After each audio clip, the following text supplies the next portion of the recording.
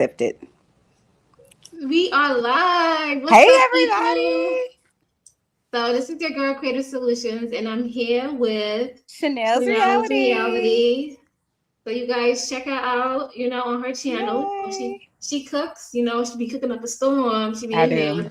I there. try. I try. But today we gonna be talking about these crazy people online, dysfunctional people, I may say, and who but not the least, Corey Holcomb. So before we get into it, I'm gonna ask Chanel some questions, Oh, but let's just Jesus. drop the intro. Let's do that. Yeah, let's do that. Oh, we in here.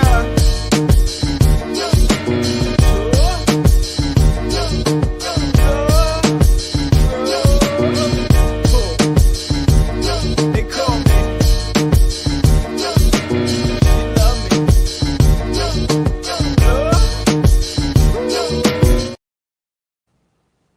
Okay, you guys, we are back. We up in here.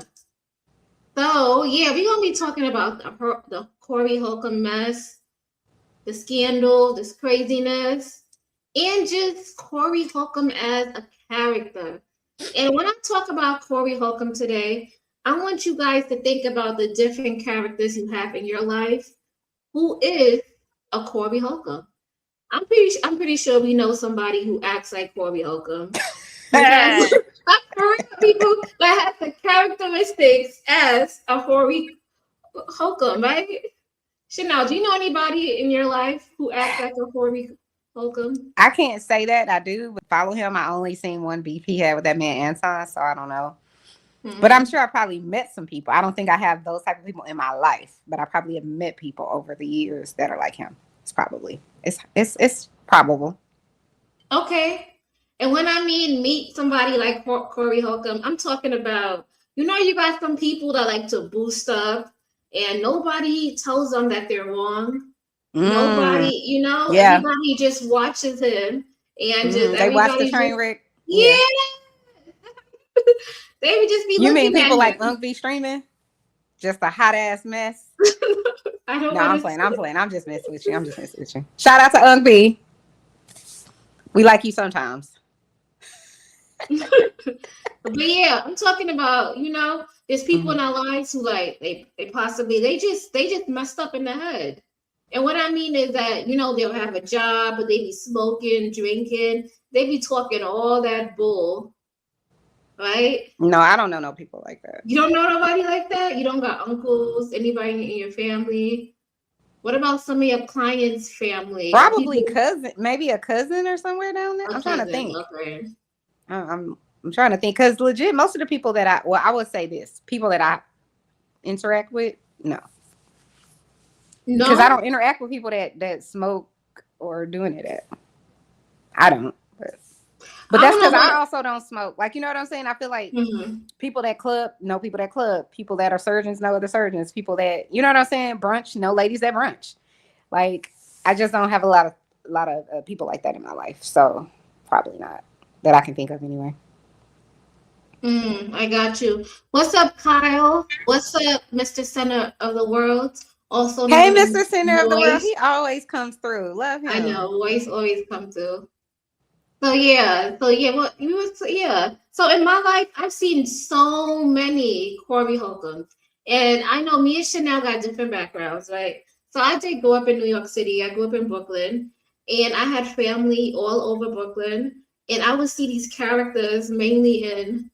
I'm not gonna lie, I've seen them everywhere. Some of them are even my family members, to be honest. Oh, damn. Yeah.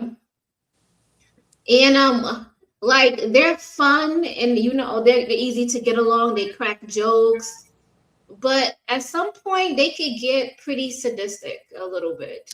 Oh. You know how you crack a joke and then at some point you're like, it's not funny no more. You made your point. Like, why you Bobby still doing this again? Yep. Yeah, there are people who just keep going and they just keep, they take it too far. Yes. Yeah. So I know a lot of people, and like you said, some of those people, they do drugs. some of them need they need an escape route in their life. They just what? Not an escape route. Well, go ahead. But you know what I mean? It's I do. like they need an outlet. Yeah, I agree. Because instead of them being on track or being a good person, some of them are just stuck in their ways. Let's be honest. That's a fact. Right? But I'm gonna so we talked about that. So we're gonna go and dissect this video, right? Me and Chanel. And I'm gonna take Chanel because we haven't watched it. I watched some of it, I'm not gonna lie. Okay. But you're gonna get our raw reaction. What's Chanel's raw reaction? I seen it a little bit. I didn't look at intensity. But today we're gonna look at everything in intense glasses, and we may laugh and we may cry, but it'll be interesting. We're not gonna cry, but I'm just saying. But okay, so I'm gonna share the video.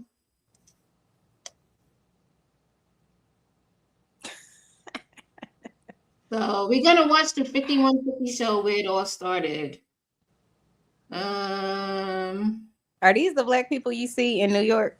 They do shit like this? What do you mean? Hold on. Hold on, let me watch it. Let me show you from the beginning. Hold on. Okay, so you see these two people? These are people in New York. He see them, but he got the water. See, niggas. I can't. That's what they do. That's what they do in New York. They do a lot of crazy stuff. Yeah, I think that's funny. But you know, New York has been gentrified though. So has it? It's not the same how it used to be when I first grew up there. You know, there was some less black people, is what you're saying? Yeah. Mm.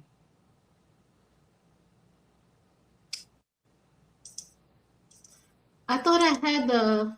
Oh yeah, I do have the Corey. Yeah, he called it something else. Love is cursed or some shit like that. Oh my god, is he married? No. What? Why would a man like that be married? Come on. You're right. I don't know why I asked that question. You're absolutely right. Matter of fact, I don't even know if he's married. Let's look that up before I'm over here talking.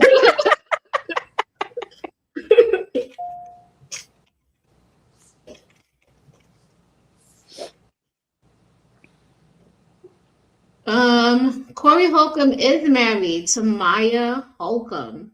Maybe she's tried to divorce him, but he won't let her get out. Maybe. They have 3 children. Wow, somebody had 3 children with this man. Okay, well, check this out. In 2022 YouTube interview, Corey, it indicated that he was technically still married, but separated, stating that he could not be with his wife again due to significant life changes after she left. Though he had no formally pursued a divorce. He had not. And let's be honest, why do people don't pursue divorce? Because of money. Money, and I think the number one thing is they don't want to do the paperwork. Let's be honest. You think so? Yeah. I'm telling you, a lot of men don't get divorced because they don't want to do the paperwork. They don't want to file the paperwork. Or they don't want to pay a lawyer to do it. Or, you know? Maybe. You don't think so or no? I mean, you probably You're right. in a different echelon of people, so. Oh my God. I think that's a part of it for sure. I also think shame is associated with it. People don't want to let go of what they had. You know what I'm saying? I think some people don't want to do it because they want to show a strong front for their kids. You know what I'm saying? So I do think there's lots of reasons that people don't necessarily follow through. But go ahead. Is this his wife, child? That is not his wife. Actually, his wife is really beautiful. Who is this unattractive man sitting in this plaid jacket? That's Craig. That's who? That's Craig. Oh, Craig? Oh. Yeah. All right. Is that Craig's wife? No, that's none of these people are married. So Okay. I think she knew her name is Darlene. This is the one who I don't know if she got fired or I would say she got really disrespected. Oh, is that the lady that used to be on Corey's show? That's the one that we're gonna be talking about today. Okay, let's listen. Okay, go ahead. I'm sorry. She's the lady who had it coming. All right, let's get into it. she messing with him. You know we love Kendrick around here, dog. Kendrick show me love. I love him anyway. I started listening to him after I got to know who he was. Right. Yeah, we love Kendrick. And the other big, huge highlight of the entire awards, and a lot of people are still talking about it, is the whole Fugees, because Lauryn Hill, Wyclef Jean reunited.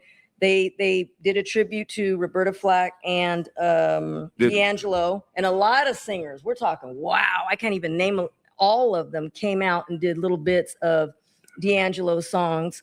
Did Lauren cut her underarm hair, or she went out there? You can't see. Look, she had a beautiful dress on, like all black. Cool. Anyway, Lauryn Hill. Let me see it. So Chanel, what do you think Darlene is doing? Chanel there? I'm here. I'm sorry. I accidentally muted myself. I mean, I don't think she's doing anything. She looked like she's looking up something on her phone. Yeah, so basically she's helping out the show by looking up topics and talking about things that are relevant, right? Mm-hmm. That's why she's the only one who has her phone now, because she's helping out the show. But let's be observing what's going on. Yes, ma'am. You can't see her. Yes, you can't tell if her underarm hair is cut. She got weight on her now, huh? I don't know. The dress was the way the dress looks. It's awkward, so I don't know. But anyway, so the performance was. She needs to change her song from Zion to Chicken. And the joy of my world is chicken. Yeah, Praz is still locked up. Anyway. I can't. Praz, he's ain't he a spy? So anyway, so there was so many. There was so. Why many would they things. choose Praz to spy with? That nigga don't know nothing about. Let D try to read. No, that's Okay, it. Anyway, so congrats to everybody, and that was good. You guys should check out the performance. Yeah, That's dope, man. Just too much. It's just too much. What, D? You got all these people up here. We looking at all this. Well, You think we ain't finna joke about it? I Who's know. old girl But right there, extends. What? I don't know. What? Old girl right there. Background singers. Who is that? There's a background singer? Yeah. Who is that right there? The girl right there. Don't be trying to play Shaka That's Khan. Shaka Khan. She got Yes. some paper from Netflix. This. Yeah. Yeah, I know she happy. Goddamn, she can pay off that Tahoe. Yeah. Oh, God, here we go. 2019 Tahoe. He's shady as fuck. So dumb. Hey, boy, Anyway, it's cold. You know out she got here. a party pocket in that jacket. I'll leave her alone. Anyway, as we know, award season is in full swing. So next big one coming up is the Oscars. And I want to say congratulations to is it just me? I'm going to ask this question. Anyway, congratulations to Delroy Lindo and Mosaku. Make sure I say her name right. Delroy still alive? Wunmi Mosaku. She's the woman who played Michael B. Jordan's love interest. Right? The big girl. Well, if you want to say that. Anyway, so she. That's how people would know who you're talking about. The big He girl is in shady Sinners. as- When she was like, I was going to say the medicine. you ain't doctor. forgot my body, have you smoked? There you go. Right. The one that was. He was like, I tried to, but you can cook, bitch. The one that gave him all the roots and stuff, the roots. That But anyway, picture crazy. I did not know that. What you put on them? Pickle garlic. The pickle garlic tossing, bitch. I have some roots of some santerias. Anyway, You got crickets with no, you have motherfucking no idea. Thousand Anyway, Island dressing on it, dude. so I did not know. Did you know that Delroy Lindo is English? I knew he went from the hood. He wear a lot of chokers, so I didn't know every he time I does see him, he got a not. choker on. Yeah, you can't be 70 with a choker on. Nigga. You got to be from Hackney, London, or something. Anyway, shit like that. that woman that we're talking about from Sinners, right? Wunmi, Wunmi. And the nigga name is Delroy. That's Wunmi. Anyway, she and Delroy, both from Sinners, are nominated, and they're both English. They're technically still from London. I'm not in London, but from England. There she go. Well, that's a nice picture of it. Them armpits still make me be like, baby, I can't walk with you out here in these streets like that. Whatever. You got She to was cover them great. arms. Yeah. Great See role. that? What is that thing? What is that stuff right there where the armpits and the titties meet up? What is that? What do you call it? Them little lines right there. That's just your armpit. What do you mean? It's like where your arm.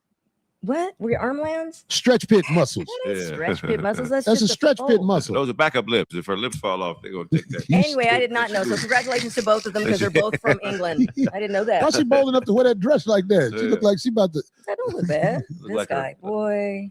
So congrats to Delroy. And I didn't know it was. She looked like somebody be like, go get her out the hot box. She ran away. She ran away. That's why she in the hot box. Lord. Oh yeah, and his character was Delta Slim. My bad. That's right. He was Delta Slim, and who was she? What was her name? It was right here. I just had it. Annie. No, was it? Yeah, when she got killed in the movie, the half-breed girl was like, Annie! Oh, that's true. Even though she was a vampire. Dang, but they were both good. Anyway, congrats. I like the movie. I'm joking on her. I like her. I would smash. But she's up against a lot. Well, of course, all of them. They're in that category is going to be. But I hope he wins. He's already. I would smash. Would you smash, Craig? Yeah, of course. You guys are too much. Niall? Oh. Chanel. What do you think about, like, do you think his co-hosts really want to be there? No. The energy is not given, right? And this topic, whatever they're talking about, isn't that great either. Like, nobody seems to have a ton of energy for it. It just seems like, okay, this is a hot topic, so we're talking about it. You know what I mean? Dyer Lansky over there, he said, here go. You know what? Stop. Hey, would you buy a burrito? Okay, so anyway, so I don't like that picture right there. Why? Why? That picture right there looked like she can cook like a motherfucker. She looked like the lady at the wedding cooking in the back. Y'all, come on, we ready now. Delroy looked like he worked at the Titanic in that picture. Stop it. Anyway, go. Boy, did you say it looked like he worked at the Titanic? Go, Delroy. I hope they win. That picture, old girl looked like she about to say, no matter how hard it gets, we haven't finished yet. Face ass bitch. Anyway, moving on to something entirely different. I don't know if you guys were able to catch this because it did make its rounds. It was all over the internet. The young guy, apparently he's 27 years old. Did anybody find his name out yet? I don't know. He didn't give his name, but he went on a rant basically saying that he's facing homelessness. He's 27 years old. It went viral. He's looking to seek a live-in girlfriend that he would even marry. He said he wants real love. He said he could be a blessing to the woman. It's going viral. And he's basically saying, look, I'm looking for I'll move in with you. I'll do this and that. But then the guy says he's homeless, doesn't have a job or what have you. And that he's got some heart failure, like but it's stage 1 only. Like he's dead serious. Like it's serious. He's acting serious. Well, how does he look? Right there, like a regular, are you gonna show a picture? A regular dude. I mean, I guess, Abe, if you look for that guy, it's the guy that went to. No, it ain't that serious. Okay, no, you don't have to. But I'm saying people know because there's a guy with a heart failure talking about he'll move in with you. Yeah, and he's homeless. He doesn't have any money, but he's a good dude. I know. She know what you did. It's not even funny, but it's like the way he said it is funny. It's a guy with heart failure that say he'll move in with you. Like, he don't. A guy with a heart failure. We're gonna move in with you, Craig. And he only 27? I don't know. That is sad, right? Yeah, that is sad. How about he looking for somebody? No, you not. Stop it. Right? Stop. He looking for a caretaker, girl. Nobody want no caretaker. Be a caretaker. Somebody who will take you in. You got heart failure, yeah. He says, but it's only stage 1. He keeps saying that. I'm like, it's gonna go, might go worse, dude. Like, can you put life insurance on the nigga? No. Well, that's some expensive insurance. Yes. You come in there with heart failure. Your insurance is $1,500 a week. How you know? You do that. I'm gonna be honest. You're not gonna get approved. You gotta go get Colonial Penn, and I only know that because I'm in the business. You can get it. You could get Colonial Penn life insurance. That's what you could get, right? But no house questions asked, as on the TV advertised, full life. But you're only gonna get what you put in. Exactly. If you have the policy for 3 years, then you get all your money. Right, but they're just basically saying because people do get life insurance once they have some sort of illness. Mm-hmm. You know what I'm saying? But you're gonna get way more life insurance in the policy and what it covers if you're healthy. Correct. Yes. If you have any questions, I'm certified. Oh, is somebody in the chat? No, it's me. Oh, no, it's funny so far. That's what I do. So far, funny. What's the age? If you ain't got no medical, you got It's medical insane. insurance? Yes, it is. The internet is insane, but it is a place for people to give their stories and their pleas. But look, hey, what Dyer said? Dyer said he's about to be paid. Someone's gonna take him in. Watch, someone's gonna take you in, dude. You can't throw that nigga a surprise party. He's gonna be out of here. What? Surprise party. He's gonna be like, that's it. Dang shit. I'm bad. He says it's only stage 1, so he might just get a little off. He's gonna be like Fred Sanford. I'm coming to join you, honey. But he never does. How many stages of it is it? So he's a comedian. That's why is. he's so funny. Okay, I get it now. Yeah, he's a comedian. Everybody knows he's a comedian. Okay. If you're young like that and you got any stage, it's been one.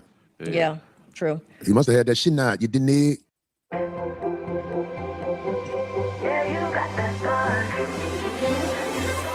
Oh, so moving on to that boxer. No, it's not Big Baby, the NBA player. It's not that same baby. He's still unfortunately locked up. This is so funny. But that guy with the toupee, with the hairpiece that came off during the boxing match this weekend. Jarrell Big Baby Miller on Saturday night. Bless his heart. And he actually took it quite well. He kept on with the fight and won. What'd you say? Yeah. You shut up. Shut it. Wait, say it again. Are you serious? The same one? Are you serious? The guy that was here. Oh. It was a good fight. Well, All right, Chanel, it's about to happen. You watching it? Yeah. I'm gonna slow it down a little bit. Saying the homie we interviewed is the dude who knocked the hairpiece. Yes. Dude. Oh my God, I didn't even know that. Slide that over here, Phil. Wait, you can see Macca in the pictures? Oh, you can see Macca in the pictures. Oh, he just went? Wow. Anyway, so I didn't know that. But anyway, yeah. Okay, so he kept going on. Yeah. He didn't let that stop him. What is the 5150 show? I don't stop. You think I'm gonna stop? Shut up. That's what he did to him. He said he really had his cap peeled, but that's terrible. Dang it. Split his way. He muffed him. And he threw it off. And another boxer that was sitting in the ring. Who said he got it? Somebody got it. But did you hear the reason why he said? Because everybody was asking after the fight. Why did you? Oh, that's right. There goes the guy. Look, Corey. There he goes. That's the homie who was up here. Yeah. Wow. He looked bigger in the ring. Right. He looked way bigger in the ring. But anyway, so he threw his hairpiece off, and of course, a lot of reporters were asking him after the fight, like, well, what would possess you to wear a hairpiece to a boxing match? And he says that in a bizarre situation, he went to his mother's a week or so earlier, and that he used shampoo he wasn't used to, and it had ammonia bleach in it. So he's saying that's why he ended up getting a hairpiece. I don't know. That's a lot of excuses, man. People are going to watch. Are we fighting? Right.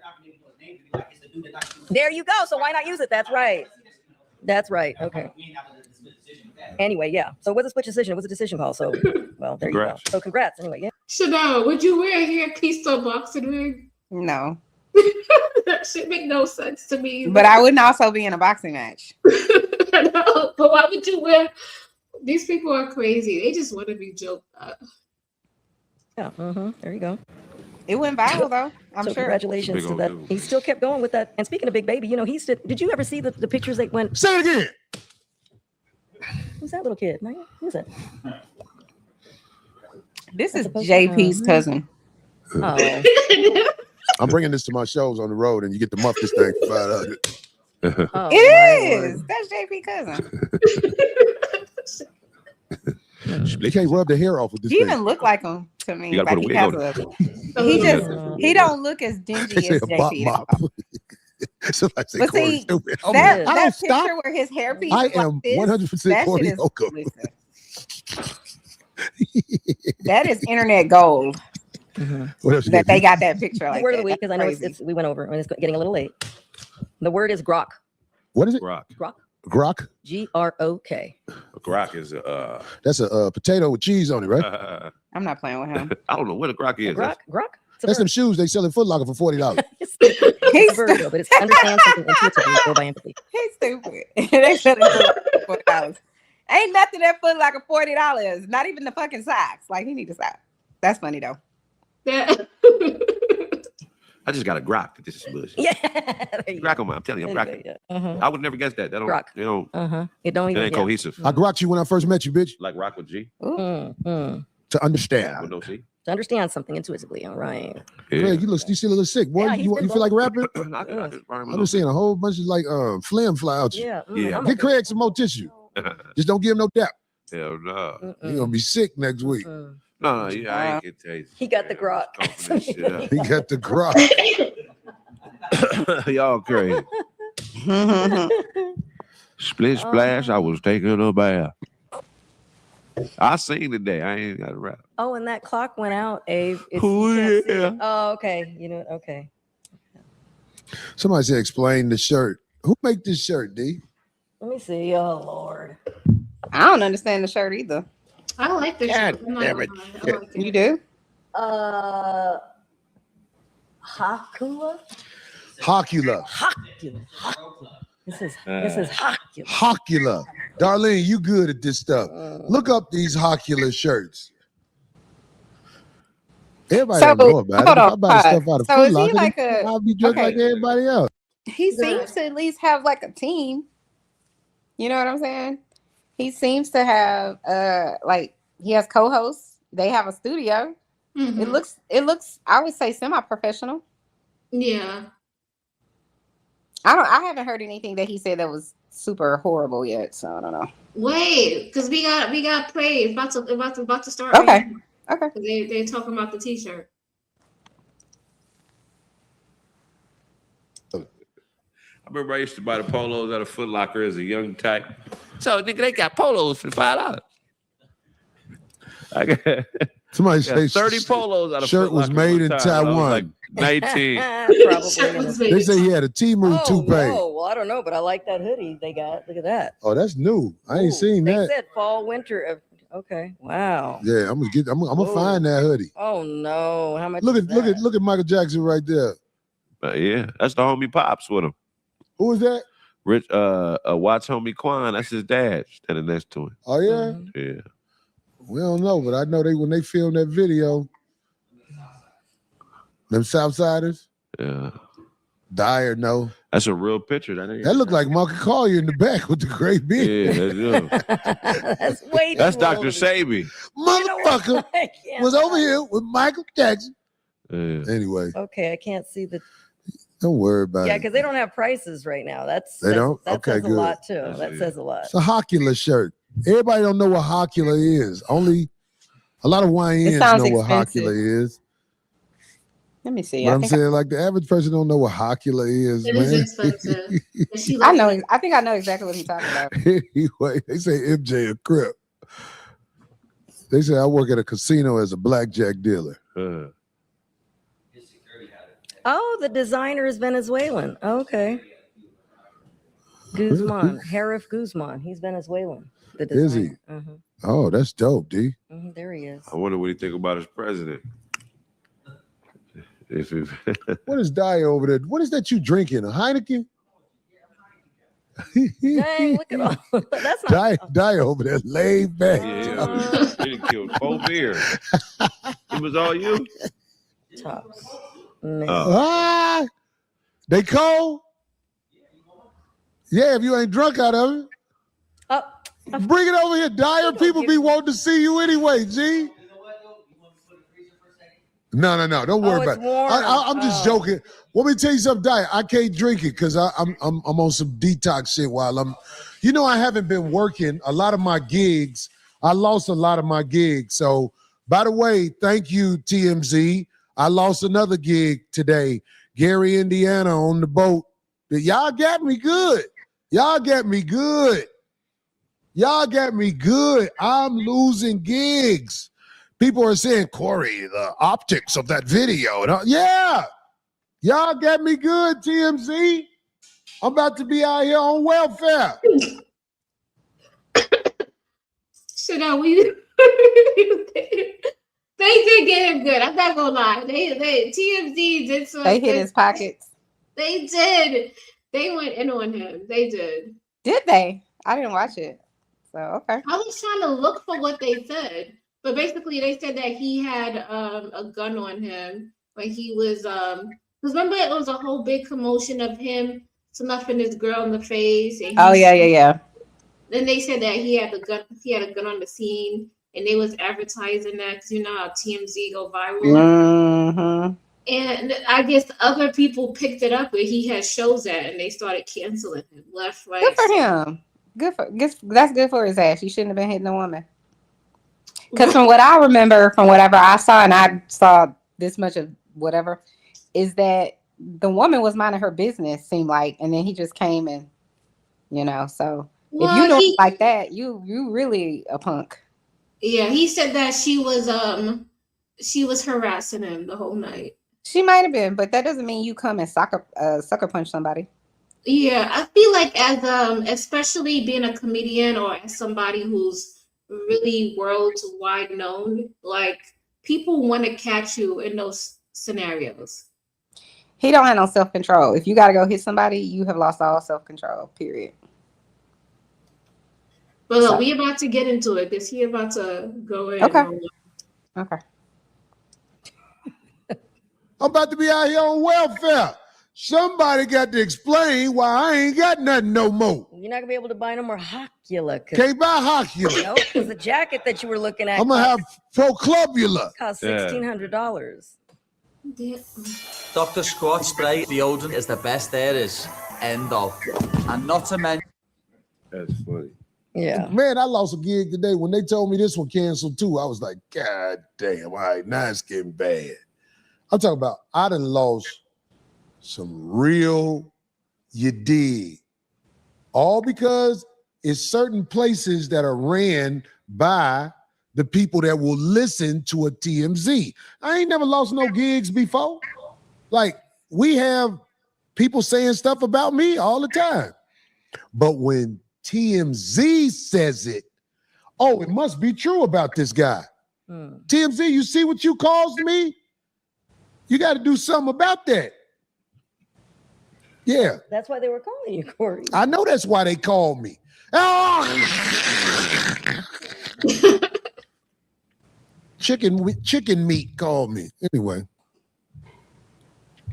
Anyway, I guess we're going to do a rap tonight. Let's do it. How many was in the thing? 15,000. Oh, okay, I'm playing out. We've been at 25. We getting ready to get this 5150 membership going, man. To all my people who sign up for the membership, man, these first, what is this? If you sign up in February, that means you are grandfathered in. Now, there are people who have memberships and everything. I just want to make sure my 5150 people get something that's worth it to them. First of all, when you sign up for my membership, that means if I come to the town where you are on the meet and greet. Because, see, I can't meet and greet everybody because it'd be drama and we get into it. So, but if you are part of the 5150, we have to have your email in advance and you get to meet and greet Corey Holcomb and who I'm with. That's just one of the perks. And Hold on. So I want to talk about this. So Chanel, do you know Fighter? Yeah. So tell me why Fighter went to pay money to go see Corey Holcomb, right? Okay. And he had recorded a video or whatnot while he was there. Okay. So tell me why Fighter took that video, posted it on YouTube. That video went viral. He got up to like 100,000 views. Really? Right? And then when he got up to like 100,000 views, Corey Holcomb came in there and striked it down. Ah, damn. Yeah. Does he not like Fighter or something? No, he just don't want people to go viral off his likeness. You know how some people be like, they look and see how you're using their name or something? Yeah, I mean, I wouldn't care. That's just more views for your channel. Yeah. So especially if Fighter, and this is what I do think you should do to be respectful, is to like tag that person in the video or put them in the description, something to where you showing like, this isn't me. You're not getting this off of me. This is off of somebody else.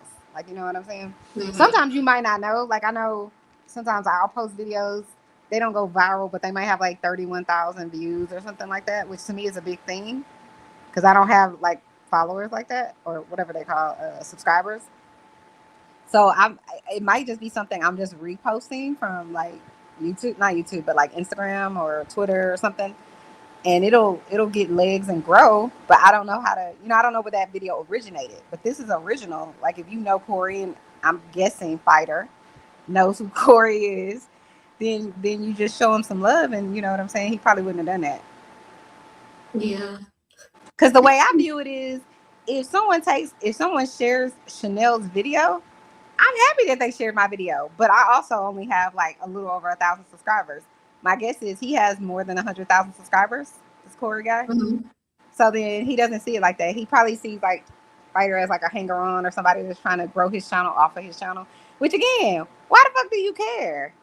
whoever you might get from even Fighter's channel is probably not gonna be more than like 100 people, if that are gonna come and subscribe. So I don't know. I think people like that, they just haters. They don't want to see nobody else do good. So, but anyway, carry on. I'm sorry.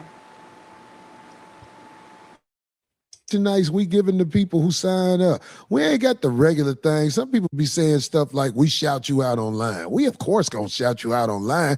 If you one of our 5150 members, when you pop up on the chat, it shows you're a member.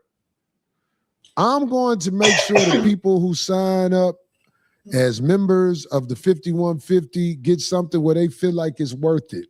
Including including merchandise, including meeting me, because I miss shaking everybody's hand after the show. I used to do that, but we used to almost get into scuffles because it's always one. You got to have it all set up. Yeah, you really do. But it's worth it if we have our members and I'm coming to your city.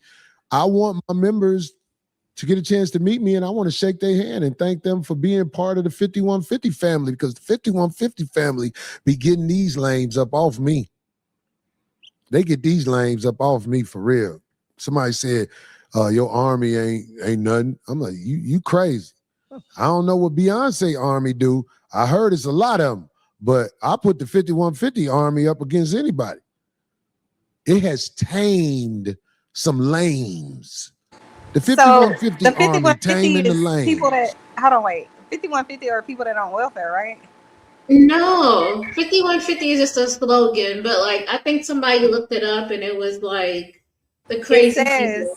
It says on Google, 5150 refers to a section of California's Welfare and Institutions Code allowing police or mental health. That's what I thought. I thought when I heard 5150, immediately what I thought was mental health illness. Because if you hold someone, like if let's say my husband I thought was acting out of normal, right? Just completely outside of himself. I could call the police and say, I need y'all to hold him on a 5150. That's a mental health hold. That means he might be do something to himself or he might do something to others. That's immediately what I thought when I saw 5150. But then I was like, let me Google it. Maybe I'm missing, maybe I don't know what I'm talking about. It says it's California's Welfare Institute, but I think it's more about mental health. So that's what makes sense to me. Yeah, that's the professional terms.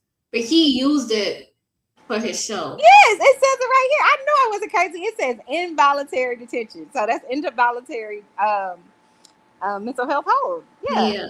So he's a crazy person. Okay, I got to make sure.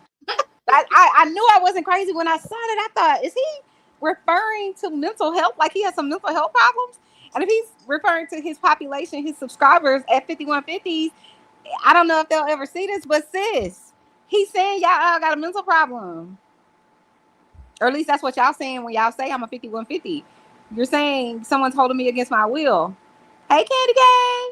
Hey, Muscular. Hey, Mr. Center of the World. Okay, sorry. Carry on. I got off on a tangent because I was like, am I crazy? But okay. So his people are mentally ill. Okay, got it.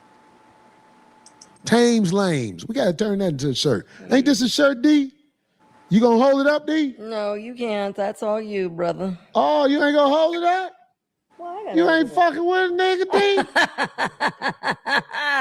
I've done it though. And when I hold it up, I can't say my shit with the mic. You ain't going to hold it up? Your mic. Oh, don't worry about it. No, don't worry about it. Don't worry about it. Mad at her? Oh. I'll show that shirt next week. Yeah.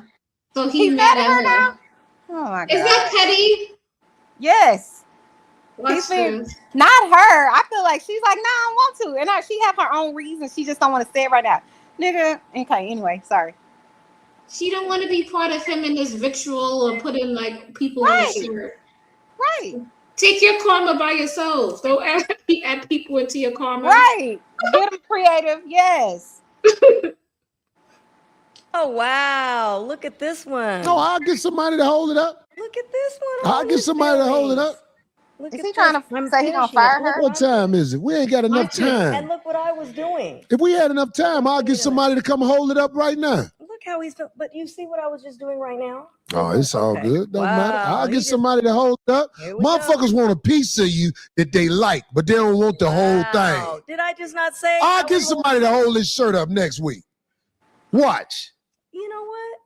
Somebody just said something earlier. What do you think, Chanel? He pissed about nothing because she didn't want to hold a shirt up for you. Because, like you said, she didn't want to be a part of your karma. But see, he thinks people are so what's the right word? Replaceable. So it's like, I don't need you, because that's what he's saying. Bitch, I don't need you. We'll have somebody new next week. That's what he just said, in my opinion. That's my opinion.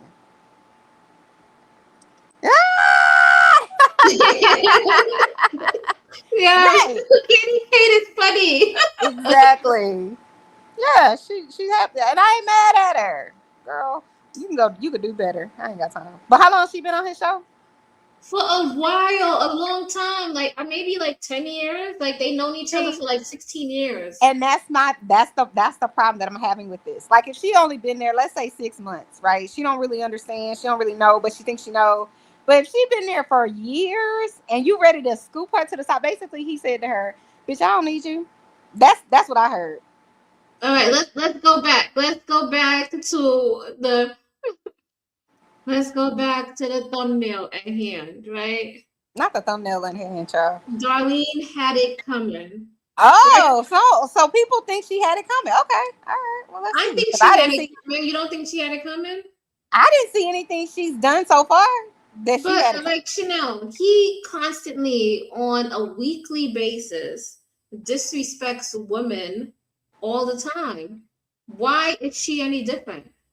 That's a true statement. Now I don't, like you said, I'm going with what you say because you're creative and I believe you, and I don't watch this man's show, so I'm gonna go with, okay, yeah, he's disrespectful as fuck.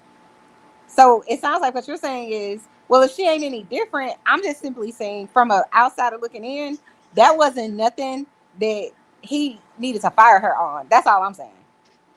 Exactly. Me But and you're you saying will she be like, shouldn't be surprised because he don't respect women anyways.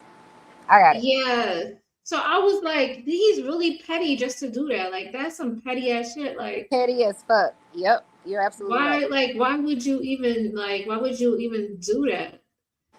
But to be honest, like she would sit there while he disrespected black women, disrespected all kind of women, say egregious things on a consistent basis. So Some people, they just there for a check, so it doesn't matter to them. Like they don't care. yes, that's why I said in the last video, I said that she's just a yes man. Yeah, I agree.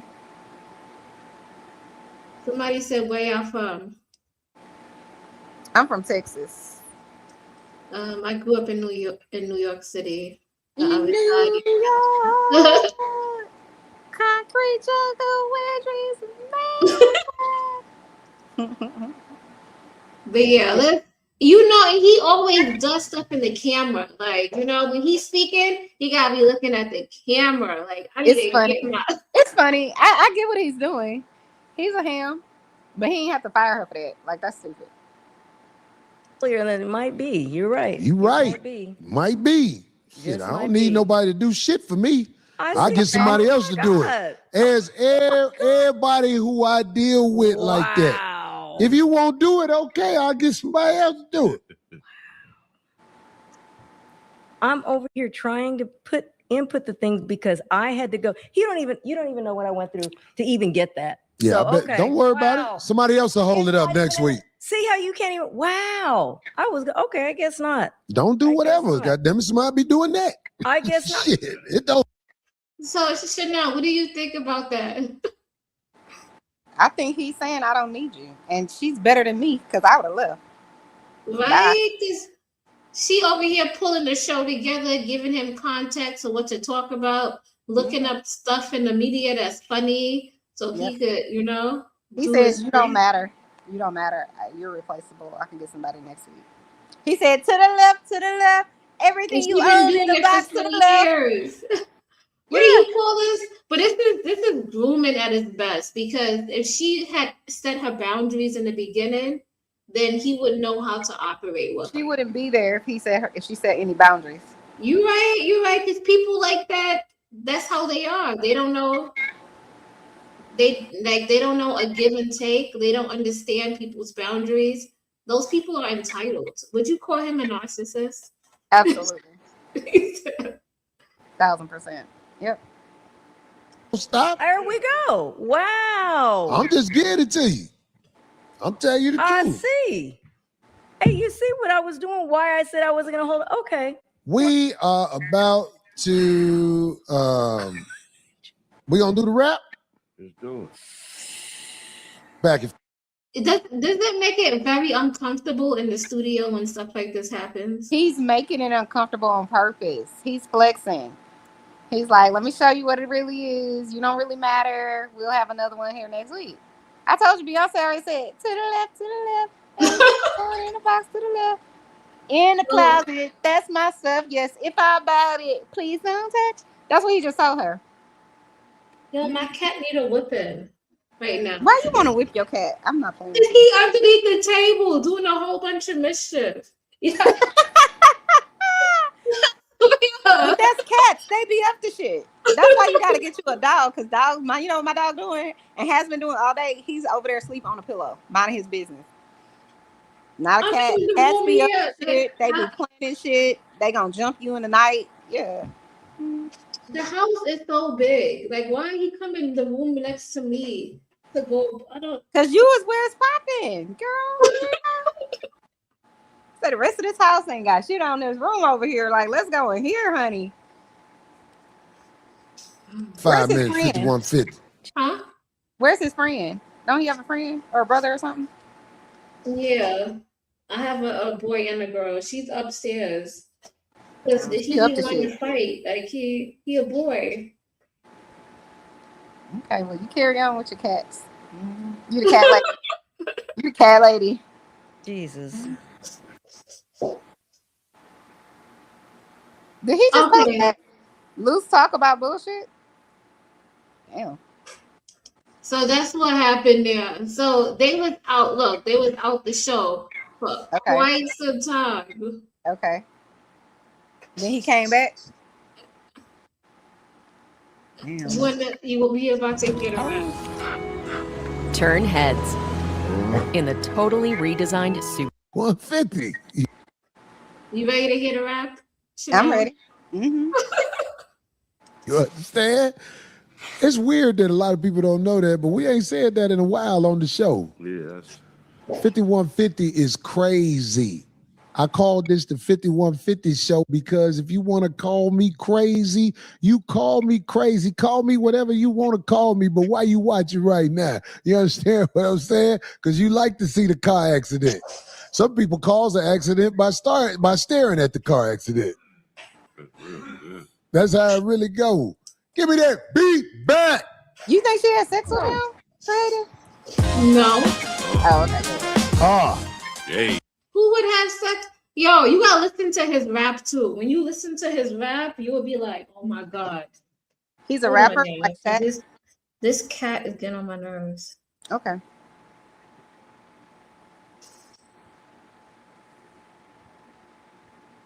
If you know I'm coming for him, he go hide. That's right. He's like, let me get out. Bye.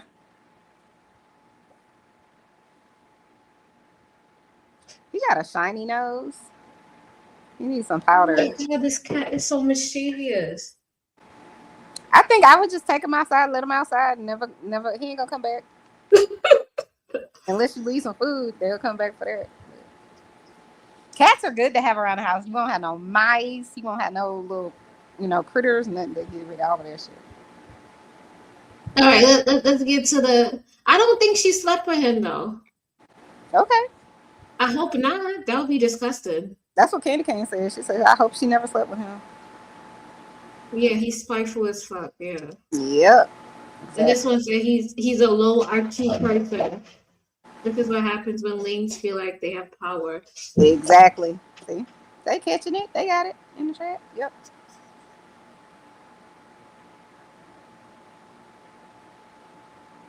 Oh, he said he called himself a fly black guy. Okay, fly black guy. Push through. Mm-hmm. Turn off this fan. I can go from hot to cold real quick. Shit, because now I'm cold. Damn. I remind you, I'm so hood with this. We back. All right. Okay, let's listen. But they got this one. This dude is 56 with the mentally. Yeah. God. 5150. Mentality of a 13-year-old. In the motherfucking house. 5150. It ain't no motherfucking doubt. Corey Holcomb's in the motherfucking house, about to turn this motherfucking shit out. Hey. If you don't want to do it, get another bitch to do it. Hey. If you don't want to do it, get another bitch to do it. Hey. If you don't want to do it, get another bitch to do it. Hey. Oh my God. 50 in the house. If you don't want to do it, get another bitch to Is do he it. for real? If you don't want to do it, get another bitch to do it. Good night. This real. This is real. They spitting right now. He's spitting. Okay, he's spitting bars. Okay. If you don't want to do it, get another bitch to do it. 5150. Turn the shit out. Yeah. My name is Corey Holcomb, you see. And some people ain't really fucking with me, but it don't stop none, because I got the motherfucking streets. God damn it. Understand what I'm saying? You see, I done been through a whole lot of hell. I done been through bitches to smell. I done been through bitches who can't tell that I'm the greatest motherfucker, and that's for real. See, I be talking this shit every week. Tuesday nights, that's where I be. I ain't gotta put a lot of videos online to make the people understand what's on my mind. Most of the motherfuckers talking shit about me don't know me. God damn it, you gonna do something? Well, show me. How you a woman beater trying to talk about me? Fruit booty buttons, suck dick, you see? You don't want to do it, another bitch to do it. If you don't want to do it, get another bitch to do it. If you don't want to do it, get another bitch to do it. 5150, turn So it who out. is this guy? If you don't want to do it, get another bitch to do it. If you don't want to do it, That's who? get another bitch to do it. If you don't want to do No, it, I'm saying get the little another light-skinned bitch to dude. do it. Craig Facts. That's Craig. That is his other co-host. He about to spit too. Okay. Okay, got What's it. up, man? So he calling Bullshit in Craig a bitch. abundance, but y'all are repugnant. Look at you mugging, you ain't thugging. A look from a lookalike is like imposter trying to be the real man. Look, I am the man, a steel man, made out of Oh my steel. God, Watch y'all you are up that so hill, lame. man. Like I was in college, got the knowledge to overcome you, outrun you, I done you in. Fuck it, I don't have no friends. If you talk shit, then blend in with the rest of the weenies. You bitch ass nigga, you can't see me. You can't take me down, watch me put on my beanie. But it's cold, so I can insulate. I hate you motherfuckers. It's time for me to deflate. These bitch niggas turn into a rich nigga against all odds. I'm about to take you a bitch nigga. You don't want to do it, another bitch will do it. Hey, If you don't want to do it, another bitch will do it. Hey. If you don't want to do it, get another bitch to do it. hey. 51. I wanted the word cuppa, as in cup of tea, I thought it would be great to mix with hug. When I saw 50 in the motherfucking house. You know. Hey, you don't want to do it, another bitch will do it. She will. If you don't want to do it, it's another bitch will do She it. told me she if would. you don't want to do it, another bitch will do it. Look, listen Get to the this fuck up, get dressed, and get out. Yeah, tell. this the third bitch today that I done argued with and told to get the fuck out my face. I'm driving down Riverside. This bitch gonna tell me how the fuck I'm supposed to act and what I'm supposed to be. Hey, bitch, I'm your boss. Your mind is lost. Talking that shit. It's gonna cost a lot. Now shut the fuck up. I'm getting naked. Start to suck. I can't use you for nothing else because your feelings guide your life. You will never be a wife. Every nigga that you used to fuck in the past is a nigga like me sitting on that ass. I don't give a fuck. What bitches be saying? Corey This is disgusting, right? Mm-hmm. This is He don't very have a degrading. girlfriend. That's why he couldn't. That's why his wife left. Corey seems like the type to walk around knowing he had Kitty kid. and still gonna probably whip it out and try to see if he'll suck it. Nasty stuff. Right? Mm-hmm. Macho Man and Elizabeth. I can't take it. Yeah, he's a lame for sure. Holcomb ain't the type of nigga who be playing, talk that shit, and say what you will, goddammit. When it's in your face, you gonna chill. plan to do it, another bitch. I bet you he has a If you don't want to do it, get another bitch to do it. If you don't want to do it, get another bitch to do it. 5150 in the motherfucking house. She's down. If you don't want to do it, get another bitch to do it. She will. If you don't want to do it, get another bitch to do it. This text. If you don't want to do it, get another bitch to do it. 5150, I'm Corey Holcomb, and you knew it. What? You stuck males with tuck tail. Yeah, bail. Mission abort. Fuck you niggas. You better find a fort to hide in when I start bombing. The drama's here, my nigga. Are they and you are not on my level. Fuck my time. Can we watch her realize he bored. Can we watch her? Do you have her reaction to this? Yeah. Hold on. I want to hear what he says at the end. Oh, okay. Let me see. It's like another 2 minutes. I could speed it up. Let's speed it up, baby.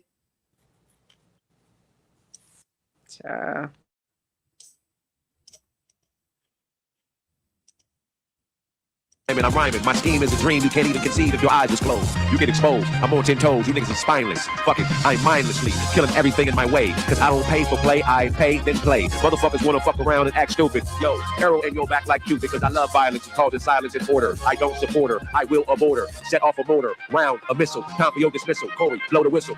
If you gonna be the boss, you gonna be the man, you gotta do the shit these lames won't understand. Don't take disrespect from no motherfucking bitch that you fucking. That bitch gotta be ducking this motherfucking rap that I'm bringing. We rapping right now. A nigga ain't singing. I'm coming off the top of the dome. I'm saying this shit, not on the phone. Hey, I'm bringing it to you on the 5150 show.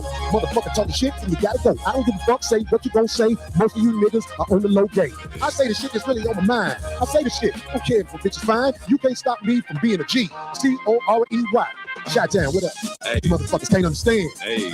I'm getting it by the grams. Even though they canceling all of my shows, still motherfucking riding new shit. You know, Hey. I believe in myself and I don't give a fuck if a motherfucker is left-headed. I'm running out of rhyme. Fuck it, great facts. Say what's on your mind. Elevate, you can't see levels.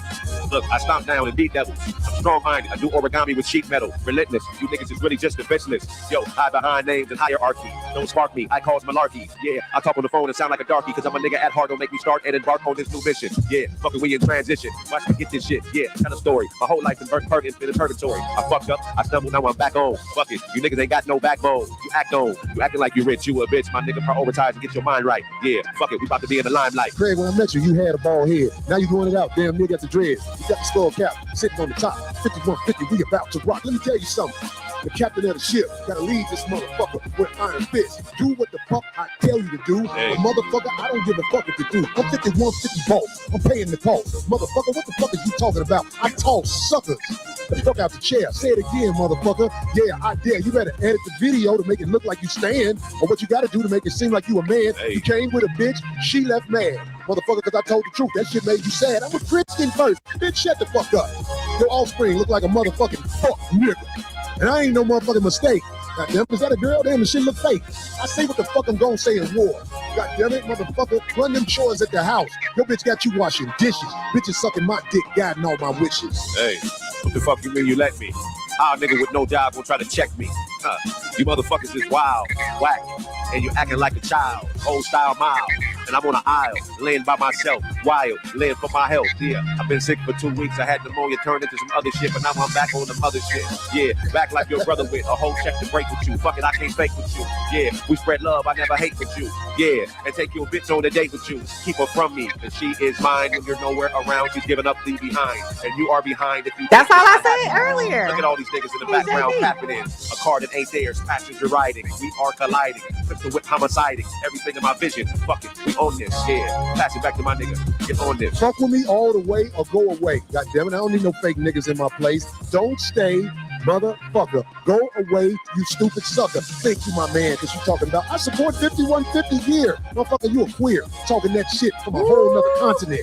This the streets, motherfucker. You better jump in it instead of criticizing how the fuck we move. Motherfucker, whole nigga, you gonna lose making videos with my name and likeness. Motherfucker, I'm about to fight this cake ass shit. You niggas trying to eat off a real ass nigga like motherfucking me. But see, You saw it. I think that was a hit for people making videos about him. Okay. He's shooting shots at the people. Okay. Mm-hmm. Fighter. there's ways to get around it. Like your mama, a stranger, he pounded and made you.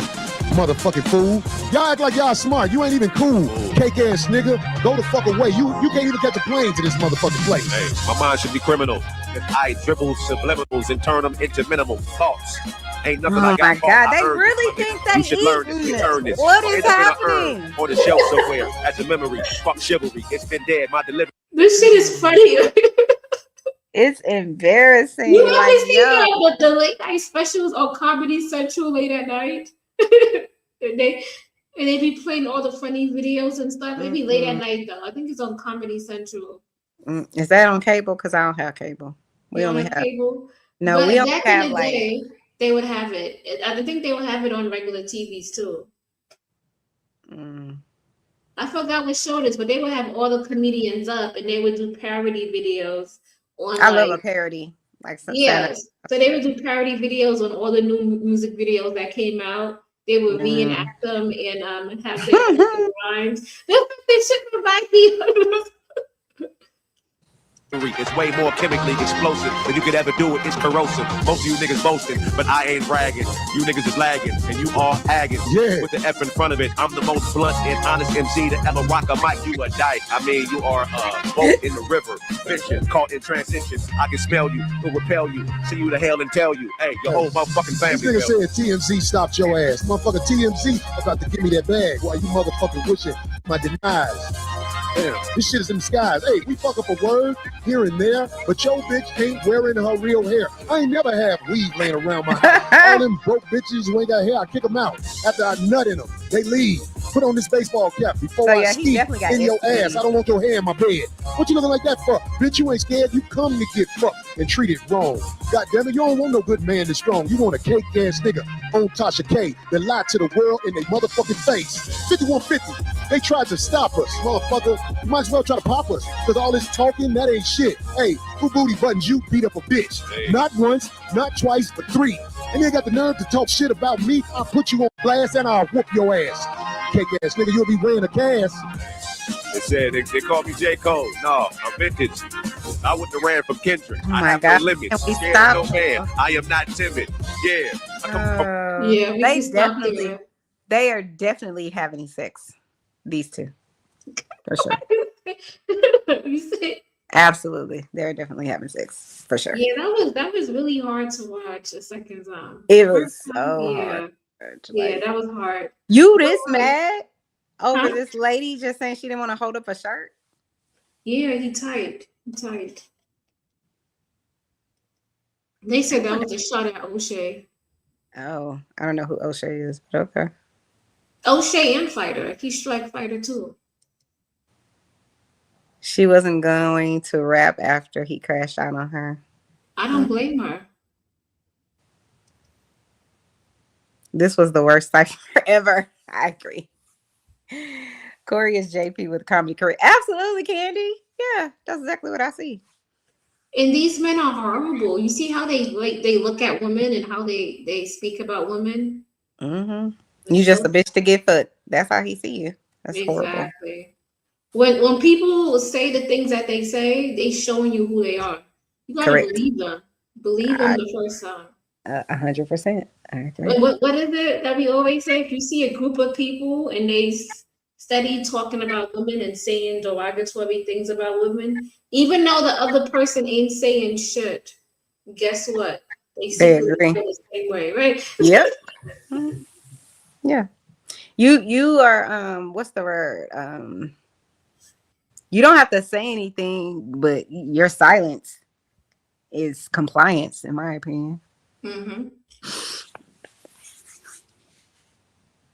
Maybe they saw that song Abba preached and how it blew up and thought this rap would be seen the same. Maybe. No, this rap was the worst. It was disgusting.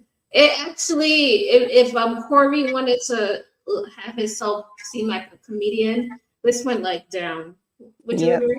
1,000%. It did not. They weren't even creative in what they were saying. They just, oh my God. And the thing is, they kept like, it's like, oh, I can't wait till I get the mic back because I got some real shit to say.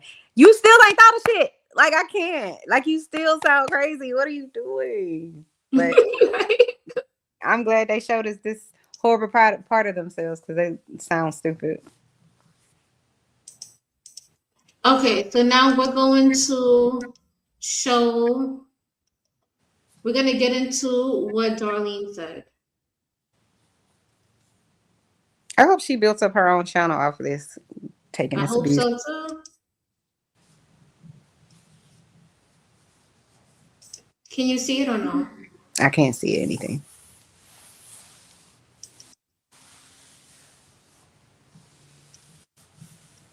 Okay.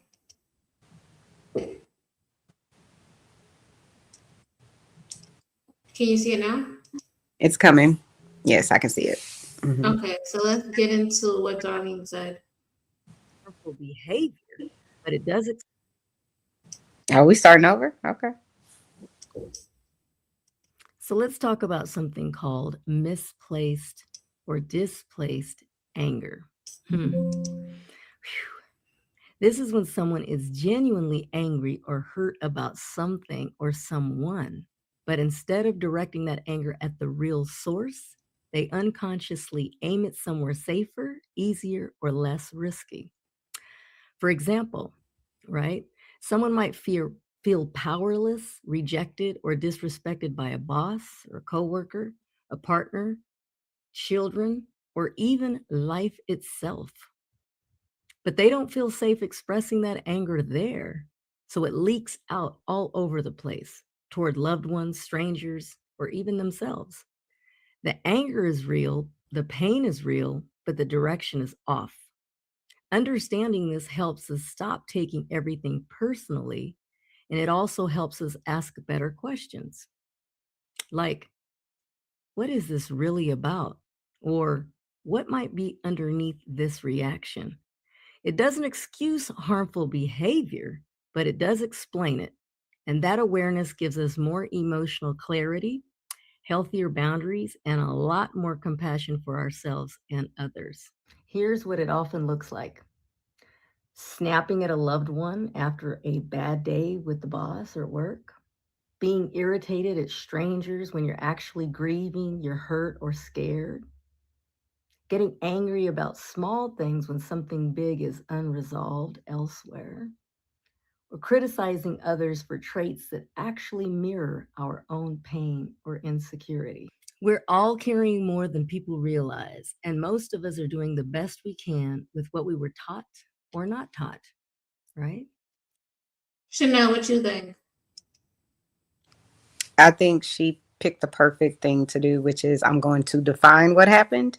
I'm not going to speak about our situation. I'm just going to speak about how this can happen, and people can take from it what they want. I think she gave it a cop out. I agree with that too, 1,000%. Because she realizes who she's dealing with. She did it this way. This is my opinion. I don't know this lady from a can of paint, but I feel like she did it the appropriate way, because if she ever wants to get back in with him, he doesn't have anything he can use against her. He can't say, oh, look, you went over there, you was mad at me, and this you talking shit about me. She didn't do that. She just talked about, this is how a situation could occur. This is why these people may act this way because of X, Y, and Z. You know, they got pissed at their boss, they're mad at life, they're mad at their brother, they're mad at their girlfriend, whatever it is. And they're taking whatever misplaced anger and they're directing it at a person that doesn't deserve it, that didn't do anything. And she's absolutely right. If she's talking about this particular incident, she didn't do anything. She just said, I don't want to hold up the shirt. And now you telling her she can get off your show. She don't need to be there. You don't need her there. She could be replaced. She did it right. Okay. So you saw the show, right, Chanel? So when I was viewing the show, when you saw the both of the co-hosts, Craig and Darlene, did they look like people that wanted to be there? Not either one of them. No. This is just work. Okay. No, I'm saying that's what it looked like they were. This is just work. But she at least was trying to, she was a little more like into it. The other guy, I didn't even recognize he was there. I saw him, but he wasn't really saying much or doing much. So Exactly. I feel like while they on the show, they look like they sold themselves for money. They sold. Because they look like they really didn't want to be there. They probably did. Craig has no smile on his face, nothing. Ever. She looked like she done got all the energy sucked out of her. Like Correct. like you ever seen that movie? What is it called? The Warcraft movie? No, I've never seen that movie. Creative, sorry. But, The Warcraft movie. Who goes to the movies to see a Warcraft movie? What movie you talking about? Star Trek? no, it's like Star Wars? What I Warcraft forgot. movie? I'm not playing with you. You know, What crazy? Huh? Yeah, Google it. Google the Warcraft movie. It is Warcraft. It's called Warcraft. Oh, that's the name of it? Oh, okay. You never seen that movie? Never seen that movie. Mm-mm. Okay, so that's the movie that I'm gonna challenge you to watch. So in that movie, the Warcraft movie, it was this their leader. One of their leaders had this magic power, and he would suck people's energy and create worlds out of it.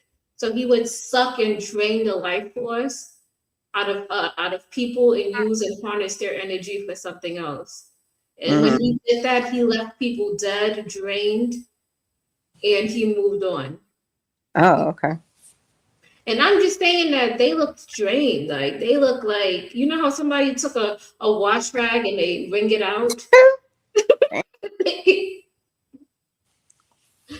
They look like they done got drained, like they got wringed out. Like I wonder how much he was paying them to be there to be his little bitches. I wonder how much he was paying them. Because that's what it seemed like.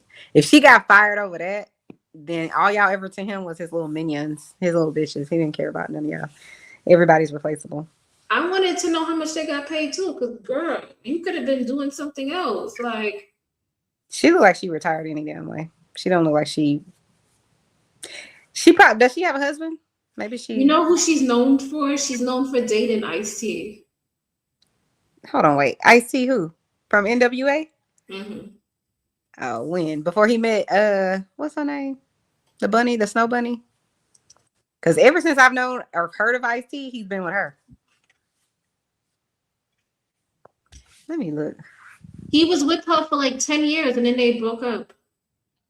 About 10 or 15 years.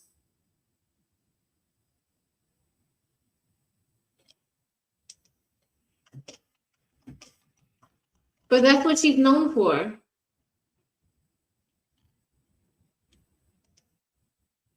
Oh, 17 years. They were together for 17 years. They split in 2001.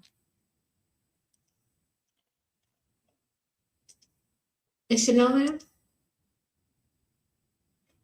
Yeah, I'm here. They said that she was a model. Was she? Yeah, muscular. And they said they had a kid together. Oh, definitely didn't know that. Hey, muscular. Salute. How is everyone doing tonight? We're doing good. How are you? I'm good. Creative solution, part of evolution. You're always welcome to my institution. Okay. I love it. Put it. And shout out to you, Chanel. You're tough as nails. You can always ring my bell. Oh. Ring my bell.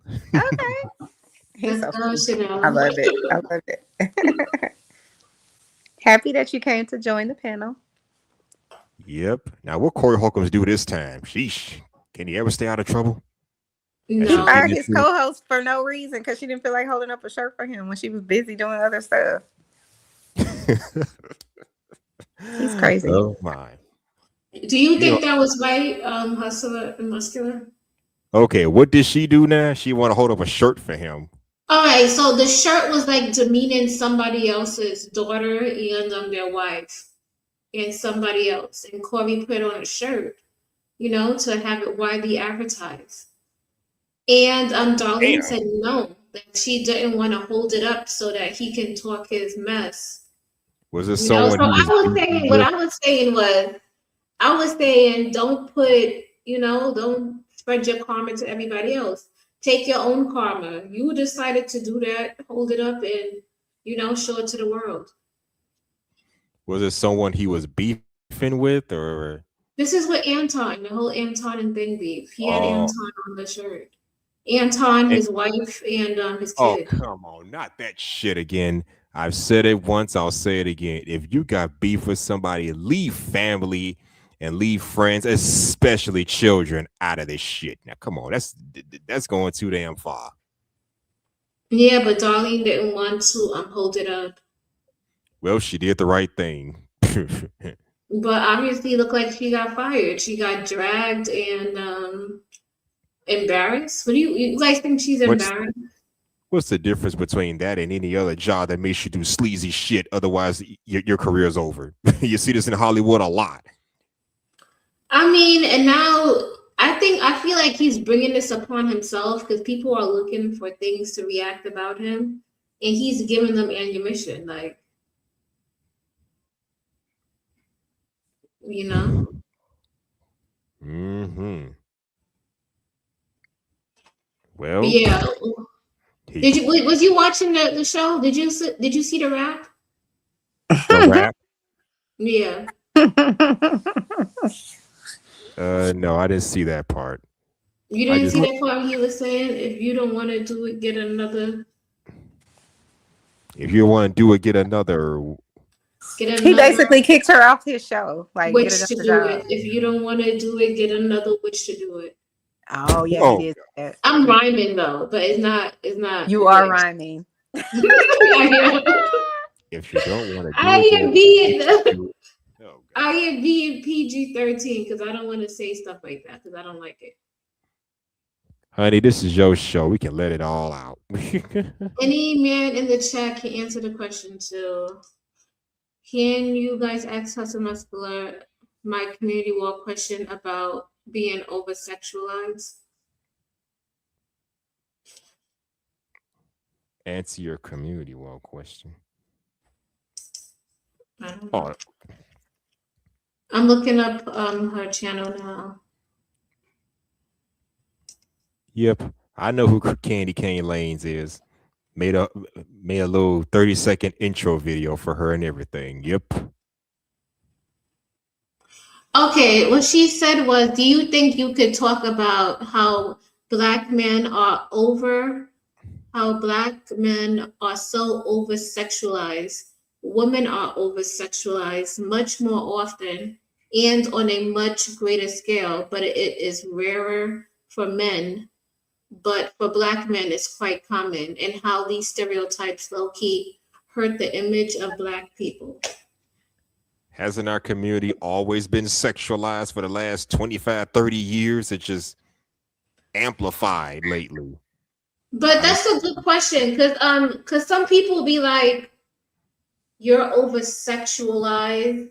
Let's say this, like a man, right? If a man is over-sexualized, he's probably gonna think that he probably unknowingly that he's over-sexualized, think that women actually really like him, but all in all, they just want to have sex with him and just to try it out to see what it's like. Really? And some men are okay with that. I mean, come on. We're men. For us, sex is just a physical act, a physical release. It's more of an emotional thing for the average woman. Okay, so if you had a woman, if that's how you feel, right, and you had a wife or a girlfriend, right, and both of you guys cheat, would you be able to forgive her? If both of us are cheating, then what's there to forgive? We got to either forgive each other or break it off. So you would be able to forgive her? Probably not. Why not? You just said men that. can't forgive shit like that. Men do not. Hold on. Did he just say that sex is just what? What did you just say? Say it again. I said sex is a physical act for men. That's why okay. when hold on. You said it's that's why when we cheat, it's not the same thing. It's hold on, wait. That's but he's answering you though, creative. He's answering you. He was answering. I said, for men, sex is just a physical release. So when we cheat, it's not quite the same. Is it wrong? Is it wrong? No, yes, it is. But but it's not perceived. The same way you just finish my statement. Jesus, you just perceived it as a physical release. So why are you so attached to her getting her physical release when it's like he's that saying, too? No, but he's saying like if he was to cheat, that because it's just a physical release and not necessarily emotional attachment, that's why he could move forward with whoever he's actually really with, because it's nothing really emotionally attaching him to the woman he just had a one-off with. But if he's attached emotionally to this other woman over here and she cheats on him, and he believes women when she cheated, is a more of an emotional attachment. So if for him, it's like, well, I can't move forward with her because because he believes it's more likely she has some sort of emotional attachment, and it's not just a release like it is for men. I think that's what I'm getting from what he's saying. Absolutely. She summed it up perfectly. No, you summed it up perfectly. Thank you, Chanel. Chanel, I get what he's saying. My thing is, if you think it's just a release, why can't you think like that about the woman? Why you have such an emotional attachment if a woman was to cheat? Because he's saying the women don't view it that way. That's why. I understand that, Chanel. Okay, but my thing is, because he already in his mind is just a sexual release. So my thing is, if it's just a sexual release, why are you so cumbersome? Why are you so enthralled or so mad when a woman gets her release? Or because for a why woman, are you so attached to that? For the woman, it's like Chanel said, it's an emotional attachment when women do it compared to men who just do it just to. But how do you know that? You're assuming. It ain't no assumption. This is biology. You don't argue. I don't argue. That's not biology. Chanel, it's just the way men and women are wired different. That's how women and men are wired differently. That's the case. Then why are there hoes and prostitutes? I don't know. Broken homes, I guess. No father figures. I don't know. It could be anything. So there you go. It goes against what you just said. My thing is, you could have that argument, but my thing is, right? If you say release it and it's nothing, why you have this strong attachment to when a woman releases? I'm trying to understand I'm trying to understand the context of what you're talking about. Do you mean like if my girlfriend or my wife cheats on me? That's an ultimate betrayal. If we're in a relationship, that is a fucking betrayal. But if we're just hold on a minute. If both of you guys cheated, if this is a boyfriend girlfriend dynamic, then that's different. But if we're just friends with benefits, F boy, F girl, then hell, you do whatever you want to do. Like if you and me are just friends with benefits, I don't give a damn who you sleep with. Just be safe. That's a damn lie. Because most people have they have feelings. People say that it's nice to be said, but people have feelings. I have spoken to women who claim that they cut men off after they've done the deed a couple of times. So nowadays, a lot of women are trying. I would say if it's one and done, that's one thing. But if you continuously sleeping with somebody, you're gonna have some type of attachment, both men and women. Primarily the woman. The man is questionable. Man too. It depends. Oh my God! I've seen men get up in arms, get mad, frustrated if they see you with another man. Even though you guys are friends with benefits. It depends on the situation. If I've been dealing with you for a long time, maybe I'll feel some kind of way, but eventually he'll probably move on somehow, some way. It was never anything serious to begin with. I mean, come on. You said I can get really graphic when I'm feeling someone. I just want to make sure I'm not part of the Me Too movement. What they got to do with anything? Wait, what? What is she saying? I think she's saying that, like, when she really likes somebody, she might show signs, or she might flirt or do some things. What the hell does that have to do with the Me Too movement? The That's Me Too what I'm saying. Because I don't get it. Sexually assaulted. That's totally different. That's what Me Too is about. It's about being sexually assaulted. That's what it is. Exactly. But do you think men could be sexually assaulted? The Me Too movement give women power to make allegations. But that's not what she's saying. But I'm gonna leave it alone. Evidence. So what is she saying, Chanel? I don't think she's talking about men in that situation. I don't think because she's talking about herself. She said I could get really graphic when I'm feeling someone. So it sounds like maybe she's talking about how far out she might go. In other words, she gets sexually aggressive. She could be sexually aggressive. Correct. Yeah. And she might be willing to do anything, and some other things where she tied down or whatever the case may be, right? That's what I heard. Charges on her. Right. But she said, what did she say? I just want to make sure I'm not part of the Me Too movement. So she's basically saying she don't want to be so aggressive that she's forcing it onto him. Exactly. That's what I was saying. Yeah. You made it. I'm saying that I don't know that you want to add the Me Too to that because that's for the record. Candy Cane, is that how you get down? I don't mind you being a little aggressive. Just don't help us abuse understand. me. Hold on. Slow down. So Chanel, you took that a little too literal, and maybe it was a misplaced joke on my part. But what I meant by that was, I'm sorry. Hello, I'm sorry. I didn't mean to be rude when I came. No, you're good. Let me shout you out real quick.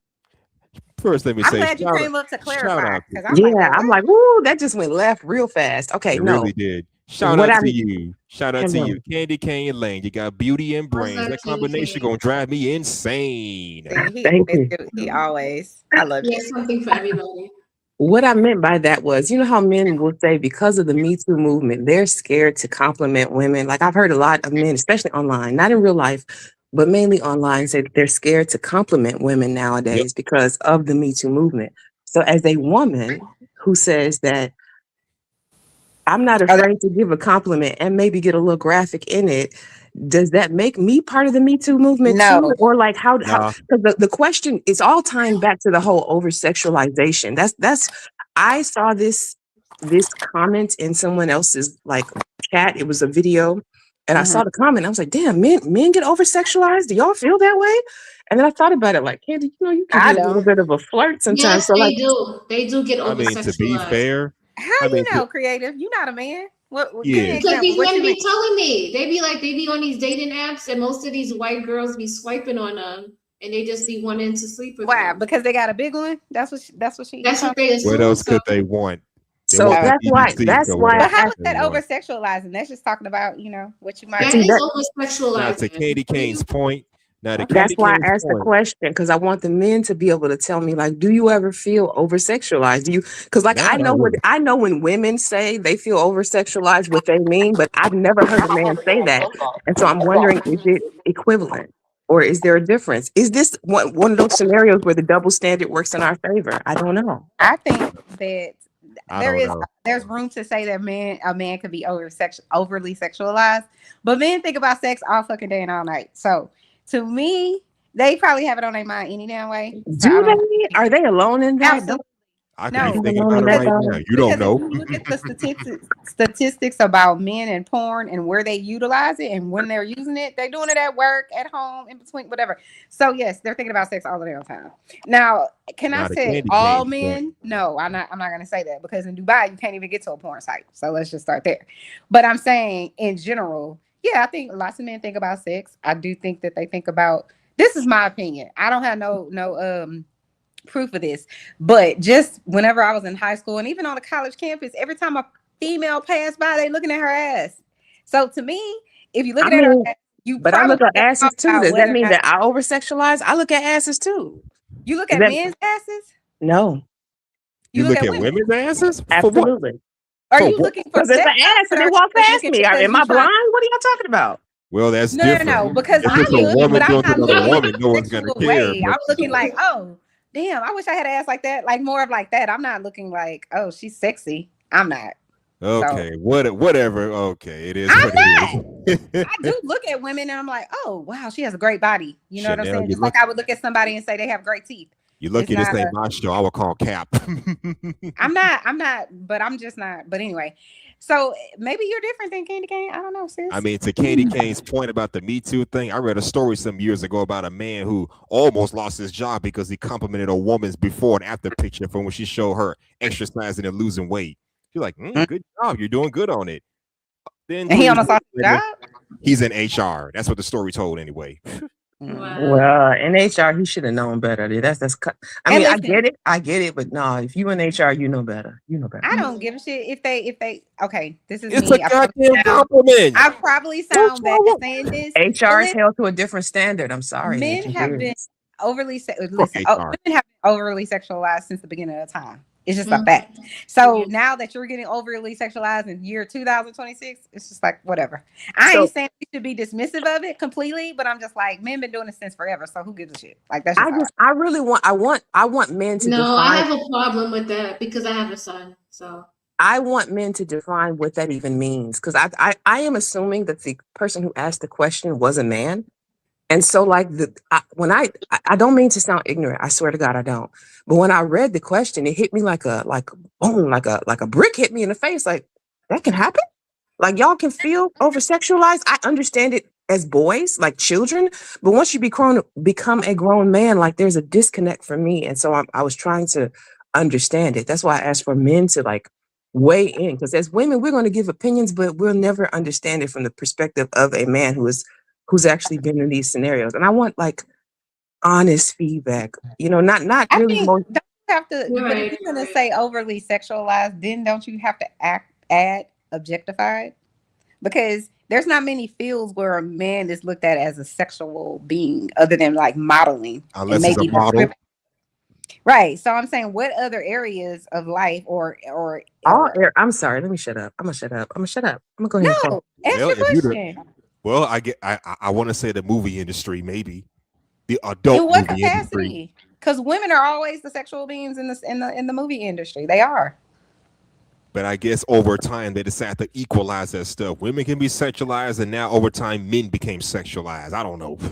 I want to know what market you're talking about, because outside of modeling, Didn't I just say the modeling and the adult film industry? That's it. I just maybe I'm in the wrong here, or maybe I don't know. I just feel like in everyday life, you see men, you look at them, you think they're sexy. Like, I don't know where the over sexualized part comes in, but I'm like, when I go to the gym, I see sexy men. When I go to the bank, I see sexy men. When I go to the fucking grocery store, when I go, like, I'm stuck at over sexualized. Like, what does that mean? I want a definition for that. For somebody, calm your ass down. The I'm shit. just being honest. I'm being honest. I think over sexualized So would you be be at the gym somebody. looking. Okay. Wouldn't that be somebody wearing sweatpants and Yep. you looking at them and you just No, like no. I get and what the guy looking at I you wear looking at sweatpants them and he feels awkward? I wear No, sweatpants when I go to the gym, and yes, I feel some kind of way when She's saying females no, are but around. she's saying, where does the like, if I'm gonna say overly sexualized, right? We could look at a magazine cover, right? And we could see somebody, let's say Miley Cyrus, and she's on there and they put her in a grown dress, or they put her in something a little more cleavage showing. Women could say that's overly sexualizing her. She's only 15, she's Hannah Montana, right? Right. When we think about a male, you put a 14-year-old in that same role, he's just going to be called a heartthrob. They're not going to say, oh, they put him in like his underwear. That would be, in my opinion, saying, okay, you put Justin Bieber at 15 in his underwear on not a swimsuit magazine, but on just a girl's magazine. I would say that's overly sexualizing him. But I don't think that it happens for me, any sexual context that goes with underage and children is overly sexualized. I'm only speaking to the men. I'm only talking to grown men who are allowed to have sex with grown women. Like, that's it. That's the only people I want opinion. Like, as far as, I don't want to hear from kids. I want them out that equation altogether, because that makes me highly uncomfortable. No, I was only using that as so we know what a Rubik scale is as to how someone is viewed as overly sexualized. Because if you don't put it in like a magazine or something like that where someone is being objectified, in my opinion, then how are you saying that they're overly sexualized? You have to have them somewhere looking seductive in some capacity. But I was only using kids to kind of get the perspective of where it's coming from. I got you. Because once you put a man on that magazine, he's a man being a man. So I don't know how he's making a choice. You see what I'm saying? I guess my question would really be to the men: is the difference between over sexualized and a compliment, whether or not you're into that woman, or whether or not you find her to be attractive back? Is that the difference? Like, when women will say, like, how, like, men will ask, well, what's the difference between shooting a shot at a woman and doing too much? It's whether or not that woman is willing to receive you while you're shooting that shot. Is that the same context, or does it not matter? Like, if you're not into this woman and she's shooting a shot at you and she goes into sexual context, is that over sexualizing you, or is it just a compliment to you? How do you take that? That's a good question. I want to hear. Go ahead, Huskiller. Is he there?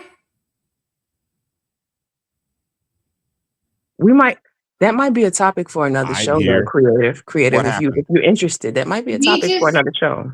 Can you ask him the question again? Because So basically, I'm asking, what is the fine line between a compliment to a man versus being over sexualized? Is it the difference between you being into that woman that is giving you the compliment versus not being into her? Like for women, a lot of people will say, well, the difference between sexual harassment and just a compliment is whether that woman is into you while you're giving that compliment to her.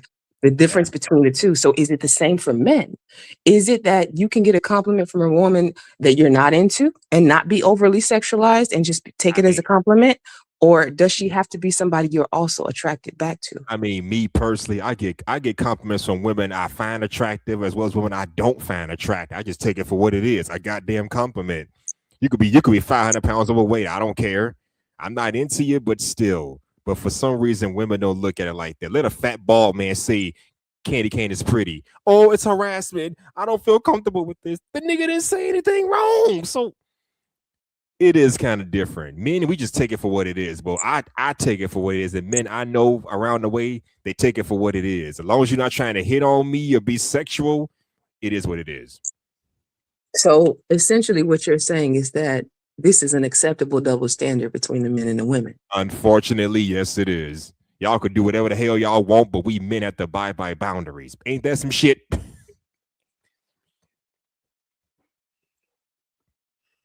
yeah, I don't know. You would It think was it one goes both time. ways. Yeah, it was one time like I was really, really into this guy. And this is me, like, and I would like text him and tell him I like him, and I would call him randomly. You ever late night drunk text somebody? Like, that's how much I liked him a lot. And I even went so far as to write him a letter. But that's about it. A love letter? I ain't done that in 20 I years. did. I wrote a love letter. I wrote a love letter over 25 years. Well, I don't think I've ever wrote a love letter, but I've definitely drunk texted. Yeah. Care to share what you told these men? Nope. You don't want to share it? Sure don't. We listen, but we don't judge. Well, I don't judge anyway. I'm judging myself, so I'm gonna go ahead and go back on mute. No, why you judging yourself? You do stuff out of love. I did it because I was like really like I really liked him a lot. Like I can't stop you from judging yourself. I'm just saying I'm not gonna judge. We've all done something crazy. Yeah, we have. I've done a lot of crazy stuff. I've heard about men who leave drunk messages on answer machines. So oh, that's a good question. Have you guys ever had a man drunk text y'all? Or leave a drunk answer machine message, a voicemail, whatever the fuck. Yeah, I've had guys drunk text me a lot. Even come and see me, bold enough to show up at my door. Surprise visit? I know, right? Like, yeah, I don't do pop-ups. That's a no-go for me. Nope. So but you're not gonna pop up at my house, are you not?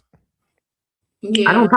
I don't pop up at people's houses because I don't want you doing that to me. If I'm coming, you know I'm coming. Makes sense to me. The only female allowed to come to my house when I'm not around or unannounced is my own mother. So you want to get into this house when I'm not here, you better go through her first. And she ain't having that shit. My mama, the only woman allowed to do that. All right, y'all. I'm about to play another video. If you guys are on here, I got like another 30 minutes. I'm gonna play the video about Anton. Here we go with this again. And this is the guy that Anton was flexing on. How do you flex on your own subscriber? Like how do you do something like that? Really? Start out with narcissism, mix it with more narcissism, add a little bit more narcissism to it. There you go.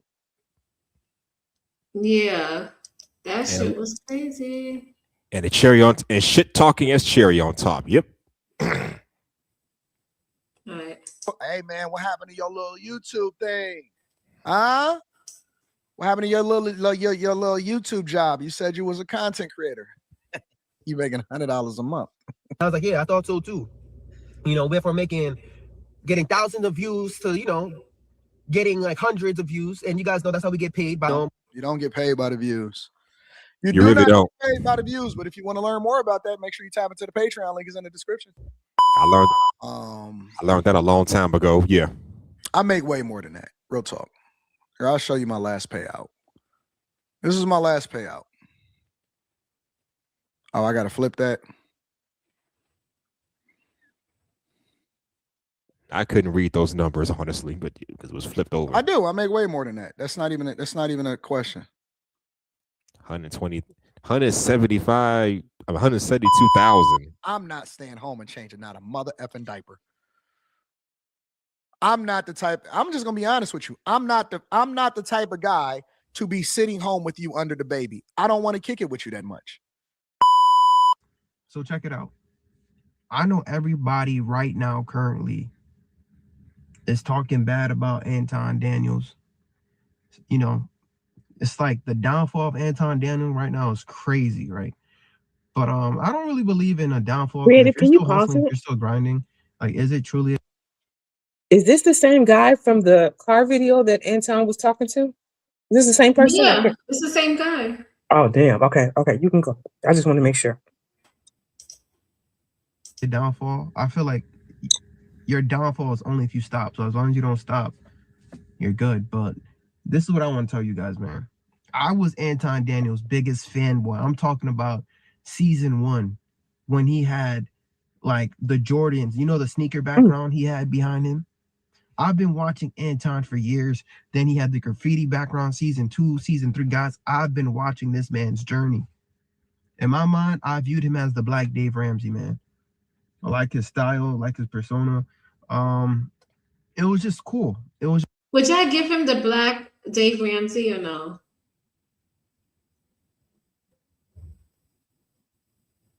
Kind of. Both of them are assholes. Okay. Just a cool older brother vibe I got from him, right? And I know you guys had not. I know you guys know exactly what the hell I'm talking about, man. Like watching Anton, it was motivational. You see how, you know, he grinds. He talks about how he got his money and whatnot and all this cool stuff, man. And guys, it got so bad to a point, I'll be honest with you, I put Anton on a pedestal. I'm just keeping it a buck with y'all. I put him on a pedestal. I don't know if that was his goal. I don't know, man. But he, as a black man, touched my heart. And I'm like, yo, look at what's possible if you do this, X, Y, and Z. You feel me? And guys, you know what? Like, I'm sorry. You say you put that man on a pedestal, but every chance he gets, he tells you how much he's the better Negro and all of the rest of us in the community suck. So it never dawned on you that you were part of the community he was talking to, that he said sucks? That would be my question to him. Is like, y'all pedestalize the wrong people for the wrong things. This man made money. Cool. That's great. But he also shit on us the entire way to the top. Did you think that you were excluded from the bottom of his boot? I'm confused. Yeah, that's the one thing I really don't like about that dude. It's just like he's like the most unhappiest person I've ever known to have money. I watched something the other day talking about people with narcissism. I'm sorry, I said that too fast. Narcissism. Yes. And what it said was that basically, like, the narcissistic mindset is, I hate myself, but I'm better than all of you. That's Anton. That's Anton in a nutshell. But it's not just Anton. There's little bits of those people in the regular people we meet up with on YouTube. Also, people with narcissistic tendencies or narcissists at all, they can't. That's why he was so easily dismissive of her, the lady, his co-host or whatever. It wouldn't matter that you've given your all to this person, all your money, all your energy, all your time, all of that, and you could have been perfect. And then you made one move that they didn't like, and now all of the things that you did that was good got all washed away. Like, it doesn't even matter. They don't consider any of that. Like, so that's why they could just write you off. Like, boom. Like you said, I'm better than all of you. Yeah. So I don't need you. You got to keep in mind, the first thing, when that happens, the first thing they'll say is, well, I never asked you for any of that. Right. Yeah. And they'll be the same people in there sending you pictures of them or trying to FaceTime you with they GUN, talking about they're gonna unalive themselves. And it's like, go ahead and do it. And I'm a whole ass therapist, and I'll tell they have to do it because it's a manipulation. They're not about to do that. They love themselves, like she said. So they're not about to do it. But they'll manipulate you into it. And usually they have victims. So I would be shocked if old girl doesn't return. Yeah, I think she will return. I'll be shocked if she does not, because they typically have victims, and their victims feel guilty. They're gonna make them feel guilty. Because I can promise you, he probably tell her, "Why did you do that? You embarrassed me." It's all about what happened to him. Yeah, I don't think she's done. I don't even think that he fired her for real, to be honest with you. Darlene been with him for, I think they said more than 10 years. You think this little one squabble was enough to make her be done after 10 years? I don't think so. She been dealing with it. But in terms of a narcissist, they're gonna, to the outside world, they want the outside world to see them like this big, gracious, good. You like if you hear about somebody that's a narcissist and they end up unaliving someone else, the outside world knows nothing about this person. Like, you know what I'm saying? They don't know about the evil, the mean, all of the other things that they do to their victims. They only see this charismatic. That's why he's a person with how many followers or how many subscribers?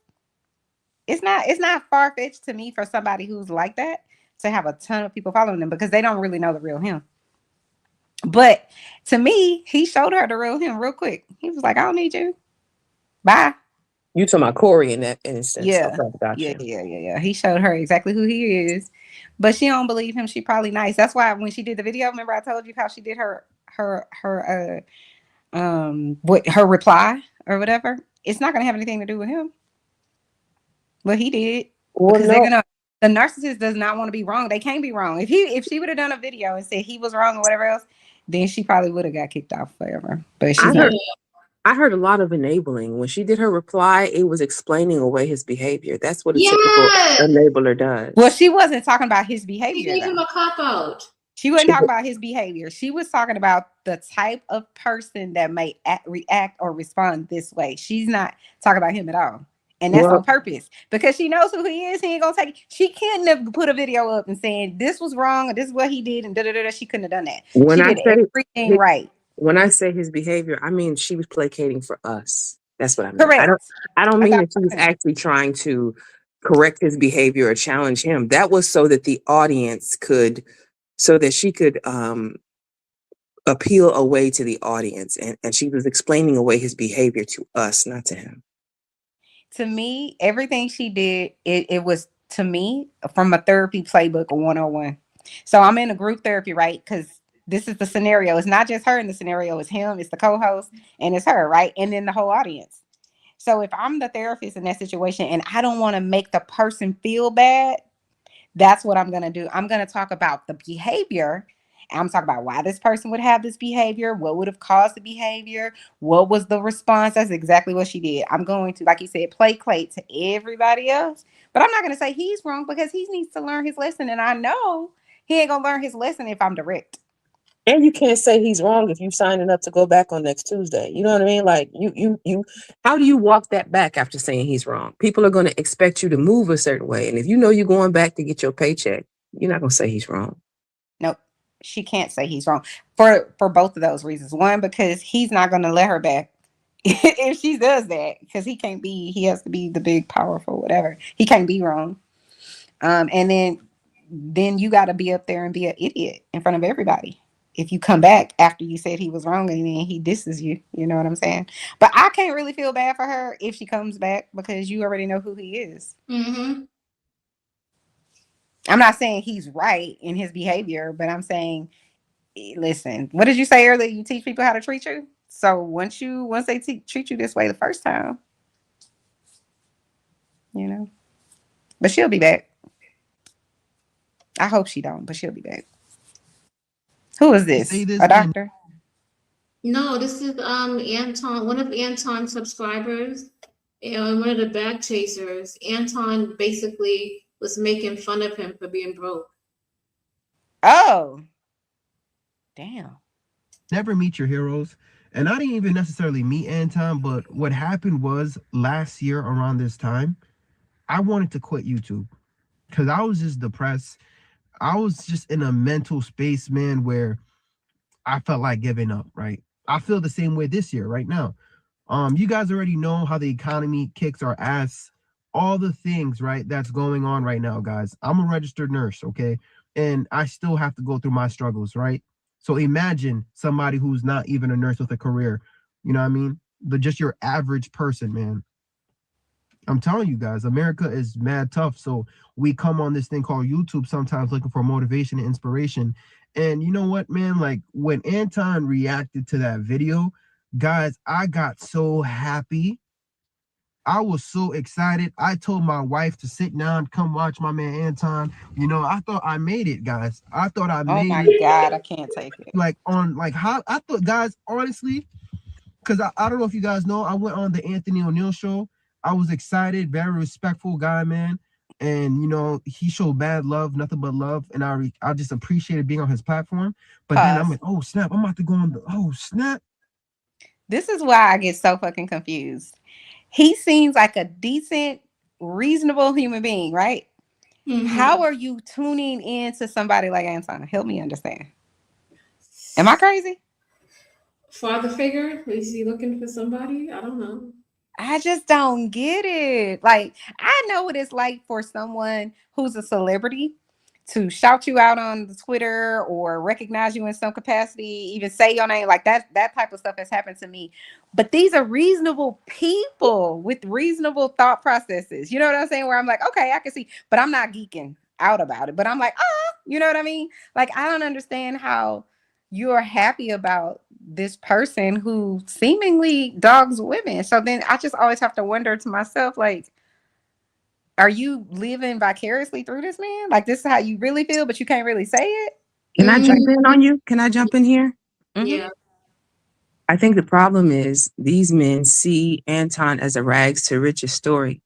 And so he's the black superhero because he's a nigga that made it, right? That's what he tells them. He's a millionaire. He done got all this money, blah, blah, blah. The problem is they be forgetting that YouTubers are regular people. They get up and take their morning shit just like you do. And y'all have to stop pedestalizing people, everyday, regular people. Don't pedestalize celebrities either, but especially not regular YouTubers. Only need a mic, a camera, and some sort of device with their internet to go through. Like y'all be forgetting. Like even JP, I remember him saying something about him being a celebrity or like acting like a celebrity because he made it to World Star. Like y'all are not celebrities. Just because people tune in with that every day, just because you have a following does not make you a celebrity. But a lot of people forget that. And then their quote unquote fans or subs also forget that. So I think that's where he got it confused. Like you looking at this, it's like your little local hero, and then you have access to him because he has a chat. You can type to him, you can super chat him. So like there's that parasocial relationship that got him all confused. You forgot that these people are flawed people and they will let you down. And that's what happened. You watched with your wife and then got emasculated. I know that hurt your soul. So, okay, hold on, pause. Maybe I missed it. So he watched with his wife because the Anton guy, is it Anton? Who are we talking about? No, Corey. So the Corey guy mentioned him in No, like Anton. or something? No, Anton. He's talking about Yeah. Oh, he is talking about Anton. Okay. So in the segment that Anton mentioned him in, he dogged him. Is that why he feeling the way he feel now? Pretty much. That's what I gathered from the video. Damn. We'll have to watch it through, but yeah, pretty you got much. your life together and then he dogs you. Damn.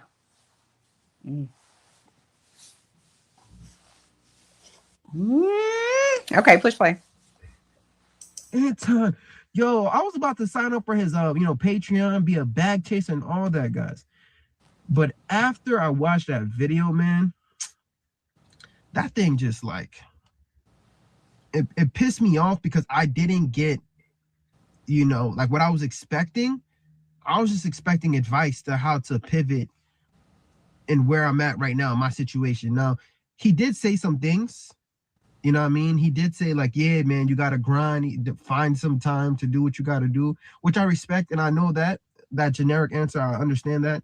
But what he mainly did, guys, on that episode was flex on me. That's it. My face was just paused on one side. Nobody knew who I was. But you know what? In front of thousands of people, he was just flexing on me, showing me, you know, hey, look at this, look at this. And so what did the Anton guy say to him? He didn't really sit was down. He like, you ain't nothing and nobody, you need to get your shit together? Like, what did he?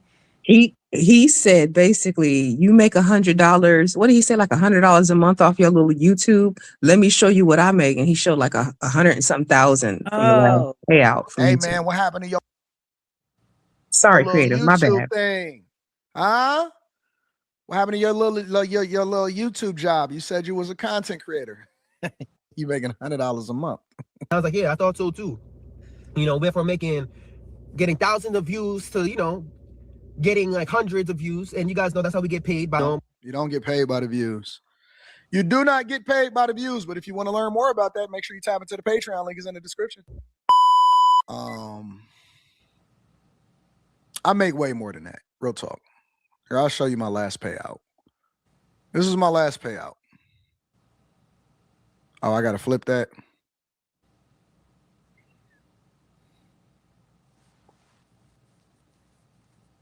I do. I make way more than that. That's not even a question. How do we know that that's actually what he made? Like, stop. I can't. No, they do be making a lot of money off of. You think he makes $172,000? Yes, because I know this couple, they do content on Facebook alone. How many videos does he make a day? Racks a month. So how many videos does he make a day? I don't know how much he makes a day. That's in a month, though. I don't believe that. I could be wrong. He probably has Patreon. He sells shirts. He probably do all of those things combined. But that ain't what he just said.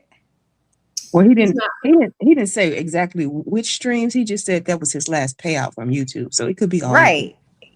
Listen, I ain't knocking him. I don't know. Does he have 1 million followers? Yes.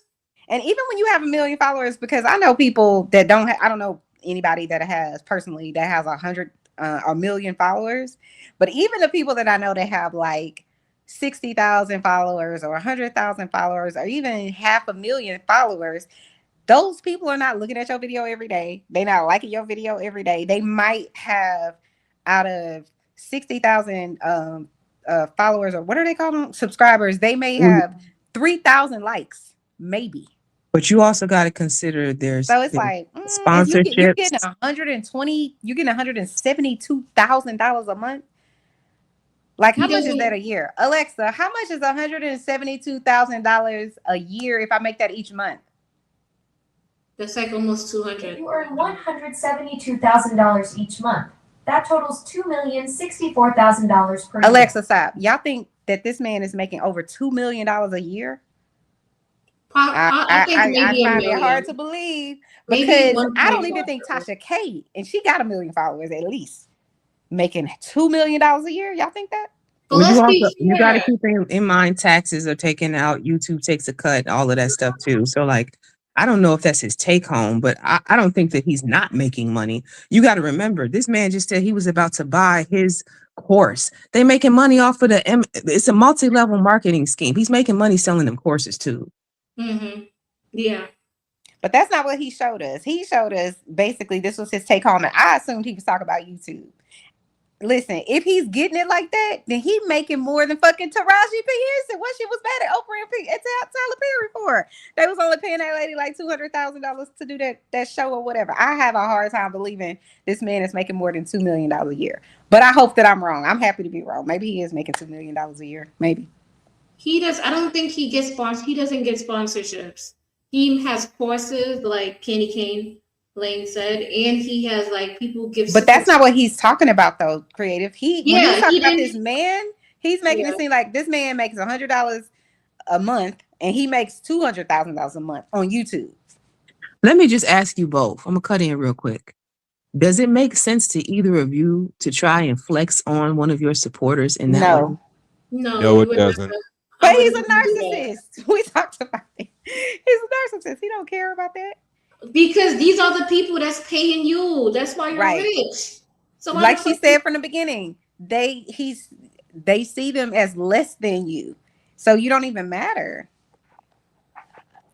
I've seen people go off on people that's really truly they riders, and I'm like, how you doing that to your ride? Like, look what he did to. I'm not him, but the other lady we were talking about. Y'all said she been around for 10 years, and he cut her off in 2 seconds. So what is a subscriber to him? Money. No, I'm saying he doesn't even care about that. Well, He's I mean, physically embarrassing this man, and this man, he's just trying to. He's looking up to him. Like, who the fuck does that? Exactly, right? I don't know what that is. That's a demon or something. I don't know. He might be. Maybe he doesn't have a good like father figure, like you said, in his life, and that's why. Because he probably still subscribed. What y'all think? No, he's not. Oh, he not. He unsubscribed. Would you after that? Yeah, I would have, but I wouldn't be listening to this idiot. So, but here's the bigger kicker for me. As the other quote unquote bag chasers, watching this man get dragged and done, and you see the full context of the story, for you to stick around and still have your nose up Anton's ass is crazy to me. Right. I agree 1,000%. But some people will hate watch you. Some people, they're so invested, they want to see what you're talking about, so they can go talk about you on their channel so that they can get more likes or whatever it is. You know what I'm saying? Like, I haven't figured this YouTube game out, but I agree with you wholeheartedly, Candy. He'll get more people. Think about it. We got a whole ass man in the White House, and he says all kinds of grotesque shit. And more people go and follow and watching, like, so. Okay, let's hear what else he has to say. Break down a game plan for me, help me out. And in my mind, guys, I put him on the pedestal so much, I took that as motivation anyways.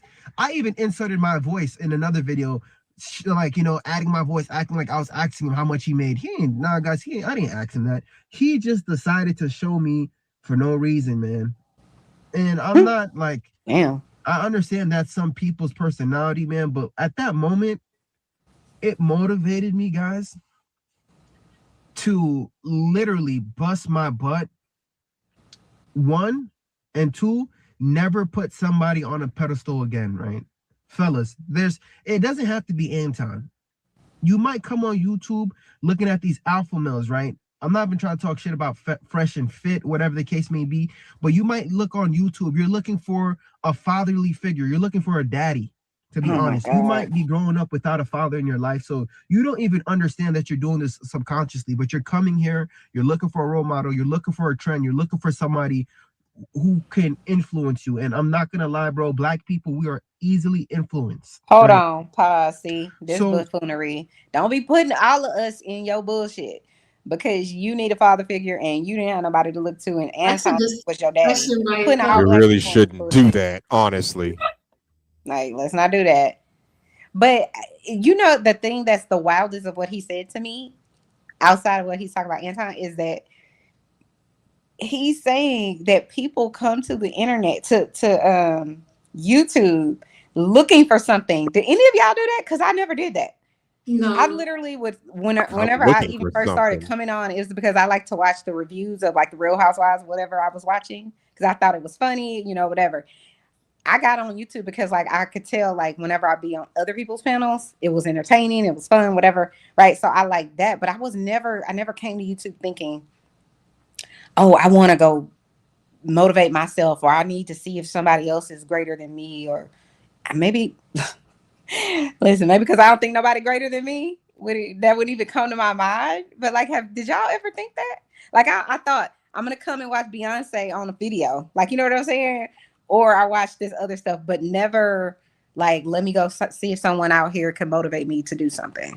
Did y'all? Maybe I'm. No, there's like motivational speakers, like, there's a lot of good speakers out there, so you could find good content, but I wouldn't. You could look and see that guy's a narcissist. The way he speaks about women, the way he acts, the way he talks. But he identified with him for however long. Because he gives off that alpha male bravado, and if you grew up a fatherless son, you don't know the difference between real masculinity and the fake masculinity. You're gonna fall for the BS. Okay. So no, my time on YouTube predates all of these people and the super chats and the streams and all of that stuff. Yeah, nah. Let me not say that. I watched them grow up. I'll put it that way. Did you? I know that's right. She's sonning y'all, all of y'all. I almost called them my sons. I stopped myself. You are. Don't you worry about it. I did it. I almost called them.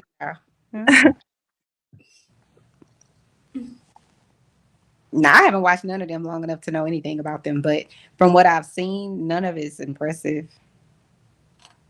This guy likes you, and so I don't even know where does the mindset come from where you like, oh, this guy says he looks up to me. Let me flex on him. Let me show him what real money. Like, would you even do that? Like, that's crazy to me. Just say you want to tell everybody I make $172,000 a year. Just say that. No. You got to make him look like an idiot? Like, I can't.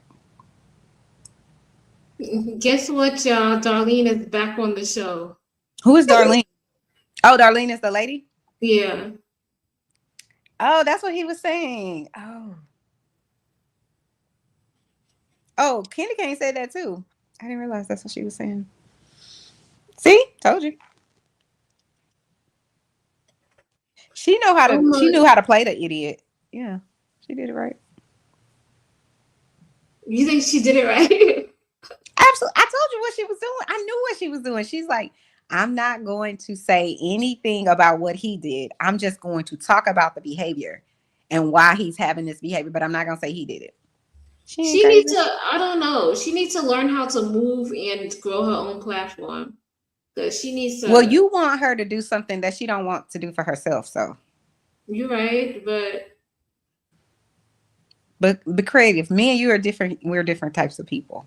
We want to see people flourish. We want to see the best in people. We want to see them lift up. Not everybody is like out there for that. Some people, Anton is one of them, don't give a shit if you ever do good in your life. You know what I'm saying? So she going to where the money is.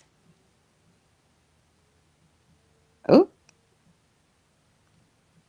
what woman stabbed her boyfriend? I don't know. And then that's when they not surprised.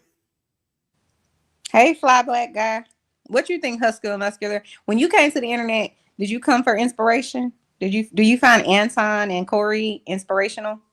No, not really. No, they're not inspirational.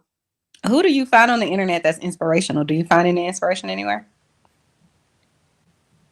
Well, a few content creators inspired me to start my own channel and start putting out my own content, what I've been doing for the last 2 years. Oh, okay. Would you like to share those content creators on this panel? No? If you don't want to, you don't have to. I'm just curious. Well, just know that I've been inspired by a few chosen good content creators to, to kind of start my own channel. I'm trying to think, where did it all start at? Damn. Do I know? Have I been on? Wait, hold on. Channels? I could name one person that kind of maybe Creative Solution knows her. Shout out to my girl Dee Woods. She kind of inspired me. Creative, you know her? No. I don't know her. You been on her channel? Wait, haven't you been on her channel before? Oh yeah, Dee, yeah. Creative, you been Dee Woods. That was a while ago. And then I stopped going because she's male centered. So I stopped going there. Do you find that that's a lot of women on YouTube, Creative? No, so Muscular will love her show because she caters to men, but he probably like, no, she doesn't. She's a princess, but she caters to men, basically. She like. And what's wrong with catering to? Does she really cater to men, or she just calls she does. I'm a woman, and I can be honest and say that she does. Now, to be fair, she's had a few. Do you know her? To be fair, I've never heard of her. Sorry. She's had a few women come on her show. Married women, single women, they come on her show and they I've been on her show too. I've been on her show also. Then what's the problem, Creative? She's male centered. That's what Creative doesn't like. It's a lot of channels that are female centered. So can we just keep it all even? Yeah, I agree with that too, and I'm upfront about that too. So for me, I don't follow channels for like life advice. There's nobody on YouTube that I want life advice from. Like not even trying to be shady, but just being for real. There's nobody on YouTube I want life advice Nobody, not from. even Joe's Dispenser. There's a lot of good people on YouTube. There's nobody on YouTube I want life advice from. I'm the type to figure it out myself, to go through it myself. Now I will take recipe advice. I will take hair advice. I will you take on over to Chanel's Reality. I got the recipe now. Fine. Go ahead. I will take like advice on various projects and things that I might be into, but how to be a better version of me, nobody can tell me that but me. And that's for me to figure out. Now, if I want actual behavioral, like behavioral, what is it called? If I need like reconditioning of my behavior, if I want to do something different, I'll go to therapy for that. I don't come to YouTube for that. I find a lot of helpful things on YouTube. I do look at too. YouTube to like figure stuff out with plumbing. If I want to do some reconstruction with my house, I look at YouTube for that. I look at YouTube and I look at the Buddhist channels. There's a lot of Buddhists and you know those monks that be out there and they meditate all day. They come and they give you some helpful advice. I go to you like YouTube has a lot of good stuff. You just gotta find there's certain channels. There's a lot of good manifestation channels. There's a lot of good like binaural beats. If you want to learn about chakras, like you can find so much things on YouTube. Yeah, it's definitely it's definitely a great place to come for information. When I say there's nobody, what I meant was I don't follow anybody religiously enough to be like a bag chaser. I guess that's what I'm trying to say. Like, yeah, I understand what you're saying. Yeah. Okay. All right. So I come and I will tune into some of the teachings that you have to offer, but I'm not a cultist. So yeah, there's nobody that I subscribe to that I would be like this guy, like, oh my God, Anton shouting me out. Nah, not nobody. No, yeah, I understand what you're saying. There's people that you'll be like, okay, this is a good person. They have good advice and this is a good channel, but you're not like on the holy grail gonna go. Right. I'm a chew the meat and spit the bones kind of person. I'm gonna come get what I need to get from your channel. And then I might just move along, or I may stay and engage with you, but it's never going to be to the point of devotion like some of these people have. I'll never understand that. Yeah, I agree with you, Candy Cane, on that one. I mean, in my opinion, YouTube can be better than any therapy session, depending on what content you consume and who's giving the content. That's how I look at it. What you mean? To me, this stuff is therapeutic. Talking to y'all right now is therapeutic. If I'm having a bad day at work, I had a stressful day at work, talking to people like y'all is therapeutic for me. I wouldn't say it's therapeutic. I could definitely say it sometimes can be a fun distraction from what's ever going on in your real life, especially when I'm on panels with people that are so far away, like people that I would never engage with in real life. You know what I'm saying? It's just like, oh my God, I can't believe you're that much of an idiot. You know what I'm saying? So it's just like, wow. But I like it. Sometimes it's fun, you know, sometimes to be on certain panels, but it's more of a, like a, okay, I can sit on here with these idiots for a little bit. You know what I'm saying? Not creative, not y'all. You know, idiots, really? Yeah, but sometimes, yes, absolutely. Sometimes I'm on panels with idiots, and you know who the idiots are because I probably get into it with the idiots. But no, I see it for what it is. You know what I'm saying? It's entertainment on some level. You know what I'm saying? I do think that there are places on the internet that could be very helpful, or self-help type places where you can go there and it's not necessarily targeted to you or a specific person, but it's just helpful in general. So like, I'm sure there's a mom's community, you know what I'm saying? There's probably a Black Power community, what you could do in your community type thing. And like she said, you could, you know, chew up the meat, spit out the bones. What am I getting from this? So for me, it's entertainment. Is this fun for me? You know what I'm saying? Is it enjoyable? If it's not, I'm probably gonna move around. It makes sense to me. Yeah. We have somebody new on the panel. Don't corn bomb us. Please don't. Don't do what? Corn bomb us. Don't expose yourself on here. There's a lot of weirdos doing this. Definitely not gonna happen. I can promise. Great. Welcome. Well, appreciate it. Somebody came on my show I last would not week. corn bomb anybody. So. Hello, fly black guy. Hello, how's everyone? Good. Glad that you joined the panel. Well, I appreciate the invite or the opportunity. So what do you have to say? About what? Good Lord, yeah, we've been covering. About what do you think about the guy Anton having a person that came to YouTube? He's kind of inspirational to this guy. He listens to him or whatever, kind of a fan. And then the guy, he pulls the guy up and he basically tries to embarrass him. What do you think about that? If you know anything about Anton, this is typical behavior for him. He's I think I mentioned in the you can't unlame a lame. True. Cannot unlame. There's not an amount of money. There's not an amount of success that's going to remove the lame out of him. So gotcha. It's par for the course when it comes to how he is. I mean, he's that guy who wasn't somebody who now feels like he gets the opportunity to be somebody. So he has to remind everybody that he's somebody. Right. That's what it felt like. It felt like what the guy said. Why did you have to flex? I mean, you didn't have to do that. So no.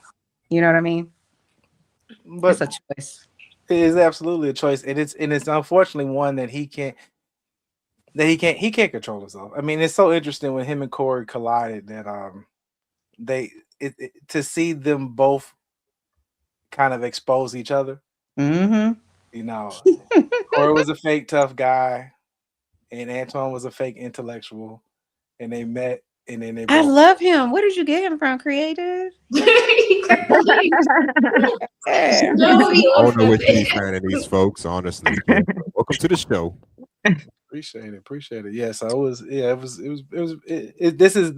is something that definitely should be studied. This whole thing. I mean, because I guess Kat said it best. This is the time of the truth will all come out. So and did y'all see the whole thing with Corey Holcomb and the PDF file thing? Yeah, I have that video squared up now. That is wild. Do you? I have no idea. I've no idea. Corey Holcomb pedo allegations are disturbing. Oh my God.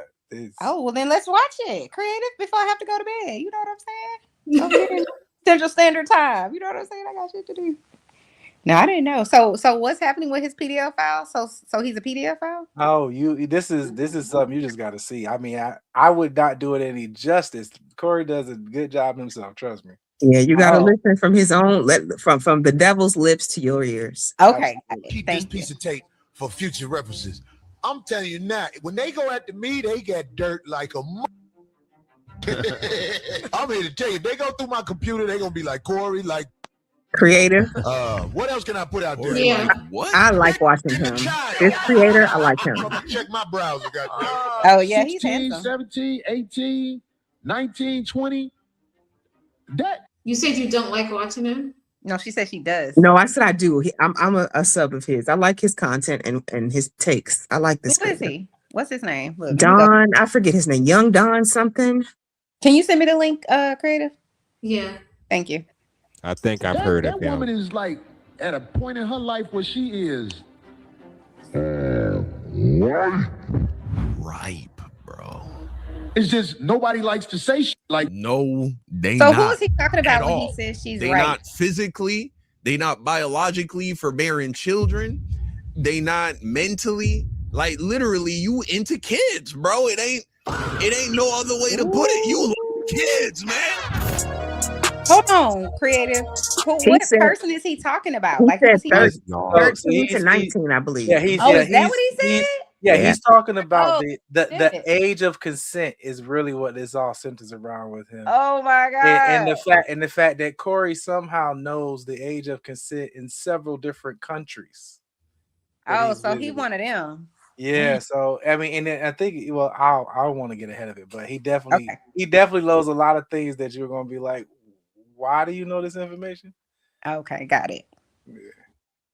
So let's go ahead and talk about this controversy that is brewing online concerning comedian Corey Holcomb. Bro is on that PDF timing, bro.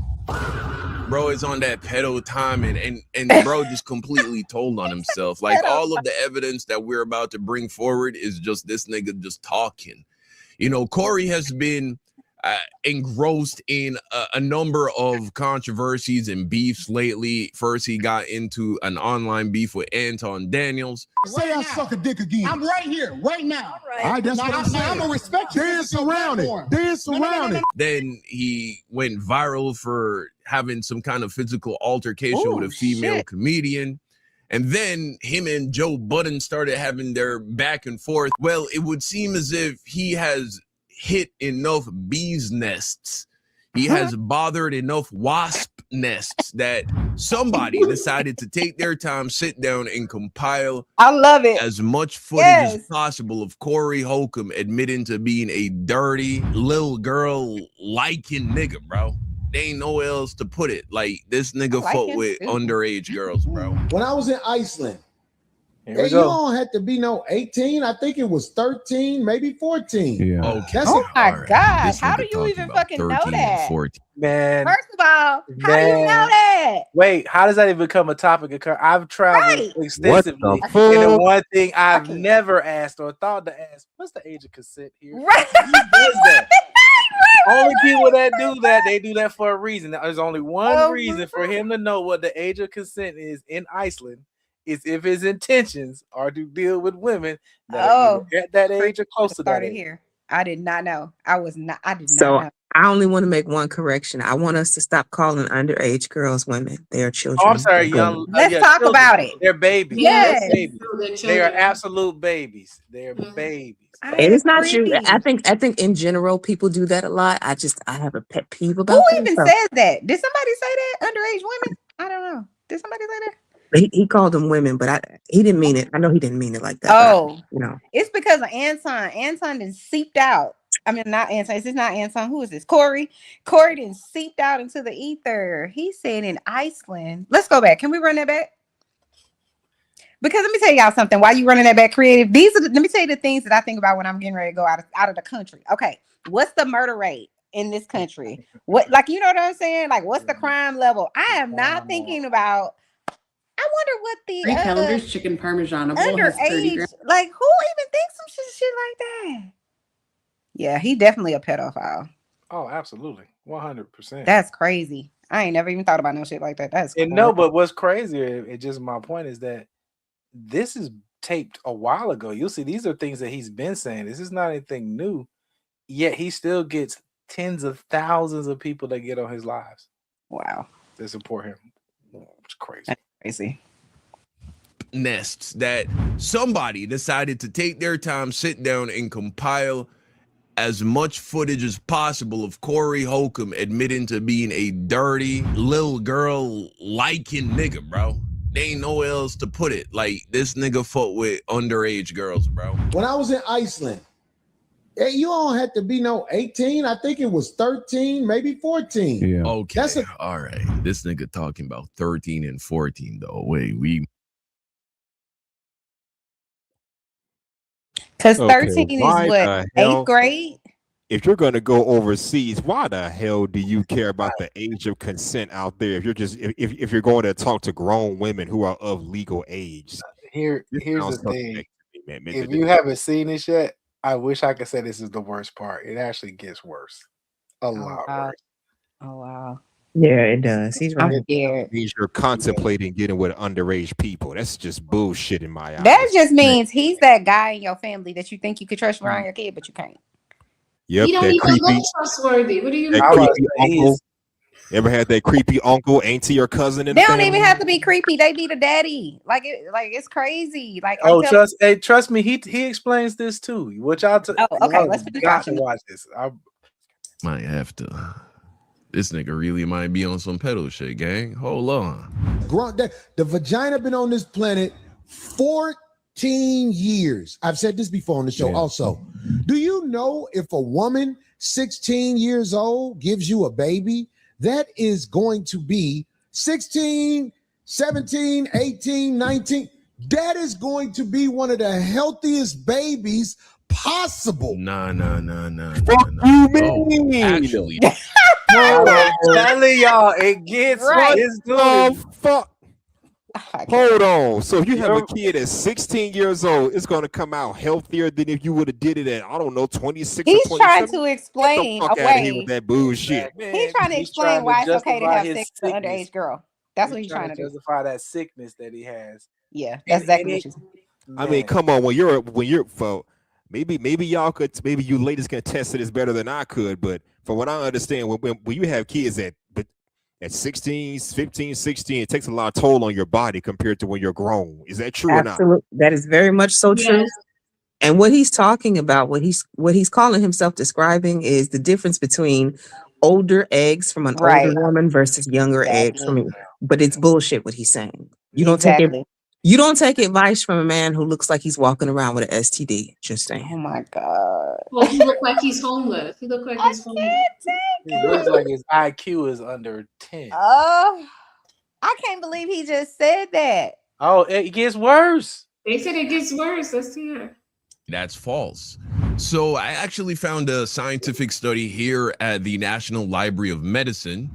And what this study revealed, and this involved women from Brazil, Guatemala, India, the Philippines, and South Africa. And let's see here, they had a total of what appears to be 22,188 mothers in total. And data for maternal age and at least one outcome were available for 19,403 babies. So 87% of the mothers. And this is what they actually found. Check this out.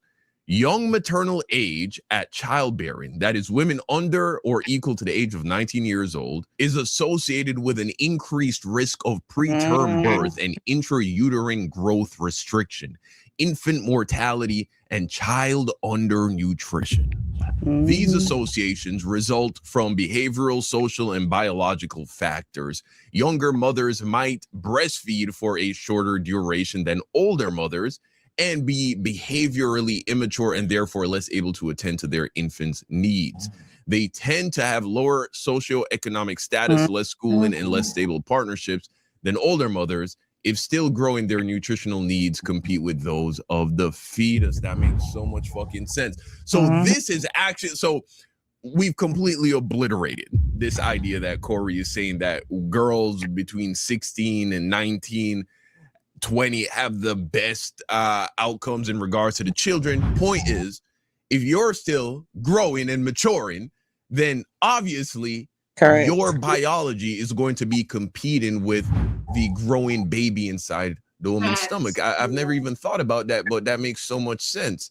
But on top of that, we see here, based on the data, that you have a higher chance of giving birth prematurely, giving birth to a preterm baby or a premature baby, and intrauterine growth restrictions, meaning the womb just ain't fully, it's not big enough. Like shit ain't big enough to fully facilitate the baby growing to its maximum size, which is probably, as somebody who isn't a doctor, that probably has something to do with the fact why there is a higher risk of giving birth prematurely, because the facility just ain't big enough to facilitate a baby growing to its maximum size and its maximum capability. So Corey is completely wrong here. Well, at that age, they've been on the planet long enough. They're in their prime developmental wise to create a life. So we now know that's completely false based on the scientific. Did he say the prime? Something different. He didn't go to school. Those eggs are buoyant. You could dribble them eggs. Oh my God! They got bounce back. So of course he has amen in him. I'm sorry. Yeah, the same people. Craig chiming in like a dummy. Enabling, you're right. Enabling him. I can't take it. He's Even like chiming in like a Darlene. dummy. I love it. I can't. Well, he's hey, Craig is afraid, and that's one thing I would say Antoine had correct in their beef is that they feel like they have to yes men him to keep the check coming to stay on the platform, because he proved when they push back what he do to Darlene. You know, so it's a shame. this co-host, and they're co-signing it because they're all yes men. They all got to agree. They can't push back against Corey too much, especially on something like this that is tied to morality, because if they push back against this, they're essentially saying you're a bad person, you're a bad man, you're a filthy, foul man. And Corey does wear the fact that he is a dirty man. That's a part of his bit, but when it comes to fucking with little kids, when it comes to fucking with minors, that's a line that even people who love, you know what I'm saying, raunchy stand-up comedy, that's a line that they don't even want to cross a lot of the times. But understand this. So where do men come up with this idea that women in their teens make better mothers biologically. If we see that the data doesn't reflect that. And now that I even think about it, yeah, I do recall hearing stories of girls becoming pregnant as teenagers and giving birth prematurely. Like, you hear about that. That's a pretty common thing to happen with women who get pregnant at a young age. And so if life experience and the scientific data doesn't support this idea, where is it that these like red pill men that want to fucking hound these 17-year-old virgins, where is it that they're getting this idea? Well, the reality is they want to have sex with these young girls. And so they made this shit up and just repeated it to one another to justify it and make it seem like it's normal, natural, and healthy. And then you combine that with the fact that women have been treated in that manner for thousands of years. And so because it's something that has been done for a long time, and it's something they've all just agreed with each other, even though it's not based on science or data or reality, they think that it's normal, natural, and healthy. But the reality is they want to just prey upon impressionable, easily manipulated, innocent women. That's really all it comes down to. You go to other countries, I'm just saying, in America, most people only know what they know in America, but I've been to other countries, and in Iceland, I think the legal age to get with a girl is 13 years old. Oh, wow. Right, it blows people mind when they hear it. But in Iceland, I'm telling you, it's not a criminal. So here's my question. If you go to another country and the legal age of consent is 9, does that mean that that's good, that's okay? Just because some 60-year-old white fuck, because that's exactly who it was, wrote on a piece of paper that the age at which you can legally have sex with a girl is 13. How does that make it right? You know, America has its flaws, but this is one area in which America is leading the pack, right? In acknowledging that there is something fucked up about having sex with children, right? It's something fucked up about trying to pursue girls sexually at such a young age, right? This is one area in which America does better at protecting women than a lot of other countries, including Iceland. That's all this is telling me. This is not telling me that, you know, America is fucking up in some way because you can't have sex with 13-year-old girls here in America. Man, this shit was a lot worse than I thought it was going to be. This is some nasty shit, man. This is foul. Like 13, is this nigga trying to say like what 16-year-old pussy is better than like 25-year-old pussy? Like in what world, nigga? That shit is nasty. In Iceland, I think the legal age to get with a girl is 13 years old. Oh, wow. Right, it blows people mind when they hear it. But in Iceland, I'm telling you, it's not a criminal.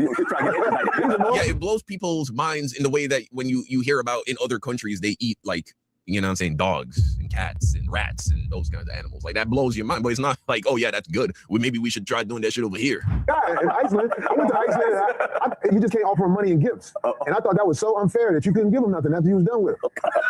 This is crazy. Yeah, man. You know. Wow. Did y'all hear that? Yep. I stepped away. What do you say? He said after you're done with her, you can't even give her money or gifts. After you're done, you can't give her money or gifts. What? What the fuck kind of shit are we talking about? Yo? He's a savage. That's all it means. Again, narcissist. Disgusted person. Yep. And now people are taking up all of this because, you know, wow. This is when you wish you should have shut your mouth. He probably don't care.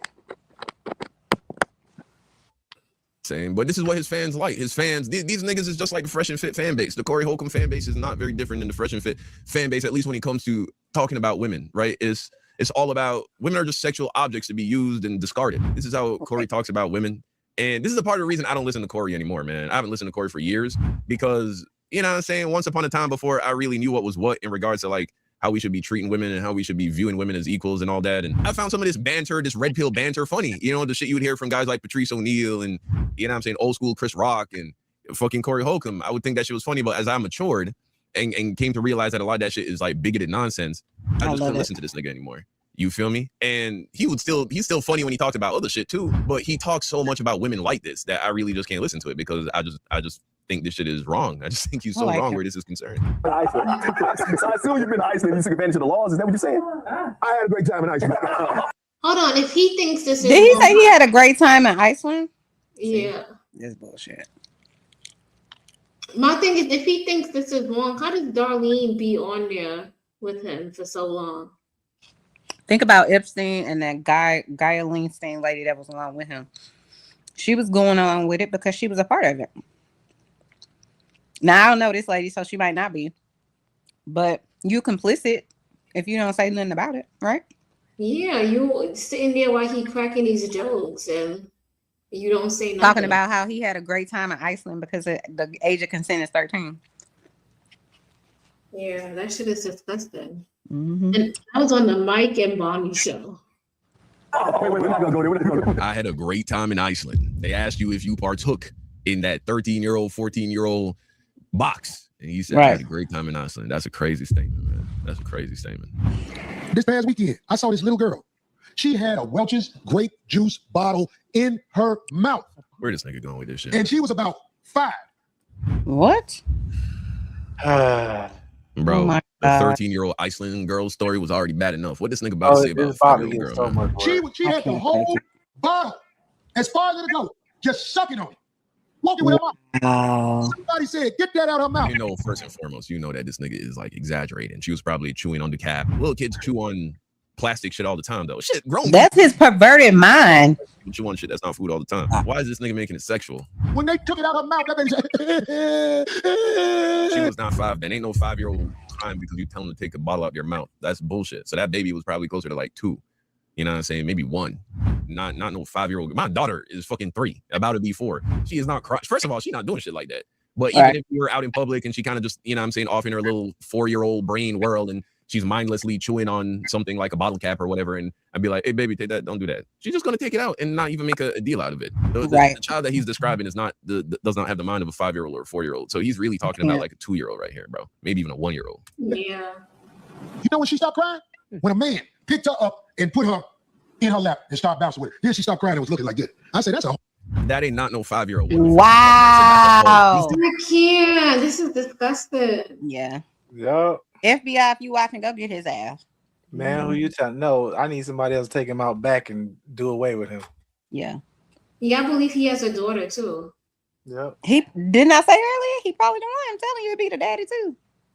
Don't get it twisted. Don't think just because he the daddy, he won't do it to his own child, because they do. Be very clear about it. But he's the one you do not leave your child around. He the one y'all call the cops on, for real. Because he's sitting around making jokes about it like it's funny. Man, I hate to say this again, but it gets even more. It does? It gets worse? Than the 5-year-old? He touches on what you just. I'm not, you know what I'm saying? It's just because I when I sat and watched this, I literally watched this.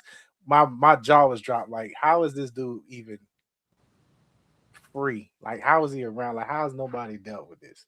It's crazy. Right. Exactly. He said she a hoe at 5. Exactly. The fuck? That tells you he cares not at all about the female race. Like at all. But carry on. But he will claim to be pro-black. He ain't pro-black. Hey, Most of them guys that I've ever even heard, and I don't even know all of the guys that's in the red pill zone or whatever it is, they swear they pro-black, but they hate black women. That's all they talk about is how horrible black women are. But anyway, carry on. They ain't pro-black. We have somebody on the panel, Beans. Please don't porn bombers. Or corn. That look like the real Beans. That's not the real Beans? No, you have somebody new on the panel. I know, but I'm saying his picture looks like the real Beans guy that I've seen before, like on Sharon's show. Oh. Yeah, it's the real Beans. Oh, it is. There you go. What are you doing over here? I definitely didn't have any plans on hitting the link, but y'all gotta stop. Y'all gotta stop this, man. Like this stop guy, what? I'm subscribed to this guy too. I don't know his name, but I'm subscribed. The cute guy? To Don Reacts. The one y'all reacting to. Mm-hmm. Because I've heard him give some very good commentary, but I think one of the problems that I'm having with this is we being very intellectually dishonest, and it's sad, especially when I see quote unquote black people do it, because we got to know the difference between somebody that's trying to be funny, somebody that's trying to be a shock jock, you know what I'm saying? Those kind of things versus somebody that's saying, this is my lifestyle, this is how I live, this is who I am. Now, you may say, hey, I take what this person say, and I think that this is, you know, what he's really into, and it's fine for you to kind of have that opinion. I won't try to argue with you. But I just think for the sake of the conversations, I think we just need to be a little bit more genuine, you know, because listen, I'm from Chicago, right? In Chicago, I knew when I was about 12, I knew if I got arrested for anything after 17 years old, I was going to the grown-up jail. And I knew that, and I wasn't no grown up, right? It's just some stuff you just know. You know what I mean? We have a lot of conversations. We talk about stuff you be around certain things. I just think it's kind of, intellectually dishonest for us to kind of not add in the context on what's There ain't happening. no context to saying a 5-year-old is a hoe. I'm sorry. She has no concept of Excuse me. being a hoe. And Like, it's what are you not talking something you make Did, fun of, too. did you Right. use Chicago as the reason? I'm sorry. I'm gonna step in on here on y'all. Sir, did I hear you use Chicago as the reason why you say that was an okay joke? Because I'm from Chicago too, and it's not. You wait, but see, Same that's a here. great example of what I'm talking about. You see what I'm saying? Nothing that I said made it seem like I'm I sorry. was using I apologize. Chicago I stepped as a away and I came back and I just heard the justification, tail right? end of it. So can you clarify? I apologize. I might have made a presumption. Well, I'm glad you acknowledge it, but that's what I'm saying. That's what we're doing, and that's what makes it intellectually dishonest, right? We it's like we want to be offended. I don't understand that. Again, I ain't saying people can't be. I know a lot of people who don't like what Bro, Corey how say. seriously, I know how people is who don't like saying what that Dave Chappelle 13 say. is a consensual age or that a 5-year-old is a whole not offensive? Right. That's Well, not see, this is funny. what I'm There's saying. funny, This is what there's I'm funny, saying. and I Let get me it, but respond to him. that's made to be offensive. That's the point. Right. Yeah, Exactly. but that's my point though. That's what I'm saying. If I But then- know we had growing up, what's that one white boy name who had the radio show who was always You getting talking about Howard Stern? Right, Howard Stern type people. You know what I'm saying? Who just say these things that they just think nobody else is gonna say, and that's gonna get these certain kind of reactions. You're trying to go off a shock jock. That's the term I believe you're looking for is a shock jock.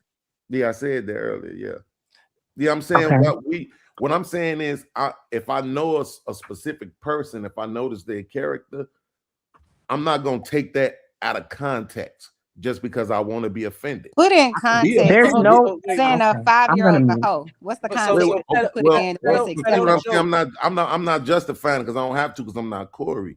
But what I'm saying is, well, let's not go 5. Let's do this.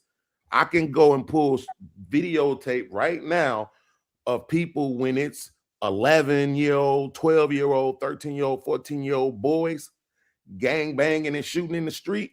They talk about them like they grown men. They don't talk about them like they kids. They say because they have a gun and they could unalive somebody. That's grown people stuff. A 5-year-old having a Gatorade bottle in her mouth is not the same. Let's not confuse the two.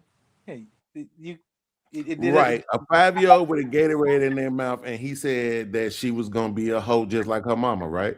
He implied Right, that that's she what was- I'm saying. he Like, it's implied. okay to be offended by it, but why take it out of the context that it's a joke? What's the context? So what's the context? What's the context as far Well, as you? if you let me finish my sentence, you would have heard me. I literally just said, I said, don't take it out of the context that it was a joke.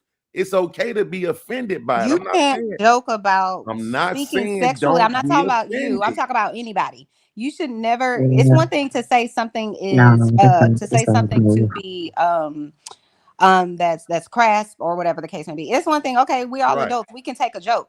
Nobody's saying that. This man, there's a compilation of this man saying all kinds of things about young underage girls for no reason. Nobody asked him to go out there and do it. So why are you doing it? And then it makes me wonder, then what the hell does it say about the person that's trying to understand it and trying to on some level get the rest of us to kind of be like, well, he was just joking. Nah, I don't fucking think that's a joke. You don't need to joke about 5-year-olds in any sexual manner, period, point blank in the story. There is no reason for This that. was my question though. Right. Why can't you be offended? We can't by hear it you. Can you hear him, Creator? without all of the I don't know if other you're content? muted because I can't hear him. I can hear him. Oh, y'all can? Okay, maybe it's me. But you see what I'm saying? Like I'm gonna go out I and can come be back in offended because I by can't hear him. something without all of the other narratives. I don't need the other narratives. I don't need nobody else's help to be offended by something. I don't need like you just said, well, people who trying to understand it. Well, if I'm offended by something, guess what? It's somebody else in the world who not. It's people who tell me they love this thing called dark humor, where people make fun of dead folks, people make fun of crippled folks, people make fun of every single thing. So if I'm offended by something, that's okay. It's okay for me to be offended by it. And if you're not offended by it, I'm not going to automatically assume that you're somehow well, you must be this or you must be that, or what's going on with you that you're not offended by it. It's like, well, you ain't offended by it. So is it fair to make the assessment that if he makes pedo jokes, that he's probably a pedo? Yeah, I'm that's just that respectfully, and I'm taking it away from you. I'm not gonna say this to anybody on this panel, but to another person somewhere that I don't know right now who would say that, I would say they're retarded.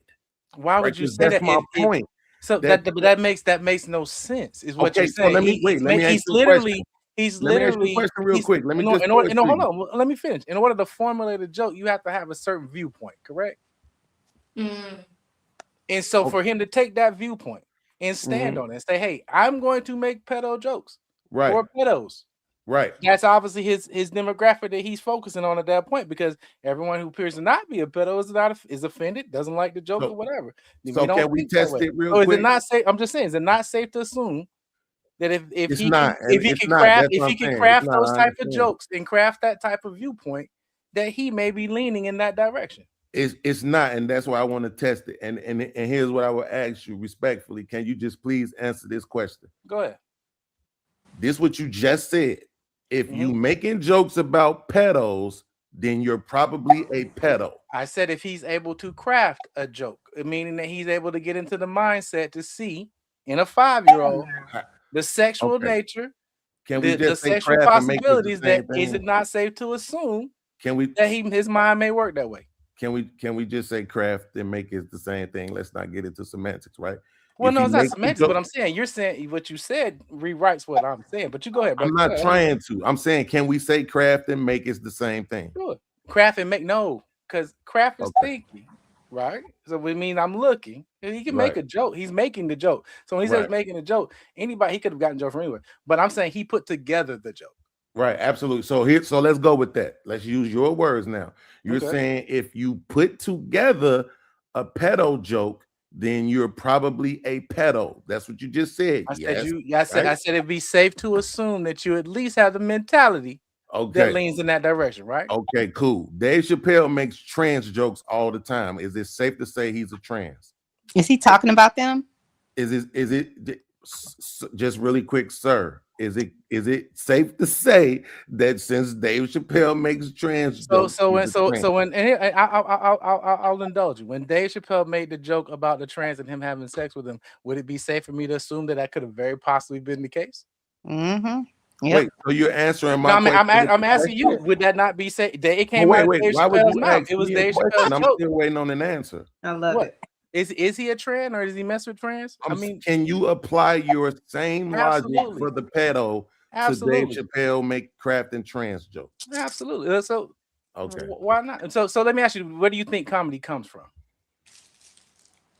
I mean, I don't know. I'm not a comedian. Do you think that every comedian that you see that's a successful comedian has some of themselves in their jokes? Yeah, absolutely. Yeah, absolutely. Okay. So why can't some of that self be a pedo in Corey Holcomb's place? Right. Wait, but again, I'm not just saying, here's the thing. What I'm saying to you is that this is what you just did. You just chose again to be intellectually dishonest, right? No, actually, I think. Let me finish, right? Because you asked me to let me finish. I'm just saying because it feels like, just to be very real, it feels like you're trying to intellectualize BS. You know for a fact that Dave Chappelle is not a trans, right? And But Dave Chappelle talks about interest in trans. He said he had sex with a trans. So do I know if Dave Chappelle has sexual interest in trans? No, I don't. Right. But I can say based on his joke, that could definitely be a possibility. So you believed it, right? That's what you believed? Believed what? You believe that he had sex with a trans? If he said it, why would I not? If he said it, why would I not? Why would you not? What's so difficult about a yes or a no answer? Well, okay, yes, I believe he has sex with a trans. Well, there you go. So there you go. So that's what I'm saying. Now you just proved that you're consistent, and that's fine. I just disagree. Right? The question is, do you think he's a pedo? Do you think this Corey guy's a pedo, Mr. Beams? No, I don't think he's a pedo, but that is based on what my definition of that is, right? Why do you think someone who isn't a pedo would make those types of, and I'm taking out of the comedian realm, just the person having a conversation. Why would you, if that's not something that, comes to your mind, why would you think about a 13-year-old, you're entering Iceland and a 13-year-old being the age of consent? Why would that come to your mind if you're not thinking about shit like that? Good question. Why do we have laws about it? No, I'm asking a question. Would that be something, if you enter in Iceland, would you have thought to yourself, I wonder what's the age of consent in Iceland? Would you have thought that to yourself? Well, no, but I'm right. You're gonna think things that make sense for you, right? So, like I was saying earlier, whenever I get to go on vacation with me and my husband, if I'm planning a vacation, things that are top of mind, crime rate, is this resort gonna have good food? What are the different the laws, excursions I want to go on? What's the crime rate? Like, those are the things that I'm gonna be thinking about. I can promise you, it's never crossed my mind what the age of consent is in any country that I'm getting ready to go into. Why? Because I ain't thinking about sex with people that are underage. That's the only reason you would think of that, right? I completely understand it, but this is what I'm saying. This is what I mean by taking it out of context. So the way it's being spoken of is as if the Corey Holcomb 5150 show came on, and when the music stopped playing, Corey said, "Man, the age of consent in Iceland is 14." It's not that, right? It's stuff that lead up to it that make a person say certain things or think about it in the moment in those particular conversations. On these podcasts, we have done age of consent shows where we've had long conversations about them. We talked about how in America, in a bunch of states, you can still get married at 14. People still have arranged marriages for quote unquote minors in America to this day, 2026. So that's what I'm saying. Like it's not just Iceland is here too. We live here, and if you just scrolling through YouTube and you see us having a conversation about it, automatically we got to put on this jacket of pedals. He put on that. So hold on. I know we didn't get to this part in the video, but have you seen the whole video, Beans? Just out of curiosity. No, I haven't seen all of them. I haven't seen all of them, but I've been watching Corey. Yeah, I think we should keep watching. Wait a minute. Let me answer him. Bro, I haven't seen the videos that have been collected, but I've been watching Corey since he started in 2010. I know some of the wildest shit. Let me tell you something. I don't even know if I'm gonna show you how I'm being objective, bro. He got this one joke. I did a video on it because I'm like, all y'all who be saying y'all like this dark humor shit, tell me what y'all think about this. He had on this tic-tac-toe shirt, right? And somebody in the chat said Corey got on a child molester shirt, right? Because his shirt had tic-tac-toe on it. And then he was like, come here, and made it like he grabbed the kid up and was molesting them, right? So that's what I'm saying. Like, I know how Corey get. He'll say any of this. So he's a pedo. Shit. That's some shit the pedos will find funny. I don't find that shit funny. Yeah, that's not funny. But that's what I'm saying. Especially not on YouTube. So I'll just say there's more to the video, and there's a specific part I would like to hear your take on. Yeah, let's keep watching it, creative. So we gonna watch the video. Absolutely, great convo. Yeah, absolutely. Hold on. You lost it, creative. Okay. Y'all just like looking at this light skin. This is a 1-year-old. Bro. Everything that he's saying, like, I got a 1-year-old son. He would be on some shit like that. You know what I'm saying? If he has something he's playing with and doing. Yeah, we can hear it. I don't know what's going on. Okay, I'm gonna go out and come back because I don't know. Y'all know StreamYard been doing all these updates. It's been acting crazy.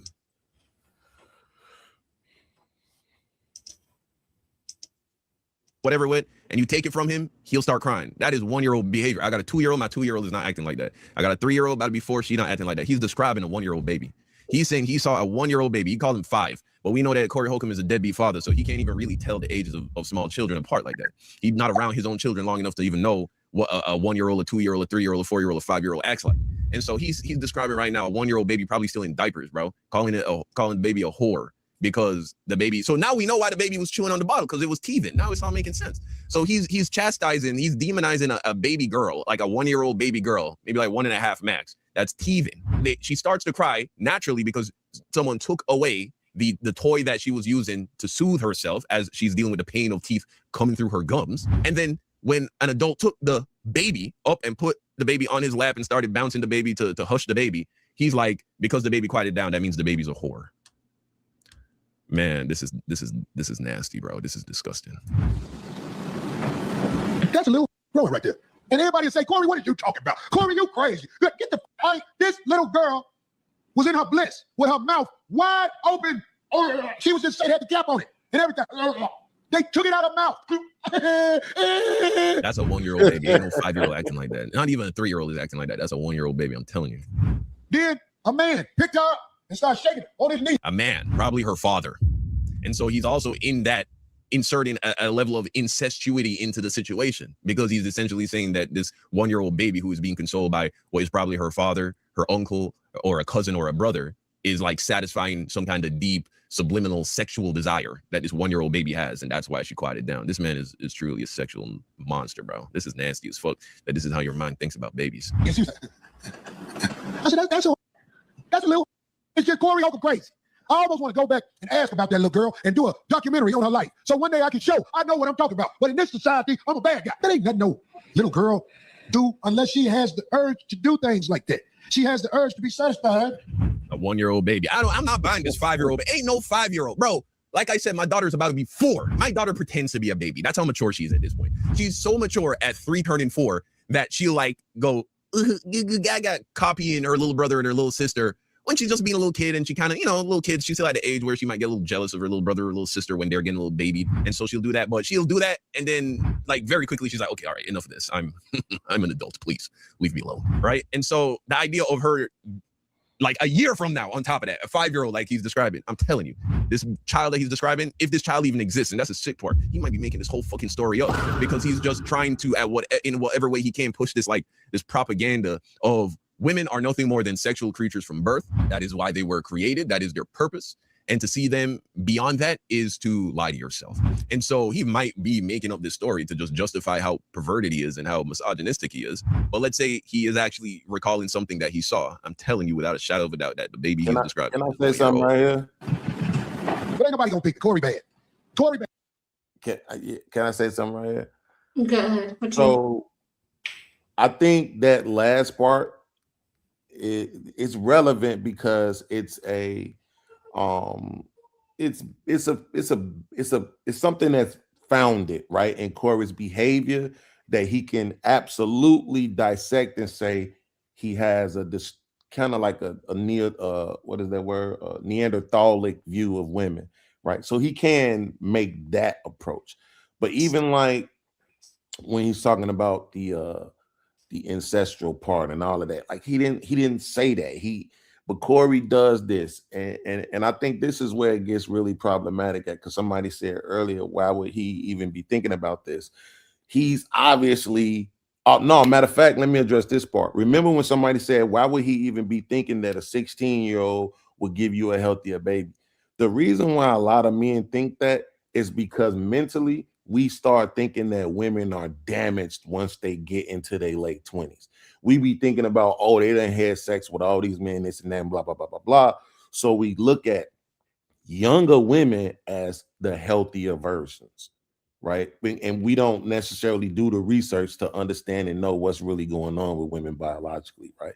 So it's kind of a cultural thing and it's an ignorance thing. He was absolutely dead wrong about that. Because I even thought that for a while, but I knew it was based on this idea that, women are kind of damaged earlier in the game because we don't see them as the, holy and pedestalized angelic beings that we used to see them as coming through the 60s and the 70s and the 80s, when it really started taking a turn. So he was dead wrong on that. And this right here, I ain't gonna lie, it sound kind of crazy, but that was a good observation that he just made at the end of that. So you agree? Y'all should say the women y'all know y'all don't look at like that. Because listen, I don't know men that think like, oh, if she's past her teenage years, then she must be damaged. That's the women y'all dealing with. See, that's kind of gaslighting though, because you can't have this high percentage of men who have these kind of soiled thoughts about women and then be like, yo, it's just a few women, or it's just the women y'all know. It's like some of it is propaganda and media, right?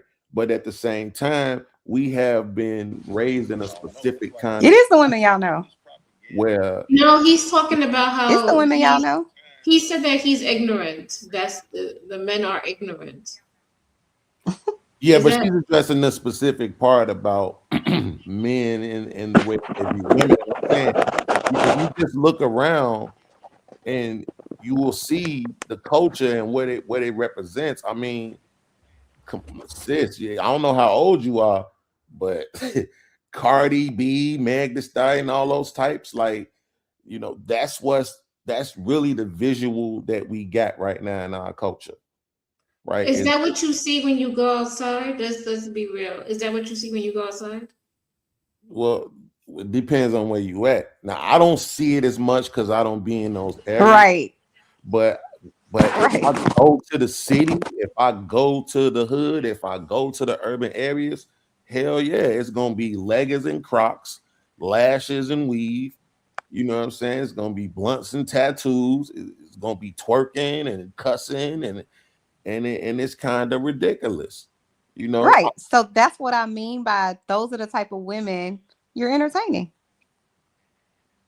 But if I'm not, well, why? Well, see what I'm saying? I'm saying if I go there, so why would that be me entertaining them? All I got to do is go outside. How's that entertaining them? The reason why is because you're so quick to label them. That's what Right. you know. So that's right. everything that you know. So in the you book. said you had to go somewhere else to find those women.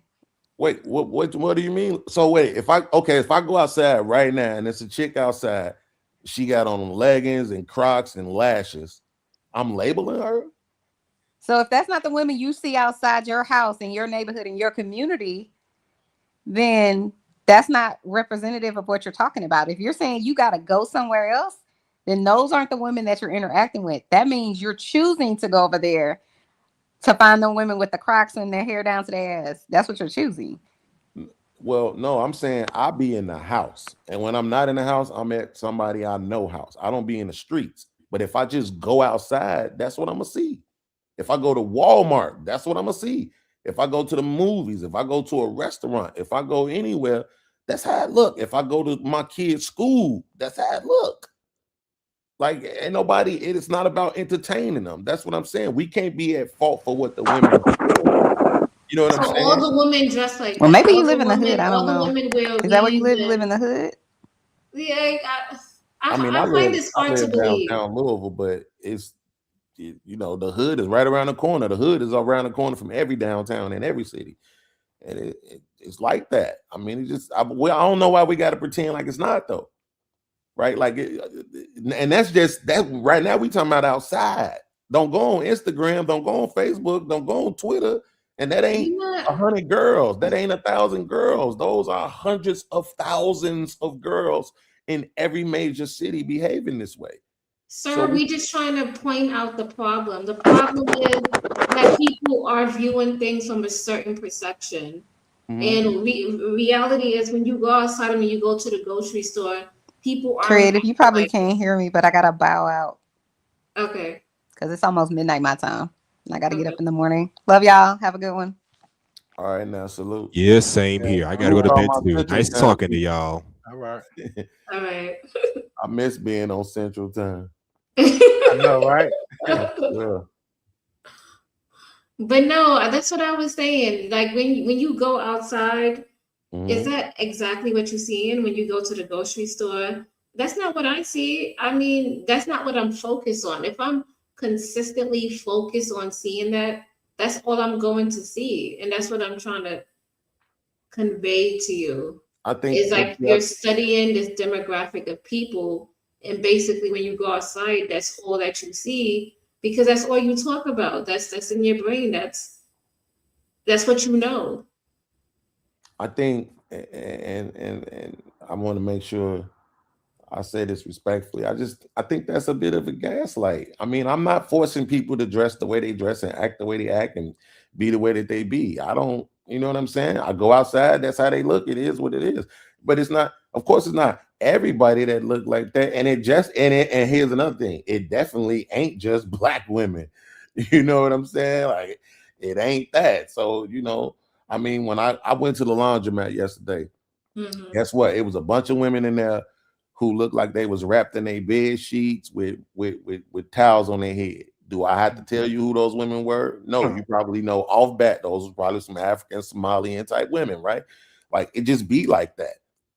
You know what I'm saying? Nobody don't make people, you know, dress and act and none of that type of stuff the way that they do. But the only reason why I bring it up is not to necessarily condemn the women, it's to say that it's part of the reason why men have this kind of negative visual towards women as they begin to get older, right? You already know how to, like, I heard somebody mention earlier about how the red pill men and how they spend all their shows basically shitting on black women, the same way the conservative blacks spend all their shows shitting on black people and liberals, right? And that's what I'm saying. Like, that's a part of it. They have the evidence, video after video after video after video, story after story after story after story. These things just keep reproducing themselves, you know, and that's problematic in itself, and part of the reason why men have this idea that women are somehow defiled at the tender age of 25 and 28. You know, by 30 they starting to say you hit a wall and then it's over for you and all of that, you know. But is that coming from you? Is that your self-reflection? Because let's say if you would have went to college and you would have focused on something else, would you still be carrying those same beliefs and those same things that you're saying now? Well, I'll say it this way: it depends on what college I went to, right? Oh my God. Now, let's be honest. Hey, if I went to a college where everybody was paying $70K a year, probably not. But if I went to a college where everybody was getting grants and student loans, probably it's gonna look like the hood. You know what I'm saying? I go to the city college, it's gonna look like the hood. If I go to Harvard, it's probably not gonna be like that. You know, people are gonna have some class about themselves. I don't know. To me, I feel like, because I try not to think like that, because I don't want to label or just go around and have that perception that every black man is like this. And I had to just do away with that, because if I'm thinking like that, that's what I'm gonna see and that's what I'm gonna attract. You know? So I understand, man. No, I'm sorry, go ahead, man. Yeah, that's what I'm gonna see and that's what I'm gonna attract. And if a good man walked up to me, I would never know. I would never know it, because I'm so delved in my perception about this type of group of people that it'll be hard for me. I could never overlook it. Do you understand what I'm trying to say here? I do. I just think that's more applicable to when you're younger, right? As we get older, we have this thing that develops. I'm gonna have to mute you. I am black, because you got a lot of noise. Okay, good. Yeah. As we get older, we develop this thing called discernment, right? So you can put two people in front of me.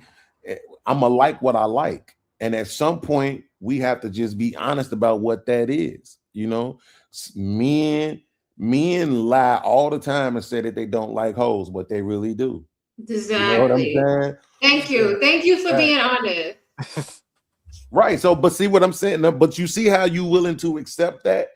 You willing to accept that? Yeah, men like hoes, right? You willing to accept that generality. Yep. So accept the generalities about women when men present them. Yeah, you know what I'm saying? Now, if I say women like bad boys, I want you to be like, yeah, we do though. Right? Mm-hmm. Don't be like, no, but not all of us, but that's the ones you know. Just accept that generality the same way you accept the ones we admit about men, you know? Yeah, but you know what? I probably did used to be in that type of, I probably did like that when I was younger. But as I grow and I evolved, I know that if I date this person, this is the type of outcome I'm going to have. This is the type of treatment I'm going to have. So it's like, why go down that road if you know where it's going to lead to? Yeah, I wish I could get there. You wish you could get there. You telling me every time you wake up, you look around your surroundings and that's what you see. And you still No, like, I'm saying that's not what he said. I'm saying when I was 16, I wanted a girl with a big old behind. Now that I'm in my 40s, I want a girl with a big old behind. I can't change. Consistent. Like, yeah, man, I can't stop, bro. I'll be trying my best. I just yeah, creative. I would also have to say that there's a lot of reality that's out there. We can try to paint our reality how we want to, but actual reality will always come busting in. So that's not true. You have the power. So so let me ask you this question. So you're saying that when you leave your house, you never see a bonnet, you never see pajama pants, you never see Crocs. I don't focus on stuff like that. I didn't ask you if you focus on it. I'm asking, do you see it? I do see it, but my mind, like, you know what I think? They probably getting ready. They got to get their hair together. But they exist, right? My point is they exist, I don't right? sit there and judge them and sit in judgment and be like, I'm around this area and these people are like this. I don't do all that. Like, so I guess I asked, what was the Beans? Was there a judgment made on the Crocs and the bonnets on your end, or were you just absolutely. We can't help it. Like, you're gonna have a certain opinion. It's just like the sister's strong opinion about, even if he's joking, what Corey is saying, right? And that's why I said I'm not never gonna try to tell somebody don't be offended. You had a right to be offended, but the offense comes with the judgment, right? And then with your perception and your understanding of things, when we feel like we have a belief about things, like back in the day, I'll give you an example: tongue rings. When we saw hold on, Beans. I just want to say, hey, Nightish, I see you. Nightish, what's up, man? So good, What's bro. going on, Beans? When we was younger and we saw a girl with a tongue ring, guess what we thought? You know what I'm saying? Like, we assumed that's what she was into, that, right? She was into the fellatio thing. So it's like, it's just some stuff that just gonna come with it. When I see the bonnets, when I see the Crocs, when I see the, like you say, the pajama pants, when I see all of that type of stuff, yeah, I be having my judgment, but it's not like I'm just standing there like, this hood rat chat. No, it ain't that, because if she's still cute in the face, or she thicker than that thing, I'm still gonna be in my what that thing do bad, right? I'm not gonna say it, but I'm still gonna be thinking it. Well, and I'll be the first to admit, I judge. I can't even. I know. And for me, I think judgment is important because they wouldn't call it a judgment call. They wouldn't call it, and it's funny you talk about that, Beans, because it's human nature.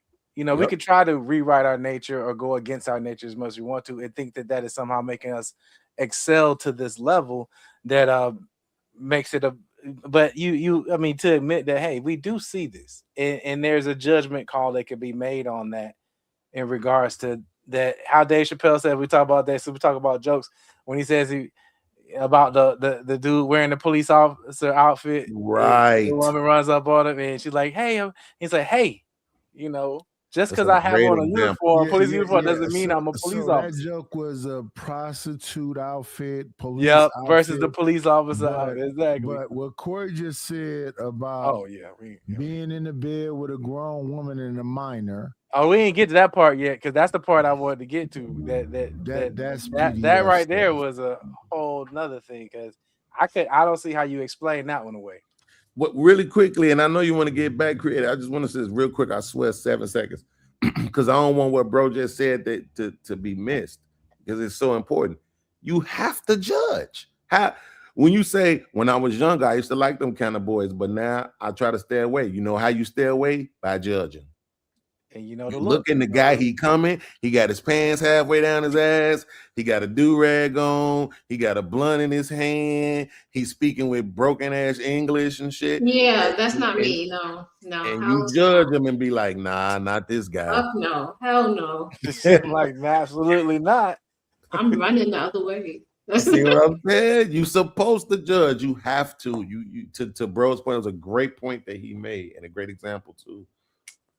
Yeah, But yeah, I'm with Knight. We can get back to this Corey thing because that was we didn't get to that part yet. Okay. no it's probably a little bit further down. I know bro whose show is this? He likes to interject quite a bit. So because I think this whole thing is quick normally. Yeah, it's almost done. Corey, you hear what Corey said? The little girl took the bottle out of her mouth. He said she gonna be a yes. And if it was more men in the house, the little daughters would You see why he paused there? Because now he's going to switch from justifying sexualizing children to now, basically doing the whole, the father in the house bit, the father in the home. That's the problem with the black community. That's the problem with these women. So not only are they designed in such a way, this is their nature to be these like sexual creatures, and that's their purpose, to be sexual objects. But the only thing that can save them from being too sexual to the point where they're full-blown whores and prostitutes is if there is the presence of a man there to guide them and protect them. Now, that's ironic because Corey Holcomb is a proud deadbeat father. It was a terrible relationship with his own daughter, from what I've heard. But beyond that, he has to pause because he realized in this story, which makes it seem even more fictional, he forgot the part where he said the person that consoled the baby was a man. It was a man that put the baby in the lap. So he's contradicting himself. He's saying if there was more men in the house, she wouldn't be like that. But wait, wasn't it a man that was consoling the baby? Peep the pause once more. He said she gonna be a yes. And if it was more men in the house. You see that? If it was more men in the house. Oh, wait, I forgot the part where I said it was a guy that actually picked her up and started bouncing her on his leg. So I guess there were plenty of men in the house. So whatever I'm about to say doesn't make any fucking sense. But hopefully my dumb fucking stupid audience won't fucking pick up on it because they're just cultishly following me like they're Messiah and they're fucking idiots. The little daughters wouldn't be walking around with things preparing their jaw for hustle. Her jaw is being prepared for hustle. And this was a little girl. Her teeth aren't. Baby Googler. I like and then, oh my God, you gotta always have this chick, whatever her name is to Corey what Ghislaine Maxwell was to Jeffrey Epstein. Yeah. Watch out, bro. That's all that needs to be said right See there. what I'm saying? This man crazy. For real, one day I was living with this lady and her daughters. What do you mean? This man is because that's what I be saying. Sometimes they just take it too far. How is that taking it too far? Because she sit there and she allows him to say these things. She doesn't question him. She doesn't pull him aside and say, don't say that. That doesn't sound right. She don't do any of that. She just allows it to happen. What do you mean? Let me ask you this. Just because I want to make sure I'm sensitive. Did you lose anybody that you cared about on 9/11? Yes. You did? So if somebody made a joke about it, you probably wouldn't like that, would you? No. And yet people make jokes about it all the time. And that's what I'm saying. Is if you are offended by it, cool, be offended by it. But you can't be talking crazy about somebody else because they not. That's what I'm saying. She obviously ain't offended by it. But the one thing D don't do is it's a difference. As a woman, you sit there and you allow a man to talk about young women in general, say pedo stuff. As a woman, that should trigger you. That should bother you in some cases. Like you should that shouldn't sit right with you. Well, can I interject?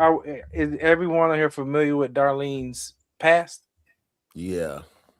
Yeah, IC used to call her bitch, like he was pimping her. Darlene wore the chain with the pistol, with the gun on it. So before Jay-Z said, "I got the baddest bitch in the game wearing my chain," IC had her doing it. Yeah. But she was sitting there with Corey while Corey said PDF shit repetitively. Yep. Not one time, not two times. Over and tonight he's on this show saying, "I don't think that what I said was that big a deal." And the Chris, he's trying to make it all about Christine Payne. No, sir, you.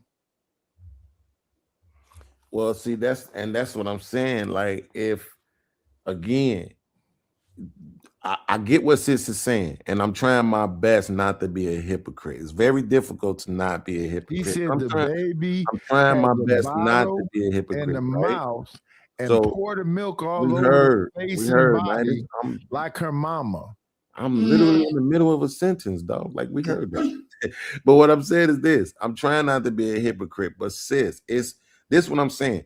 We have our beliefs. So for me to not be a hypocrite, I'm going to admit this. What you just said about her being a woman and what you think she shouldn't tolerate as a woman, I'm gonna have my own version of that as a man. It's gonna be some stuff that I don't think a man should tolerate, right? But at the same time, once I get past my own beliefs, my own personal feelings, and all of that, right? I gotta understand that everything don't affect everybody the same way. When this the thing, because here's my point, and I'm gonna show you right here. Sis, this is how you're gonna know I'm right. Because last week, when he was trying to get her to hold up that shirt that he made about Anton's family, she wouldn't do it. Nah, I'm not holding up this shirt. You got this man and his daughter and shit on the shirt. I'm not doing that. I don't want to get that involved in it. You see what I'm saying? So we talked about that. But she didn't say that though. But let's just keep it real. She said, "Nah, player, you got it." Right. And then when he pushed back, she claimed she was looking at and doing something on the phone. She didn't stand, but she didn't stand on business. She told him no, but she didn't say, "I'm not going to do it because this is out of line. I'm not going to do this because this is too much." I'm not. She rode the fence on it, which is her choice and her prerogative. But I think that's wrong for you to say that, bro. If I ask if I ask you for $10 and you tell me no, you told me no. Period. You ain't got to give me no long drawn out. That's the one thing about. So let me ask you: if you ask me for $10, but you say you asked me for $10. I'm just saying, if you present it that way, yes, that sounds. But that all she said was, "You got it, player." She never said no. What I'm saying is this, though. What I'm trying to get you to understand. I don't know how long I've been. I promise you, bro. I pretty much have watched every show over the last 16 years. The one thing about Darlene is she don't over explain nothing. She don't like having to explain herself to somebody that's not her man, which is why she ain't got no man, because she don't want to have to explain. She not doing no whole lot of talking. She never has. She got one segment that she do, and that's what she get her talking in. The rest of the time, she pretty much just quiet. She not gonna overtalk. She not finna argue. She not really trying to do none of that. So she just gonna take her stance. And it is what it is. I made a video about her. Yeah, I'm just curious of what was her stance though. That's the only thing. Her stance was, I'm not holding up that shirt. He said, listen, and here's how you know, bro, because she hold up every shirt. No, that's why I'm with you. I know. I'm not saying. Hold on. I'm not saying. No. I'm not saying she. He didn't say no. My thing is, what I'm saying is, I'm not saying that she didn't want to hold up the shirt. I'm not saying that she didn't hold up the shirt, but I'm saying to present it as some pure act of defiance. She rode the fence. She immediately started explaining that she was trying to put something up on I don't know if it was the X account or whatever, or responding to comments, but she immediately started saying, "Look, I'm trying to do this. This is what I'm doing. See what I'm doing? I'm doing this." And she started to explain it. That's why I said she was riding the fence on that matter. She didn't stand on business and said, "Nah, I'm not holding it up because you're dead wrong about this take on Anton and his family." She didn't do that. Yeah, you're not wrong. Let's call it what it is. You're not wrong that she didn't go into why she didn't do it. But I think saying that she rode the fence, I think that's just misrepresenting, bro. But she literally explaining the phone. She held the phone up to you just acknowledged that she hold up every shirt. So but no, why did she hold the phone up? Why did she make a point to say, "Look, Corey, I'm working on this right here for you. I'm this is agreeing why I with can't you. do I it." just agree with you. That you right when you say she didn't go into an explanation about, why she didn't. That she didn't go into an explanation about the shirt itself. She gave some other excuses, right? Yeah. But what I'm saying is, you and I both know she hold up every shirt.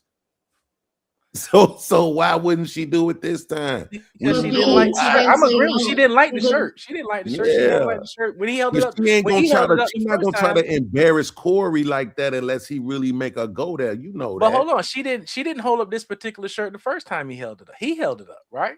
That's my point. As I'm saying, the first time that shirt was shown, he held that shirt up. So, and you know what's crazy, bro? I ain't even never see that. He actually did. He held the shirt up himself. She didn't hold it up that time. So he showed the shirt. He showed the shirt with the monkey. You remember the shirt with the monkeys? Wow. Yeah. I never actually saw him hold the shirt. He showed the shirt, and that's when that's when you see that she had a real issue with that shirt. Yeah, which I understand why she wouldn't hold it up to say.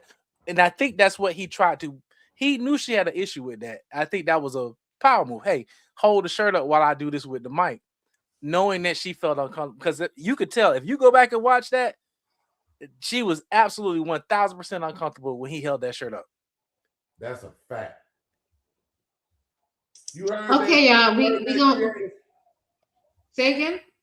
I said you heard that. You heard what bro said. Yeah. So he telling the truth, right? Because you saying like she ain't say no, but she said, know what she said, sis? She said, I'll hold the mic.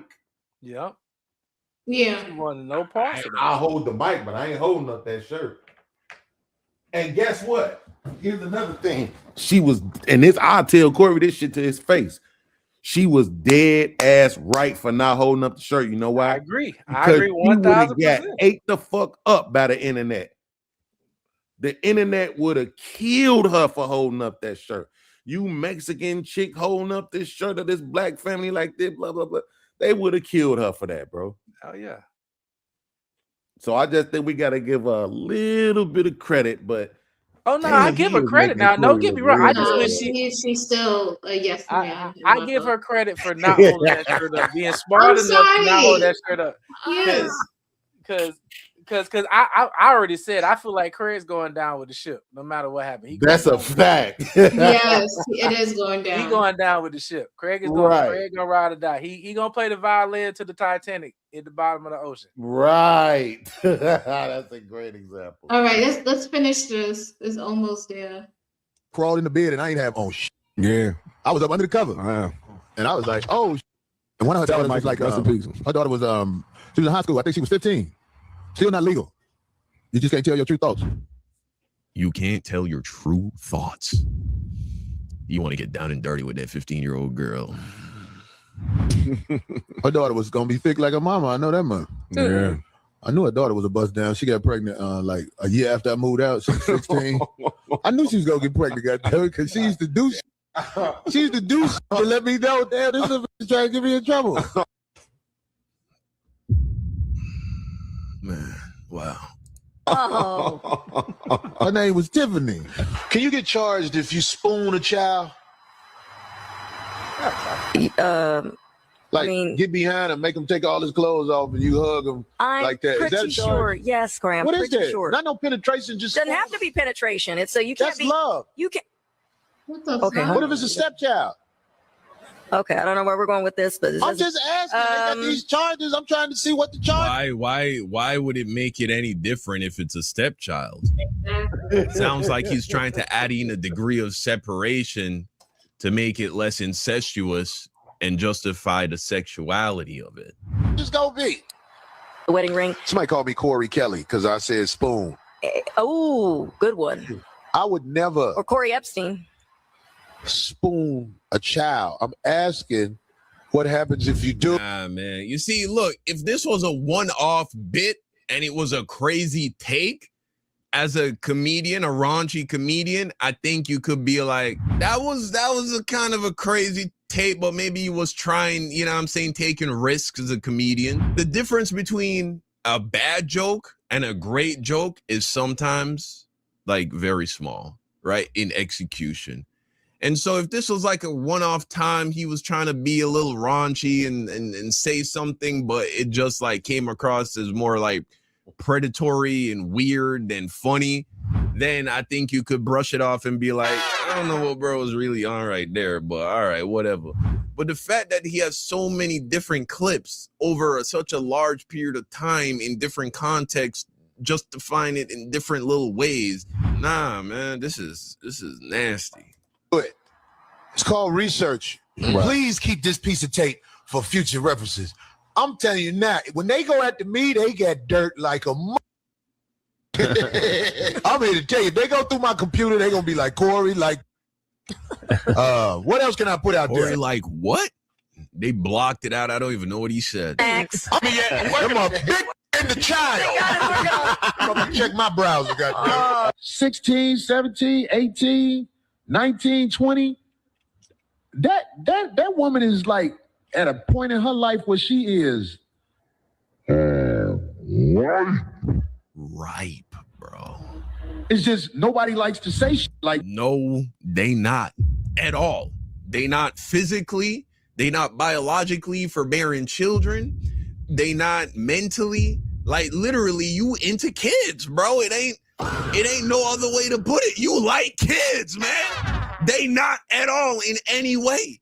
They are not, bro. Ain't like to try and say, like, let's take a woman who is genetically blessed, bro. Like she fine, bro. She fine. She born that way. She's shaped that way by God. What is her peak body? Her peak body is in her 20s, naturally, right? Now, of course, these days, there's so many things you can do in terms of health and wellness to extend that into your 30s, even into your 40s. We see some celebrity women, they looking amazing even into their 40s. But if we just say you're not really thinking about that shit, you're not really trying, you're not really on top of your nutrition or your exercise, you just kind of letting your body do what it does as you go through life, all kind of unconsciously of health and wellness, your 20s. That's going to be when she her finest. What man is going to say she was better when she was 16, 17, 18, 19 than when she was 24, 25, 26, 27? That just don't make no fucking sense at all. And then mentally, of course, they are far more stimulating. They are far more interesting. They are far more, you know what I'm saying? They grown, you know what I mean? And then, of course, beyond that, we already looked at the science in regards to having children. If you're just looking at it strictly from a like sterile, biological, must continue the species point of view, she is in her prime in her 20s. So what is this nigga talking about, bro? This is disingenuous, man. Bro. They ain't nowhere else to put it. This nigga like kids, bro. In America, because you can get in trouble for that. Now, I don't want no woman that's 16, 17, 18 because of the laws and because of the mental state she's in. Epstein Island, that'd be a great movie. Yeah. Wait, did you see that? Did you hear that? And because of the mental state in America, because you can get in trouble for that. Now, I don't want no woman that's 16, 17, 18 because of the laws and because of the mental state she's in. Notice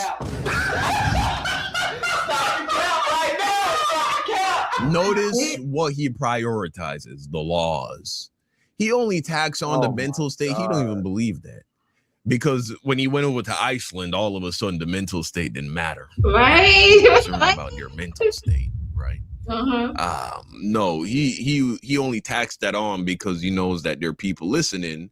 He doesn't want to lose fans that would peg him as a weirdo. Because essentially he would just be saying, oh, well, if it wasn't for the laws, I'd be running through these 16-year-olds, these 17-year-olds. Yeah, man. Epstein Island, that'd be a great movie. Yeah. But the way you see on Epstein, why would it be a great movie? So you, Corey, wish my baby happy 16th birthday. Aww. Hell, she ain't yours, so this is easy. She turning sweet 16 Saturday. Hey, what's up? Make sure. Hey, look, I don't know her name. Isabella. What is her name? Dita 605? Dita 605? Listen, I want to wish your daughter a happy birthday. Her sweet 16. It's a beautiful age. And you make sure you and your daughter have counseling so that if she's broke, cat daddies like me ain't in that age by the time she's 21 through 30. See how people ignore that shit? The last two things he said just confirmed that he ain't into kids. People don't want to listen. This nigga he gooned out, bro. This man is a gooner, bro, like a predator gooner.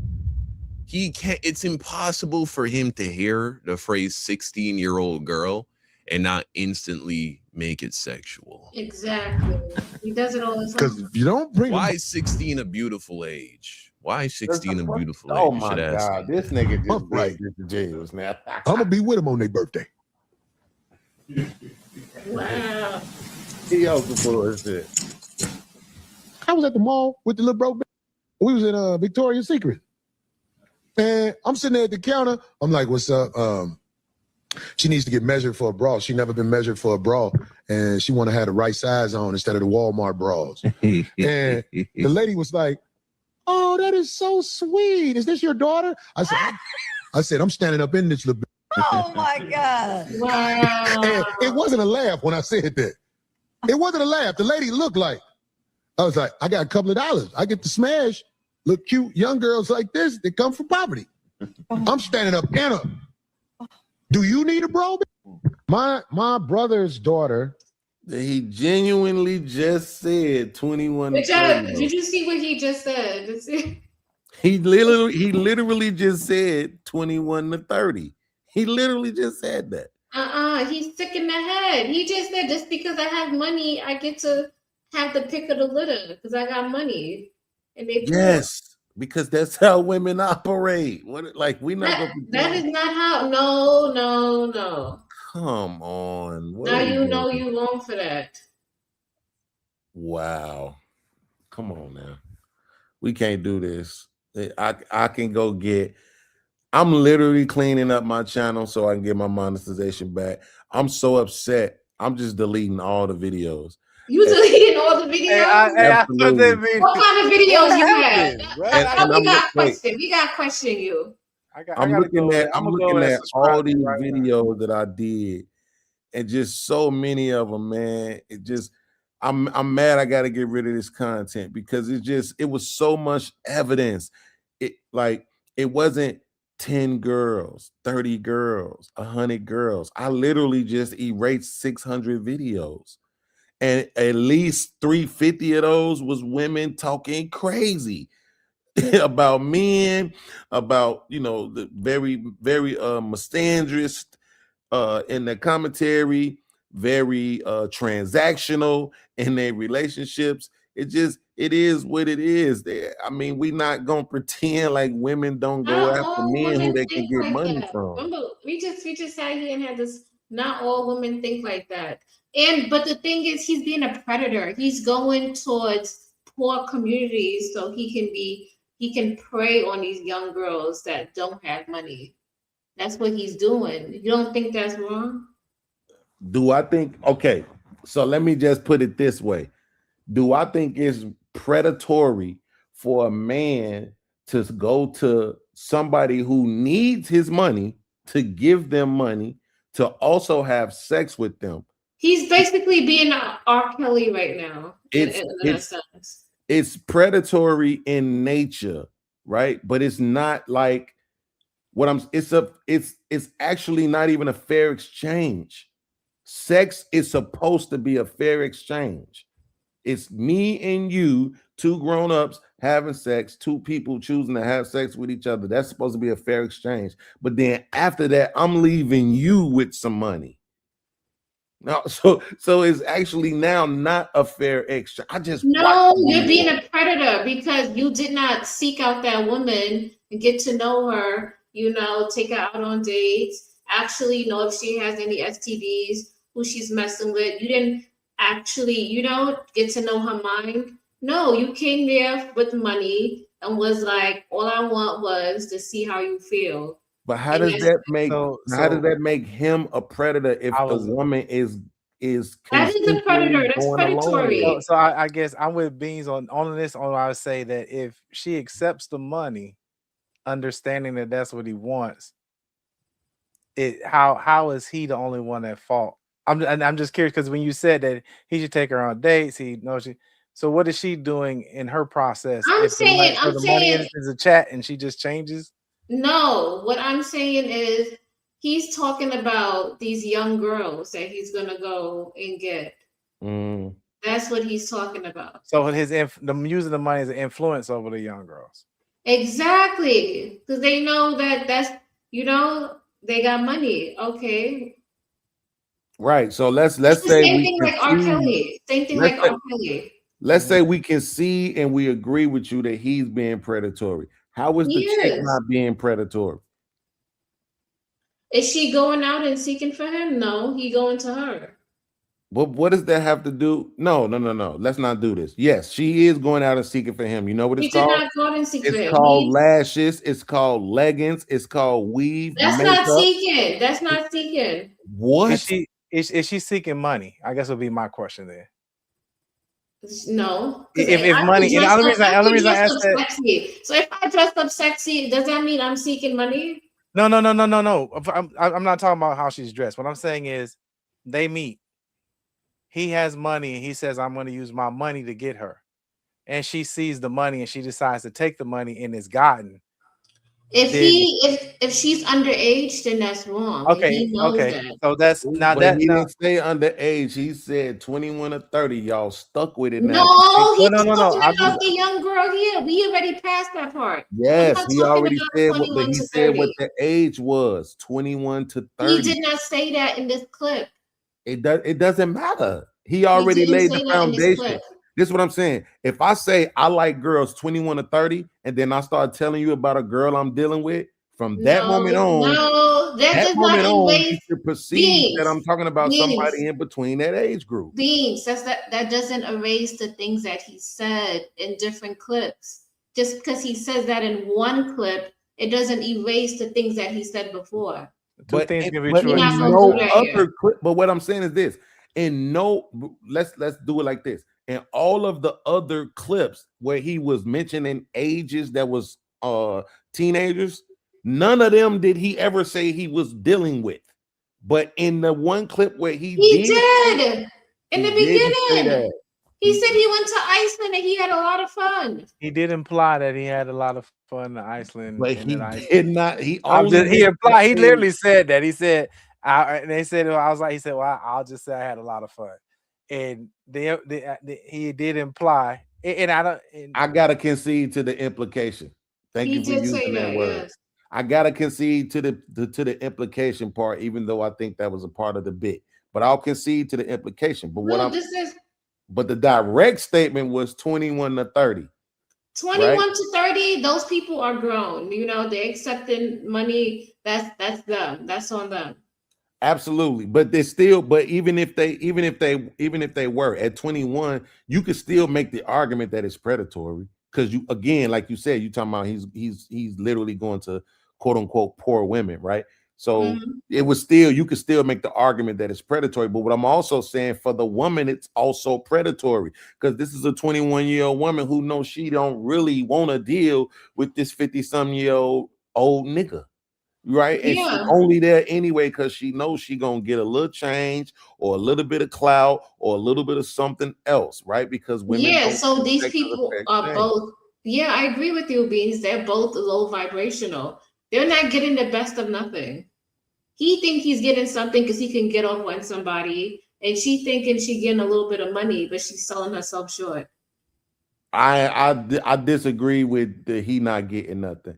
Being with a woman is he getting the best thing woman? on Hold earth. on. Beans, is he getting the best woman? Is that woman giving him the greatest sex? Or is she doing something because she has to? Is it something that she wants to do? You It think she's going to absolutely be can be great. loving and fulfilling? No. It absolutely can be great. I don't know if you ever watched the No, porn. it's I'm gonna not. say loving and fulfilling and physical satisfaction can be two different Right, things. because that's I what can you say. did.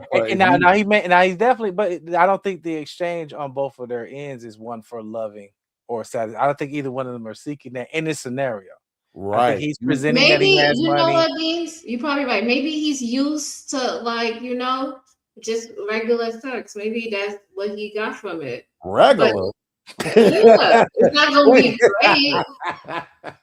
So you think? You think Let me it's gonna make be sure I great? understand what you're saying. You think sex outside of a loving, committed relationship is regular? I think that if you're not able to be in a relationship and fully be open with your partner and be able to express yourself, you're not really having the best experience.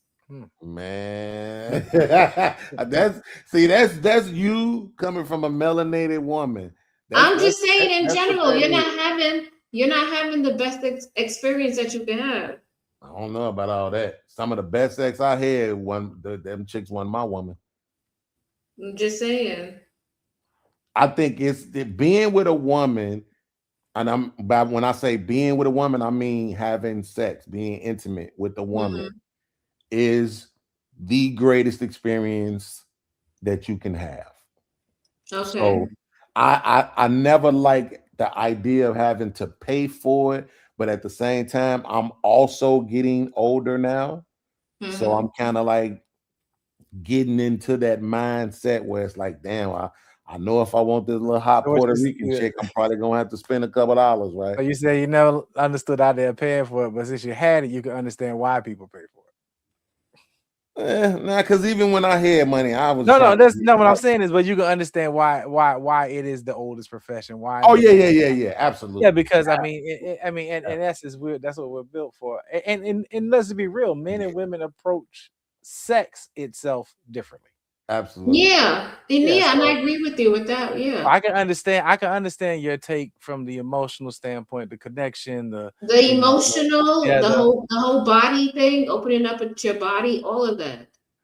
I don't think a lot of women are really open like that. That's 100% receiving money for correct. sex. That's 100% correct. But at the same time, you have to understand that you might have a different mindset, a more mature mindset than what's cultural, right? Because what do you mean a mature mindset? What is culturally right now mature about having sex really fast? Well, I'm saying, look, you know who Sukiana is? Yeah. I rest my case. What do you mean by that? But these are low vibrational people. That's what they do. That's their stardom. That's what they do for a living. That's what I'm saying. That's why I said you have a more mature mindset. Culturally, right now, Shahrazad Ali talked about this, how our women act like they can't turn off their sexiness. They gotta be sexy all the time. You can't go to your kids' school. It was a time when there was church clothes, school clothes, business clothes, work clothes, club clothes, home clothes at home. Now all that shit look exactly the same. The same thing. You telling me that most women they wear to church, they wear to school, they wear everywhere. It's insane. So you telling me these women today are dressing like sluts everywhere? I don't want to say sluts. I'm saying leggings all the time. Every day. What's the difference between what's the difference between a white girl wearing leggings and a black girl wearing leggings? White girls ain't got no bodies. Wow. So do you think that we over sexualize black women? I think black women over sexualize themselves. How would they over glue lashes to their face? You guys, it's the men. You guys are the one visualizing it. You guys are the one looking at the woman. Like you guys are over sexualizing them.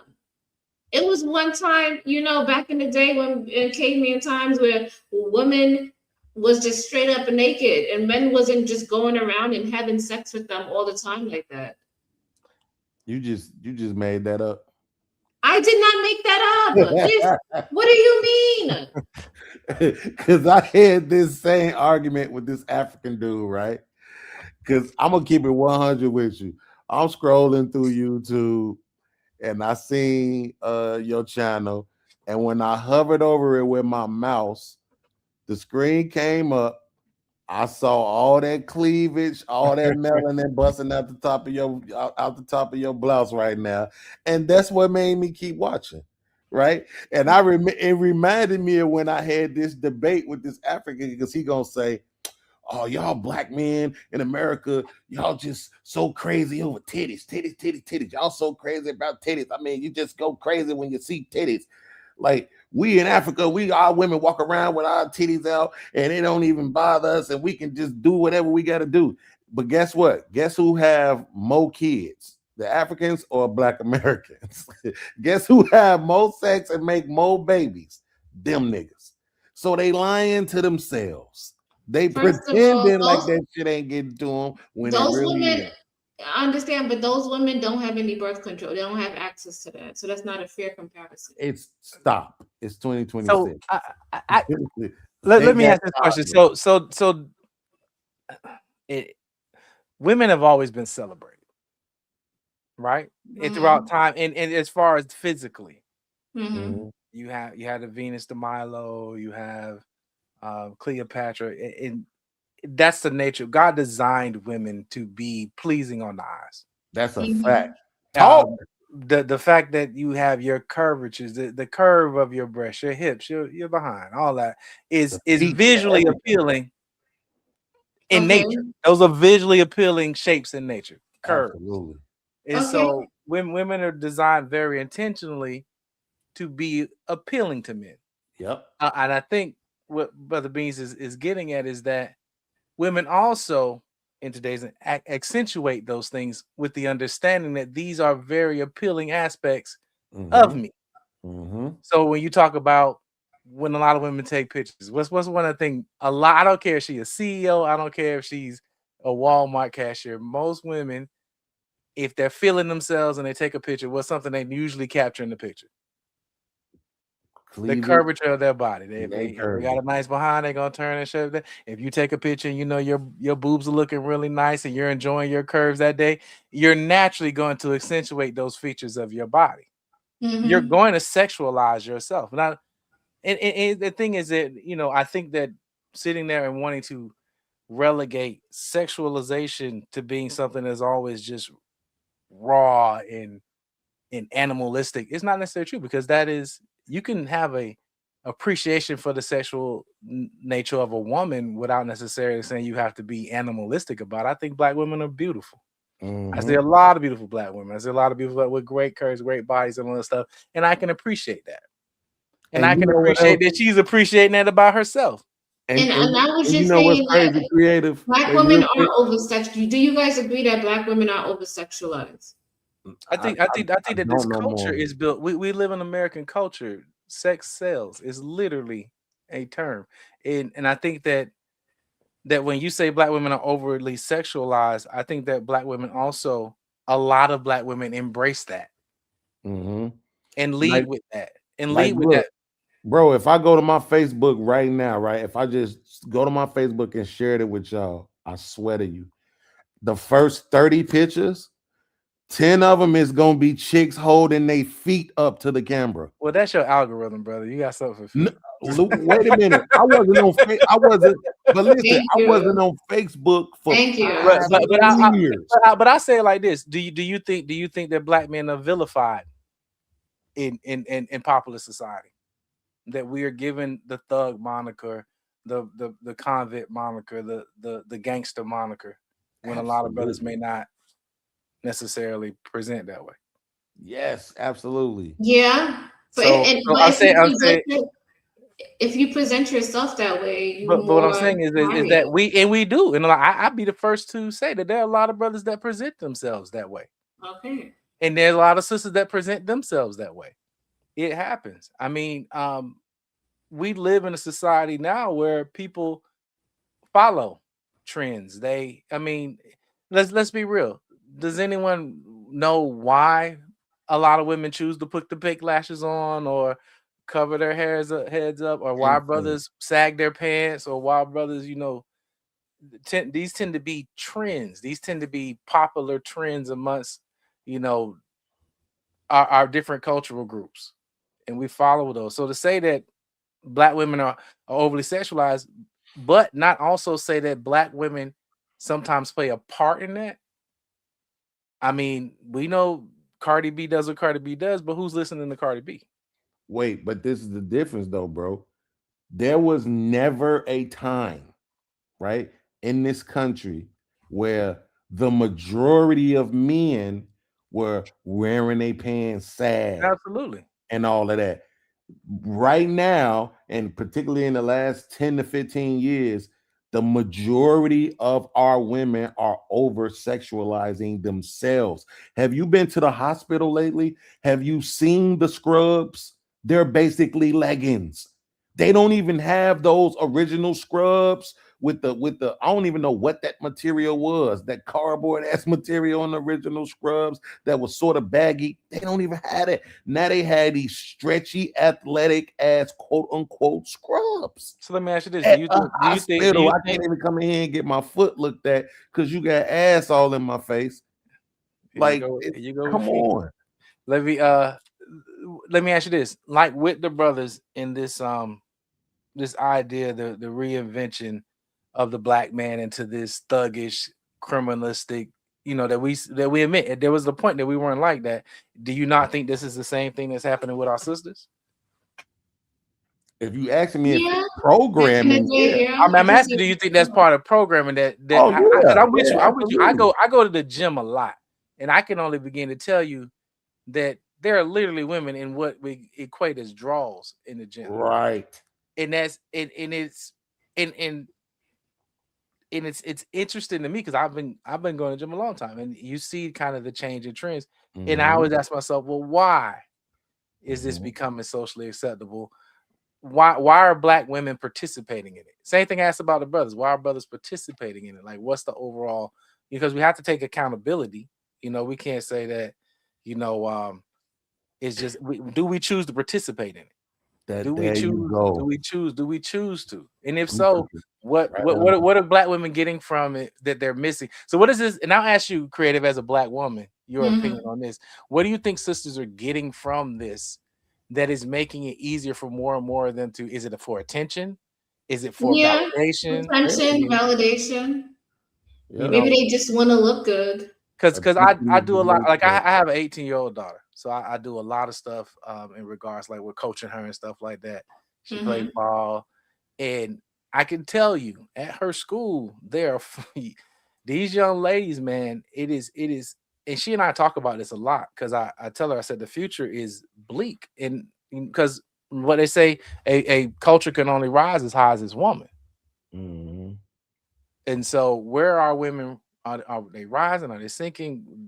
They're rising. There's a lot of women going to colleges. We can't just. There's always been a lot of Black women going to college since the 80s. Yeah, Black women, but here again, Black women are also the most unemployed group right now.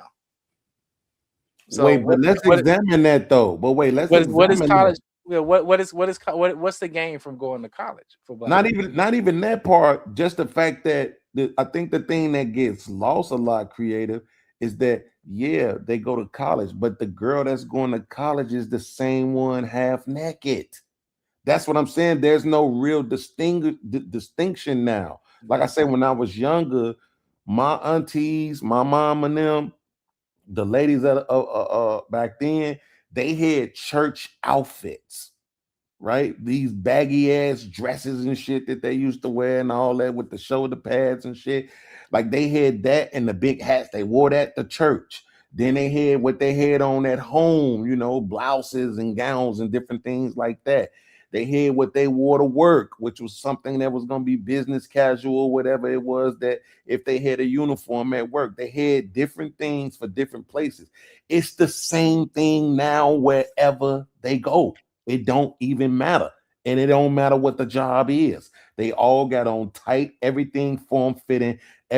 Bro, I got this one picture I wanted to ask.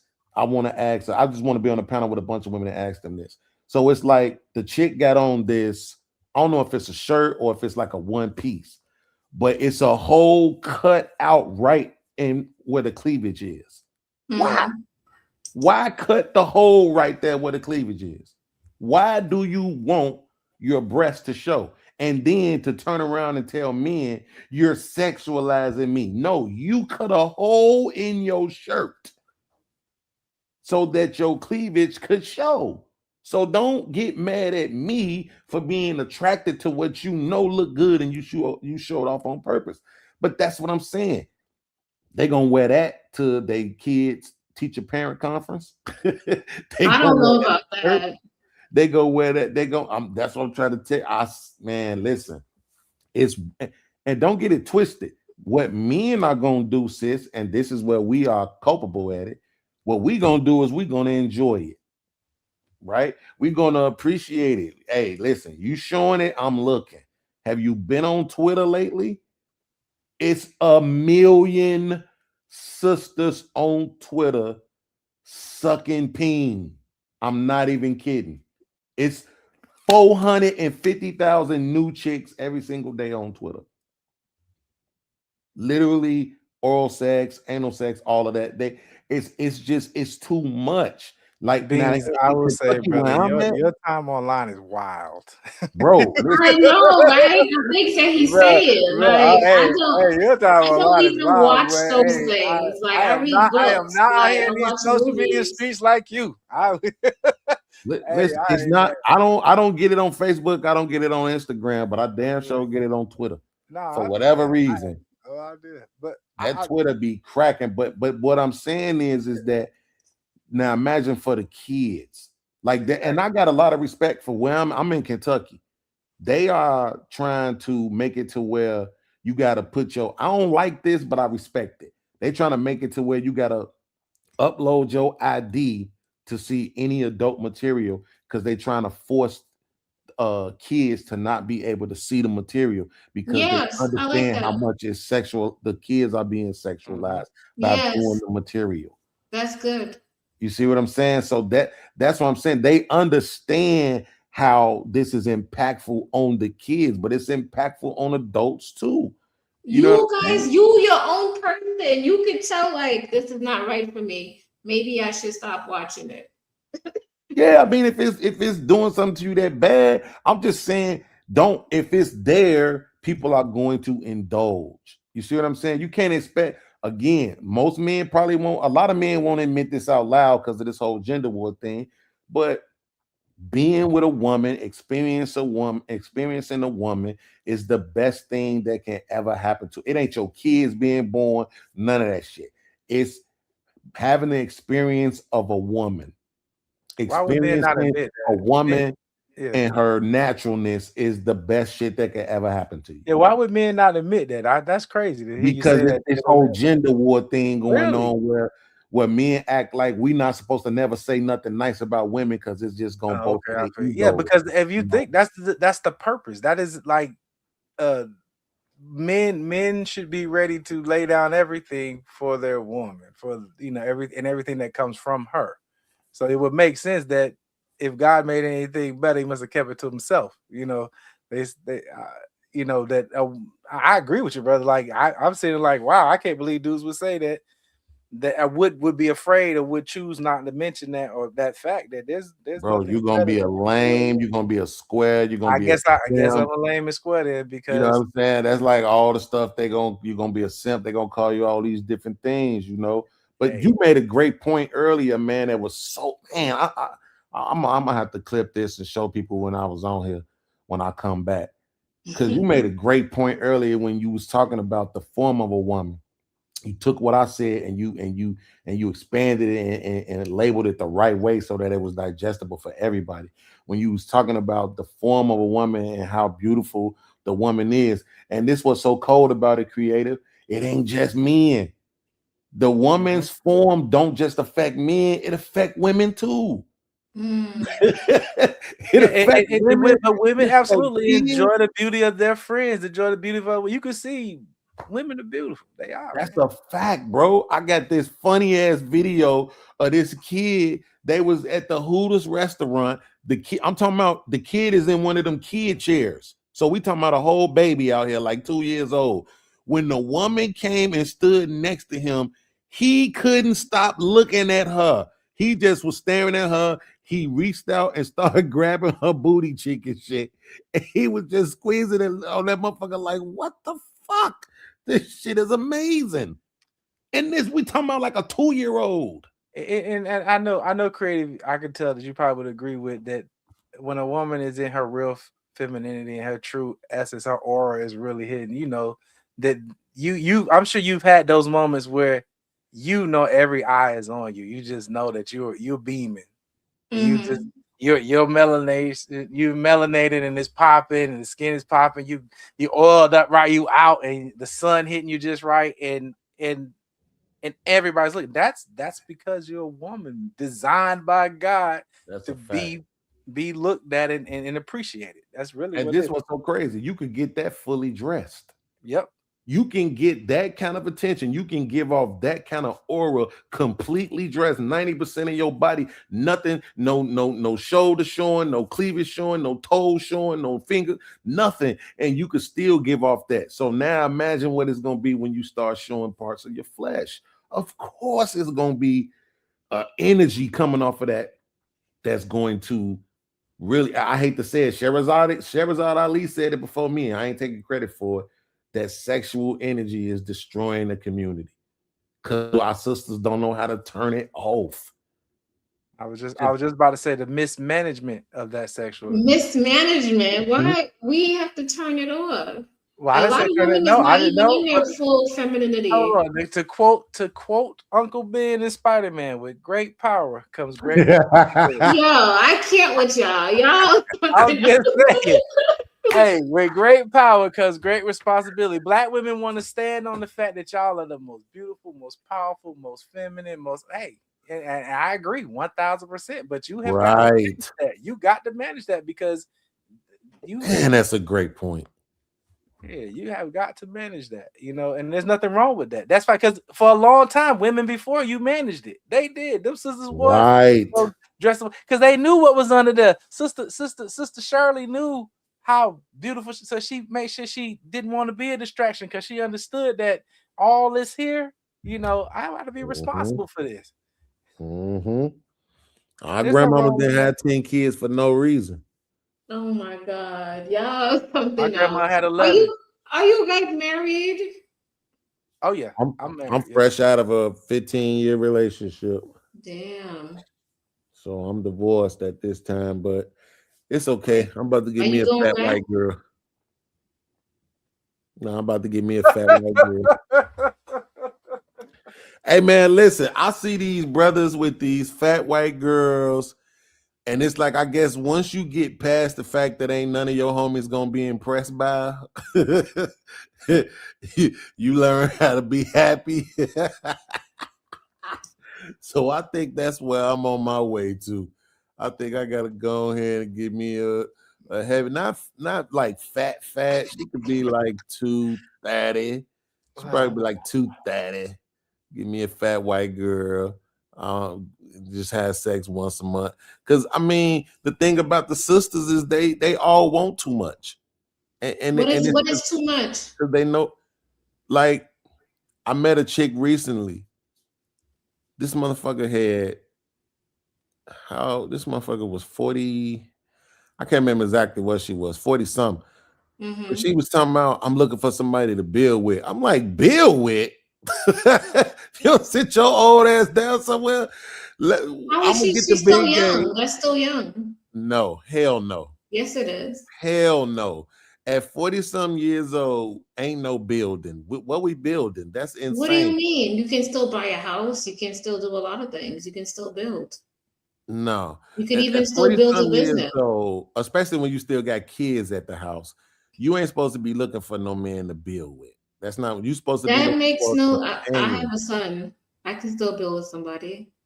You're supposed to be looking for a companion, somebody to enjoy life with. I'm not trying to put my debt on you. I don't want your debt on me. You know what I'm saying? So you assumed that she had debt before you even got to know her. Okay, so let me see. Black woman, 2 kids, still at home. Yeah, she got that. What you mean still at home? Ain't no way around that. Yeah, she had a 13-year-old and a 16-year-old, I think. Okay, those kids are grown. No, they are not grown. Expensive. Let me tell you that. Those kids are still dependent wholly on their mother's income. What I mean by that is they're not little kids that you gotta worry about. No, I think he's just saying that she has other things. She has responsibilities and other things vying for her income. There you go. And not just her income, her attention. I would say her attention and time, obviously, but exactly. Talking about building. 13-year-olds do their own thing, and 16-year-olds is definitely doing his own thing. Which 13? How old is your son or your child? Sorry, you said 13. 13. Okay. Mm-hmm. Would you think you're raising your child the same way most of these 13-year-olds within your child's peer group are being raised? Or is your child? What do you mean by that? I mean, you said your 13-year-old is independent, right? For the most part, yeah. So are you able to leave your 13-year-old at home for 2-3 days at a time alone? I would not do that, but he could stay home for like a whole night. But I wouldn't do 2 or 3 days. I wouldn't. I mean, I could teach him and he'd be able to do that, but I wouldn't want to. Okay, I wouldn't want I'm trying to think. Will my mama have left me at 13? I wouldn't want to. I'm latchkey kid generation, so they, I was too, but I don't know. Hey, we had a different, but then again, my mama didn't have a reason to leave home for 3 days. I'm just saying. So 3 days is a long time. I mean, a night no, is 15 for sure. She would have left my ass there for a couple days. Yeah, she would have 3 days. 3 days is 15 long. At 15, I said at 15. But if Yeah, you do leave 15, it, she definitely would have did it. yeah, I he don't know can't. about 13. But your son at 13 is an expense. He is an expense right now, right? Wait, no. Hold on. Not 13. Watch this. My ex, who I just got out of my relationship with, her sons is 21 and 19. Let me show you her schedule. She go to work at 7 in the morning. She get off work at 4 o'clock. She take one kid to work at 5 o'clock. She take the next kid to work at 6 o'clock. She pick one kid up from work at 10 o'clock. She picks the next kid up from work at 11 o'clock. And this is her schedule all week long. Nah, she You has was to, with her for how long? 15 years. Okay. I mean, but you know that schedule just started in the last. Well, no. Years. I'm just saying that's interesting. But you see what I'm saying? She early 40s. These niggas is 21 and 19, and she still is that. You know, they are consuming that much of her time. Do they live in the South? Why they don't have a car? They could get a beater or something. One of them don't want to drive for whatever reason, and the other one he did get a car, but then he ended up not having a car again. But he had a car for a couple of months, but yeah, this right back to that schedule, and that's what I'm saying. Why they not in school? Going to school? I mean, they grown, they working, they got jobs. You know what I'm saying? But I ain't gonna lie. Once I saw what them Ubers was, I understood. I understood. Man, please. One night, one of her sons had to catch an Uber to work. I mean, it wasn't even that far, and that shit was $30.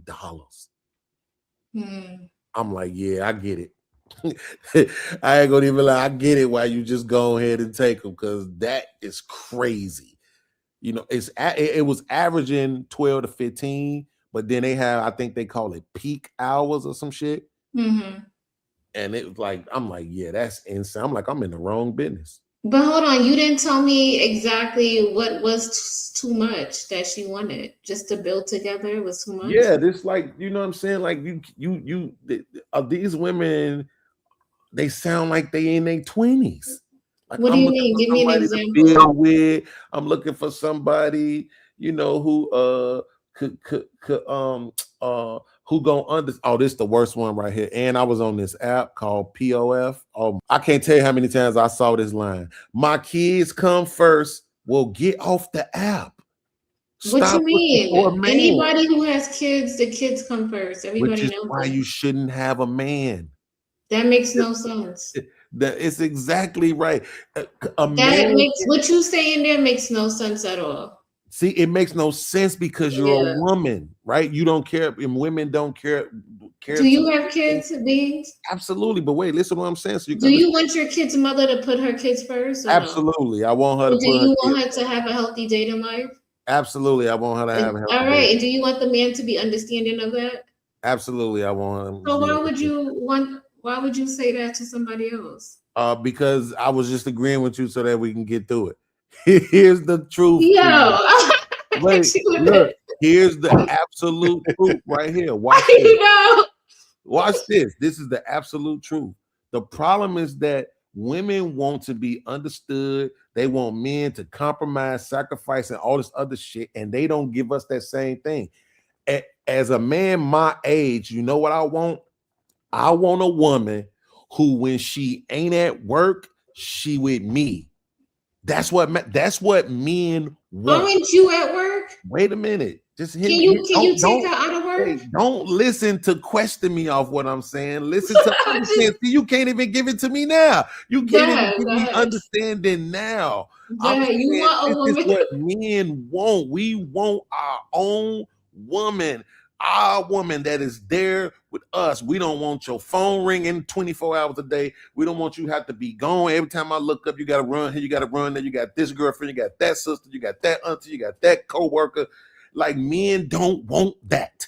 We want our woman to be available. That's what we want. So when you tell me my kids come first, you're telling me you're not going to make yourself available for me. And Okay, that's not what a man wants.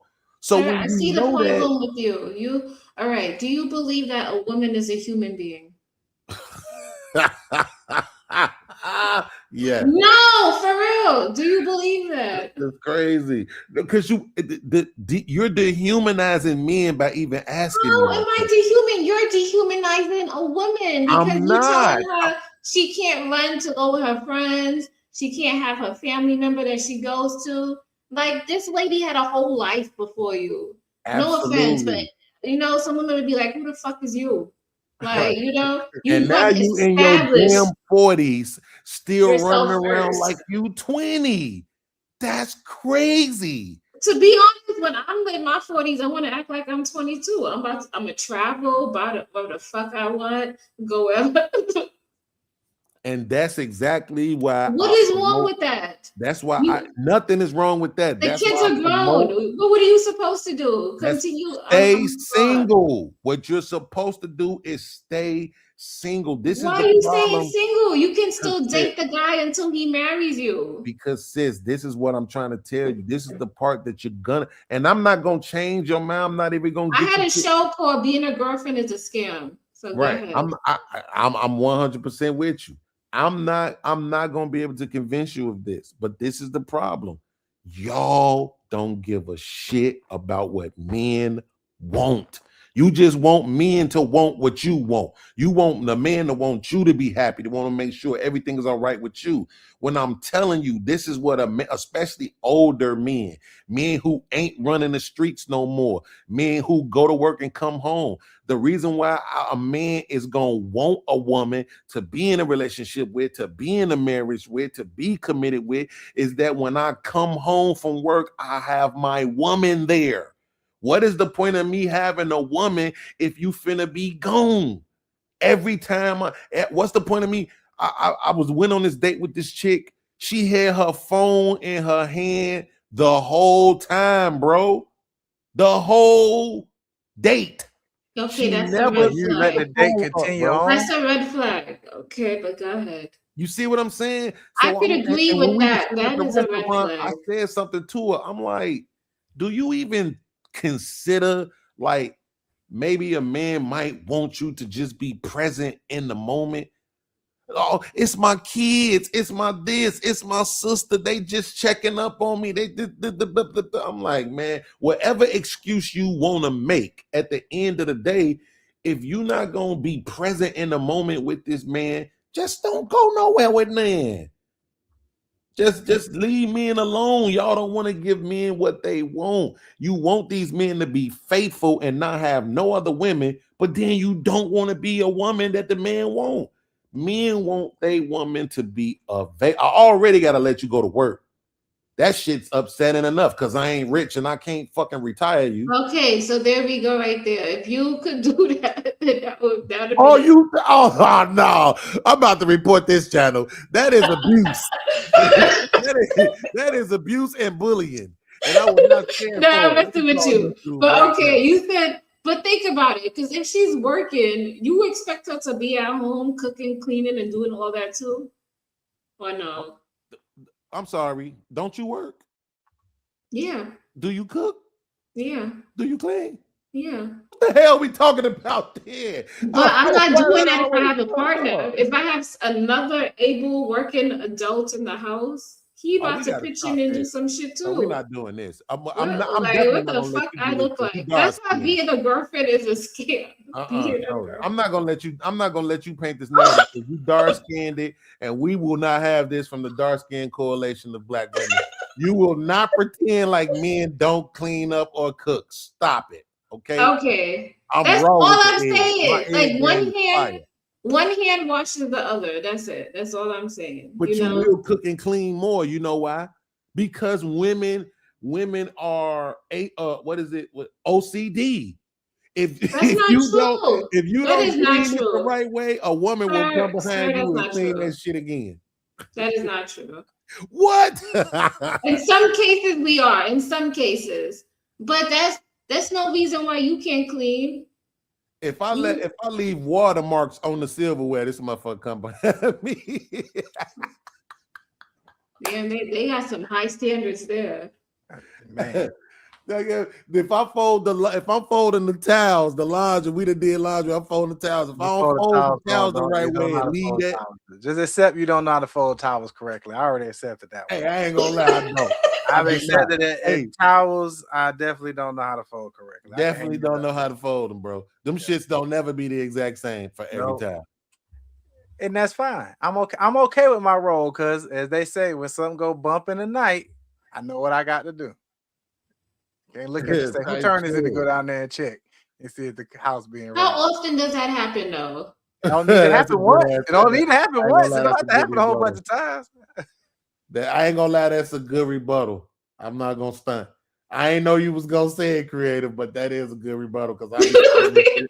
But Beans, I say this. Hey, man, one of you niggas never went to see about no bump in the night. Hey, but hold on. What I will say, Beans, if it do happen, I bet she'd be happy he laying up there next to her. That's a fact. I can almost guarantee because she know that if it's just you and your 13-year-old son and you ain't finna send him, you know you got to go. Yeah, I talk about carrying the laundry, mopping the floor, you know, like that type of stuff, you know. Cutting the grass. Yeah, stuff that you go put your muscle into, you know. Beans it is, right? But Beans, if it's just two people, right? Yep. You expect her to cook every day for two people? Hell no. I like restaurant food too. Okay. I mean, I'm trying to do my healthy thing, but I like restaurant Well, let me ask you food this. too. What do you and your son do? It's two of y'all. Oh. Well, before he got 13, I'm sorry, before he got 13 and became independent. What did you do when he was 9 or 8 years old? Did you feed him every day or did he have to go run out and grab? No, I fed him every day. Like I cook most of the time, but on the weekends or sometimes we go out and eat, we'll have this and that. So. Did you complain to him about it and say, man, it's just No, two he's of a us. I gotta kid. cook for you every day. He's a kid. That's He crazy. shouldn't worry about stuff like that. Exactly. So okay. To me, you know how I look at it, bro, is if I do it better, I'm gonna try to do it. Yeah. It's just that simple. If I do it better, I'm gonna try to do it. Absolutely. You know what I'm saying? It just is what it. If you do it better, I'm gonna expect for you to do it. Bro, for some reason I can't never get my rice right. Right. So I know it's you supposed people like, oh, you doing is boiling it. I'm like, that's a damn lie. Because my rice don't never come out right. But my lady rice come out right all the time. So if I want some rice, guess what? You need to go make it. Because you're gonna make it right. You want me to make it, it's gonna Yeah, be I can see that. Yeah. That's not a hard ass, right? Creative. Yeah, I don't mind stuff like that. Stuff like that is reasonable. Hell, I don't even know. Rice is the trunk was messed up. Wait, hold on. Rice is reasonable. But if you want something else with it, it's a problem. Shut up. Hey, look, my ex liked to do stuff herself, right? So the trunk was messed up on the car one time. She fixed it. She watched a YouTube video, got the tools and shit, and fixed the trunk. I mean, if you like to do it and you do it better than me, putting stuff together. When I was young, I used to love. So why did you marry her? I didn't marry her. No. Why? Not legally, not by no paperwork. No, I will never. Why not? Because for what? Because Wow. I don't want 15 to go in my years. business. Wow. Hey, but creative, you can look at it this way. She didn't marry him either, so she was there 15 years. Being a girlfriend is a scam. Work works. And she didn't want to. There it is. Oh, she didn't want to. You know what? A lot of women are like that. She didn't want to. She already had 2 husbands, her sons. You know what? She got that part right there. I met a lot of women like that. They don't want to get married. Yeah, they put all that energy into their kids. That's a fact. Treat their sons like their husbands and their husbands like their sons. Oh my gosh. It's the truth. It is. It really is. But see, she had that 38 double D though. So Beans, that's 38 double D. Beans, I got a theory of that's why so many women gravitate to men in jail.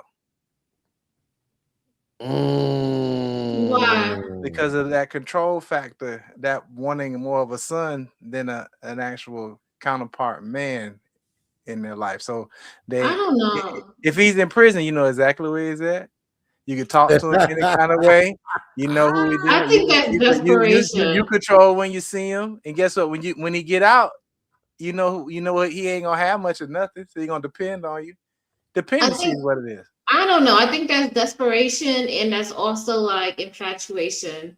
If you're working at the prison thing and you see them every day. Yeah, if you're working, I'm talking about the women that ain't working in the prison. What's the infatuation of in 2020? I don't know about that. That shit makes no fucking sense. Okay, in 2026, I don't know if we can roll with the desperation thing, because in 2026, y'all got a monopoly. Y'all got all the control. You got all the apps. You got, I mean, it's just everything is in y'all favor right now. Like you don't even need to be desperate no more as a woman. I mean, all women are celebrated at this point. Big, small, tall, short, skinny. I love it. Access is a real thing. You know, when we were coming up before social media, you were just the prettiest girl in Louisville, right? Or that certain area of Louisville. Now you literally could post a picture and have 1,000 dudes telling you how beautiful you are, how much they want to do everything from marry you to lick the bottom of your feet. I mean, and I know you understand this, creative, because you're out in these spaces. I can only imagine some of the low vibrational activities that may find themselves entering your chats. Yeah, so, exactly. So, but you know, you make a great point, Beans. Women right now have the ability to fulfill that need for attention in a way that they never have. And at a speed that they never have. I mean, it's almost instantaneous. I mean, I saw a Facebook post I had to comment on. It was literally this chick. It worked in the warehouse, standing in warehouse. She had the vest on and everything, had just some tight pants. And she was just complaining about how hot it was in the warehouse. She didn't say nothing. She just complained for 3 minutes about she had 17,500 likes. Man, that's just crazy, bro. And I said, and she literally, I mean, she said nothing of any type of it's so hot in here. It's just hot in here. I can't believe how hot it is in here. Nothing. Just stood there, talking about how hot it was for about all of a minute and a half. It's just 17,000 people like that. And that's just the likes. I can't tell you how many comments she had. If you read the comments, oh my God. And that's instant validation for her. I mean, what can I say to a woman that's got 17,000 likes and 5,000 comments from dudes? And I can only imagine what a DM look like. You know, that don't mean anything. Yeah, here I come with my regular old one-man attention. Right. No, that doesn't mean anything. And probably if she could see you in real life and speak to you, that's worth more. In this online, you know that they got the ring emoji, right? Like the engagement ring emoji. Man, I didn't start using it because it's to the point where I be wanting to say some nice shit, and to bro's point, I don't want to just be another comment, so I just throw a ring emoji up there, like you got it. It's you know what I'm saying? Like that's what I'm basically saying. Like you got it, you won. You doing it creative. Because I don't want to be like, damn girl, you look so good. Damn girl, I love your toes. Damn girl. Yeah. I don't even want to say all I don't know what social media spaces you on, but you have a lot of unreads, right? And a lot of unseen friend requests, I'm sure, right? You know she do. Okay. would you consider yourself to be just, nice looking regular sister who's very approachable and stuff like that? Carry yourself in a really nice, classy manner online? Yeah, I do. Yeah. So imagine what the ratchets has got going on. Incredible. Yeah. I don't want that type of attention. I know you don't, but a lot of sisters do. Not me. I will. And you're not even wanting it, and you probably got 1,000 dudes on. It should be incredible, bro. Crazy people. And I'm talking about not even just on pictures either, like even on them videos and stuff with the girls doing the X-rated stuff. The niggas be loving them. Girl, I love you, girl. You this, girl. You that, girl. You the one. Like, I'm just saying, the women have a monopoly on the dating market right now. And that's what kind of really incited this whole gender war thing, because it's a lot of men who can't get in. You know what I'm saying? Like, can't get in. But Bro. they could if they work on themselves. I mean, you can have all of that, but that doesn't mean So you You know, just for all made these the point. people. I gotta understand this, Grace. So tell me, creative, what does a dude that's working on himself do to get the attention of a woman who has attention of 15,000 other men? Well, first and foremost, you have to be genuine, right? How Second, would she recognize that though? Amongst the sea of men, That what is do a I do great to question. stand out in that sea of men that makes me genuine? all right, to be genuine, you don't say things like you say things that are. Let me see. That's a good question. It is. I told you. So you don't like mention assets like, you know, I like the way your body look. You mention things like I like your style. Oh, I like the way you did your hair. You mention intangible things that can make somebody different from another person. So Because if you I send you a DM right now, uh-huh. and all your DMs that you've getting today, right? Mm-hmm. So from this morning, let's say we average 100 DMs a day. Okay, good. And I'm DM number 73. Mm-hmm. What makes DM number 73 stand out from the other 72 that told you how beautiful you were, how intriguing you are, how great your energy is, how you vibrate? Because they hear you, because now you gotta understand, men are listening. So they're gonna say what they think you want to hear, how you That's a vibrate fact. so high, how you just such a beautiful chocolate sister who, you know, the cosmos obviously has come together to bring, you know, all the melanin and the, you know, all the carbon and all this I other would stuff. read that and I'd be like, all of this is so it's cute and it's nice, but if it doesn't speak to exactly of who I am and showing that you actually observed me and you see the way I think and like certain things that you would say that would be genuine, like okay, he actually notices my style. He actually notices the things I be talking about.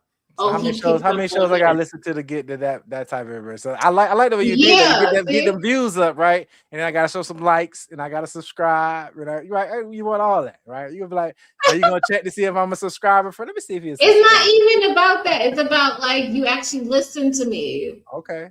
And you paid attention to me. I would love to see your DMs because I bet there's a bunch of brothers in there telling you a lot of things they don't listen to about your 13-year-old son and how he like to cook eggs and all this other stuff. They probably you like, you remember that? Yeah, I remember that because I got a whole wall. Because what you gonna think in your mind, you got a whole wall with your pictures up and screenshots and string and all this other stuff because he's a weirdo. Yeah. See, that's why I don't even be. That's why I don't even be trying to get with nobody online because my energy is not an online energy guy. There you go. I'm an in-person kind of guy. Now it's gonna be sexualized, but it's gonna be sexualized in a flirtatious way. You know what I'm saying? Like not in some sort of deviant ass ooga booga booga. You know what I'm saying? Not like that type of shit. You know what I'm saying? Some creep ass nigga, but it's like I just especially that's the other dark-skinned you hit it women. perfect. That's the other Dark-skinned problem is how women. you separate yourself from the creep ass niggas is out. I mean, there's so many of them out here because that's the other thing about this space is it's available to everyone. And the weirdos and the lames and all of them come out and they are all trying to because now the one thing they think that they wouldn't normally have is they would never approach a woman of your stature in person. It's guys like Beans and myself will, you know, be like, hey, sister, what's going on? You know, those weirdo dudes, they could do it online though and say all these other things and hide behind it, you know. So the avatar or hide behind the picture. Hide But behind the see, my picture. thing is for the dark skin, like for dark skinned women, I'm definitely coming more on the funny, sexy, flirtatious side. When it's light skinned girls, I do come more on the hey, you know what I'm saying? And you know, kind of like business casual type of approach. Because dark skinned girls for so many years have tried to make it seem like, oh, we get a bad rap for being dark skinned. It's like, no, we want to bone you too. You just don't smile enough. But guess what? I see you. Yeah, I see. Don't be a dark skinned girl with nice feet. Oh, I'm at that. Yeah, man, go Like with I'm all over that. We go with the feet, man. When you said you turn on your thing, nothing but feet start popping up, and you you denied that wasn't your algorithm. I'm just saying. Y'all are crazy. Well, they need to stop listening to me then, damn it. That's what they need to do. And this was a great show, great fun. My man, Fly, man, dope commentary, dope thought provoking. You got to make sure I get you. Everything. I want to go follow you, man. When you come back up and on, you know what I'm saying. Make sure I support, you know, because I absolutely, want bro. to support other, you know, some other creators out here, man. We gotta, you know, we all we got. That's absolutely. True. So what channels y'all be on, Beans? Huh? What channels you be on? Lately, I don't really go nowhere. I go to my man Uncle Tom channel on the porch, but that's about it. I ain't really been going nowhere else. I was focusing on my channel. I had took my channel from 3,000 subscribers to 16,000. Wow. So I was really focused on my channel, and then they demonetized me, and that just kind of like, you know, it just that's deflating. It's really deflating. Thank you, bro. That's what I'm looking for. It's really deflating. So I'm coming back up to this time where it's time for me to try to get it back, and so I'm starting to try to, you know, get back into the groove of things. But yeah, because I don't want to have to be begging these niggas for cash apps. Yeah. That's why I need my monetization back. So when your channel gets demonetized, you have to do your watch hours all over again? No. So it's like whatever it is that they told you was the problem, you just need to fix that, clean that shit up. Oh, okay, I see. Yeah, so I had used somebody's video. It was a 11-second video of a boat. Like you couldn't tell if the boat was leaving or going. And at the end of it, I added an extra clip to it to change it up, but they still hit me with the copyright. So wow, it was that. And then once the problem with the copyright is that once you get one, then they do a manual review of your channel, and they try to look for other. So they went and did a whole audit on your shit. Yeah, and they like, oh well, it looks like you have a lot of people content. I'm like, it's a reaction channel. Of course, I have a lot of people's content. I'm doing reactions. So you know somebody they struck you. They struck your channel. Yeah, they gave me a copyright strike.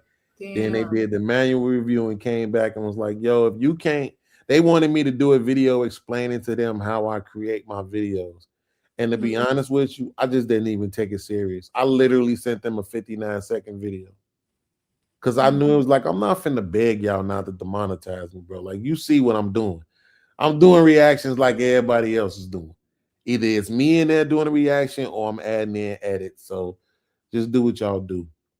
But you know, I got my money off of those videos, so I can. It's not like those videos were still getting any views, so I could just get rid of them and start over again, you know. But this time, I'm just gonna make sure that I'm always reacting myself, because even if I put the edits in there, because they just fickle like that, you know. So just keep grinding, though, you know. Right. Make sure you share where they come over. I'm gonna definitely come over and sub, bro. Yeah, absolutely, man. I'm gonna come back over here. I'm gonna mess with creative because this was a super dope conversation. I'm glad I wanted it to your side of YouTube creative. I did. That's what's up. Yeah, that's a fact, man. I'm glad they put your channel in. I made sure I subscribed, and then I heard the one sister say something, and then I unsubscribed. Yeah.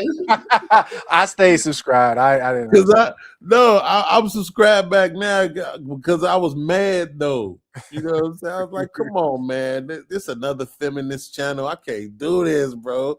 But then I kept listening. I was like, oh, okay, now they can have a good conversation. And one thing I respect feminists like that. No. Yeah, and one thing I respect the creative is that you actually sat and listened and let that's a fact on the panel build, you know, so which was really dope too. Absolutely, super dope. Thank you, and I wouldn't be me if I didn't thank you for having the girls out. I mean, listen, it helps. You know what I'm saying? And she did keep leaning. After you mentioned that, I know she did keep leaning over a lot more. Bro, it helps. Shit, that was like, no, she saw the numbers thinking that take she was off your watching. sweater and wear your watching the dress. numbers. She was That's watching a the numbers. She was fact. like, oh, okay. You better shit, man. I'm trying to tell my co-host Kiki, like, man, if you don't get on this motherfucker and be sexy, them big ass titties, put them motherfuckers out there. I don't want them to see me for that. Then when we did her birthday show, she had the motherfuckers out. Guess what? Cash app after cash app after cash app after cash app after cash app. I'm like, I told your ass. Like, damn. Just wear what you got. It ain't like I'm telling you go buy some shit you don't even got already. And men are fairly simple when it comes to certain things. That's a fact. Was it Fly Black Guy? What channels you be on? Do you have your own channel? I'm launching my own channel called Unclaimed Content. It's already. I just haven't done my first show yet on that one. I'm usually. I've been on Ask a Brother. On there a couple times with him, but dude. But hey, you know, I'm new. I'm actually fairly new on the panel end on these YouTube streets. So, but I'm glad. Like I said, I'm happy I wandered into here. Yeah, you definitely have to, man, because you, man, bro. Yeah, I'm proud of you, man. You very you guys intelligent. are cool. You guys are like intellectual. Hey, Beans, I like the way you build. Beans, like I said, Beans, I got to get over to your channel, man. I'm definitely gonna subscribe. I'm gonna put the whatchamacallit in the back chat. I'm gonna put my channel in the back chat right now. Okay. So y'all. Yeah, I'm gonna subscribe to Beans. He's cool. He's chill. I might fight with you on the panel though, but we need to. That's what make it fun for us to have, like how we did today. We gotta have our back and forths. Okay. That's what make it fun and entertaining. Everybody come on the channel. 2 + 2 is 4. All right, now catch y'all next week. That shit ain't nothing. Who want to watch that? That's true. You know what I'm saying? We need to see differences of opinion, but be able to get them out. You know what I'm saying? Like and then also find common ground, because there are things we would absolutely, but we still able to find common ground. That's always been my issue, is that in this day and age, is everybody's pick a side, you know, and then you ride or die. But we're not, and people love say we're not a monolith. So there's definitely different facets. Like I said, you know, Beans brother, you know, there's a lot of things we're gonna agree on. There's things we're not gonna agree on, but that's just how it goes in life.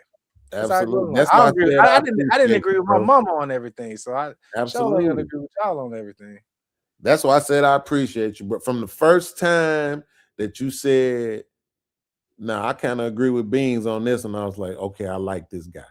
And it wasn't just because you agree with me; it's because you showed that I can agree and I can disagree. You see what I'm saying? That's what I don't like, when people feel like they gotta disagree with somebody, maybe because they don't like them, or they gotta agree with somebody just because they like them. Like, nah, I'm either gonna agree or disagree based on me. I'm not playing those kind of games, and you showed me that tonight. And sis did too. She stood her ground, but she was, you know, but she was just I don't like all that all that yeah, we still need to be building in our 40s. We're gonna have to get out of that. You guys can start over at 40 and build up. Creator, he just got if you by yourself, maybe not with a man either.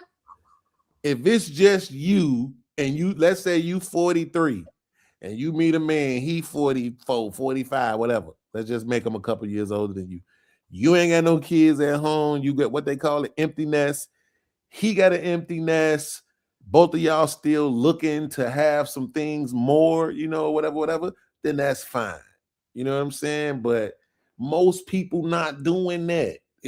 I'm telling you, it's still a lot of women out here in their 40s and their 50s, for a fact, still looking for men to come rescue them. They can't buy a house by themselves. They looking for a man to come do it.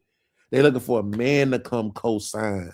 You know, they can't get that foreign that they want. They looking for a man to come do it. It's like, chick, if you don't sit your old ass down somewhere, look, you get the Bengay, and I'm gonna get the Theraflu. God damn it, like that, like that's what it is. We about to be 50 years old around this motherfucker. You still talking about building? That shit's crazy. You don't even want to build. No comments on that, because I'm open to dating a rich man. She said she gonna build. Whether it's with you or without with you. So like Okay, this my bill. I'm gonna have a Class A RV, move to Vegas, and have me a executive limo service. That's what I'm trying to build to. So I want to live in my RV and be able to hit the road and travel the coast, go back and forth between LA, Vegas, and Arizona, and enjoy the warm weather. And then when I want to, I could have my clients that I also drive on my limo service, and my woman could be there with me. You know what I'm saying? We can do a team limo service, and we can take care of old, executive customers when they come into Vegas and drive them around and different stuff. If people want to take long trips, it's a lot of people that don't fly. If they want to take those trips, they want to go back and forth between Arizona, Vegas, and LA. We could get on the highway in the limo, and you know what I'm saying. Now now me and my wife get to just have this experience. So let me ask you this question. Why? And just a quick question. 15 years with old girl, she got 20-some-year-old. Why she turned that offer down? Well, because she not gonna she got a specific career. She work in the pharmacy, right? Okay. She really, and to be honest with you, I get it. Like you trying to get your investment in, you trying to get your retirement, pension, whatever you can get out of a place after you didn't gave them almost in a decade now, right? I think they can draw a pension after 10 years. Then you talking about you got your sons, they 21 and 19. A lot of women are not raising they kids, particularly their sons, to get out. I've heard a lot of women say that their mothers raised them to get out quickly, but made it really comfortable for their brothers. Yeah. Right. Whereas it's the exact opposite for fathers. Fathers be trying to get their sons out the house and then be okay with their daughters being there forever until they get married, So because of that, it's a lot of women who still have these sons at home, you know what I'm saying, using their car, depending on their car and this and that, and using their money. And, it's a lot of that going on. So, well, her situation, she got that going on with the two boys who still depending on her heavy, and she got the job that she's not going to really just leave. And that's why I said it's kind of unfair. It's so many women out here, even going into their 40s and 50s, that's still looking for a man to retire them. It's like you got 20-year-old dreams. That's crazy. How is that 20-year-old dreams? Because if you 20, let's say you 25, right? And I really would go earlier than that. But let's just say you 25 years old, you done met a man, y'all been together for a few years.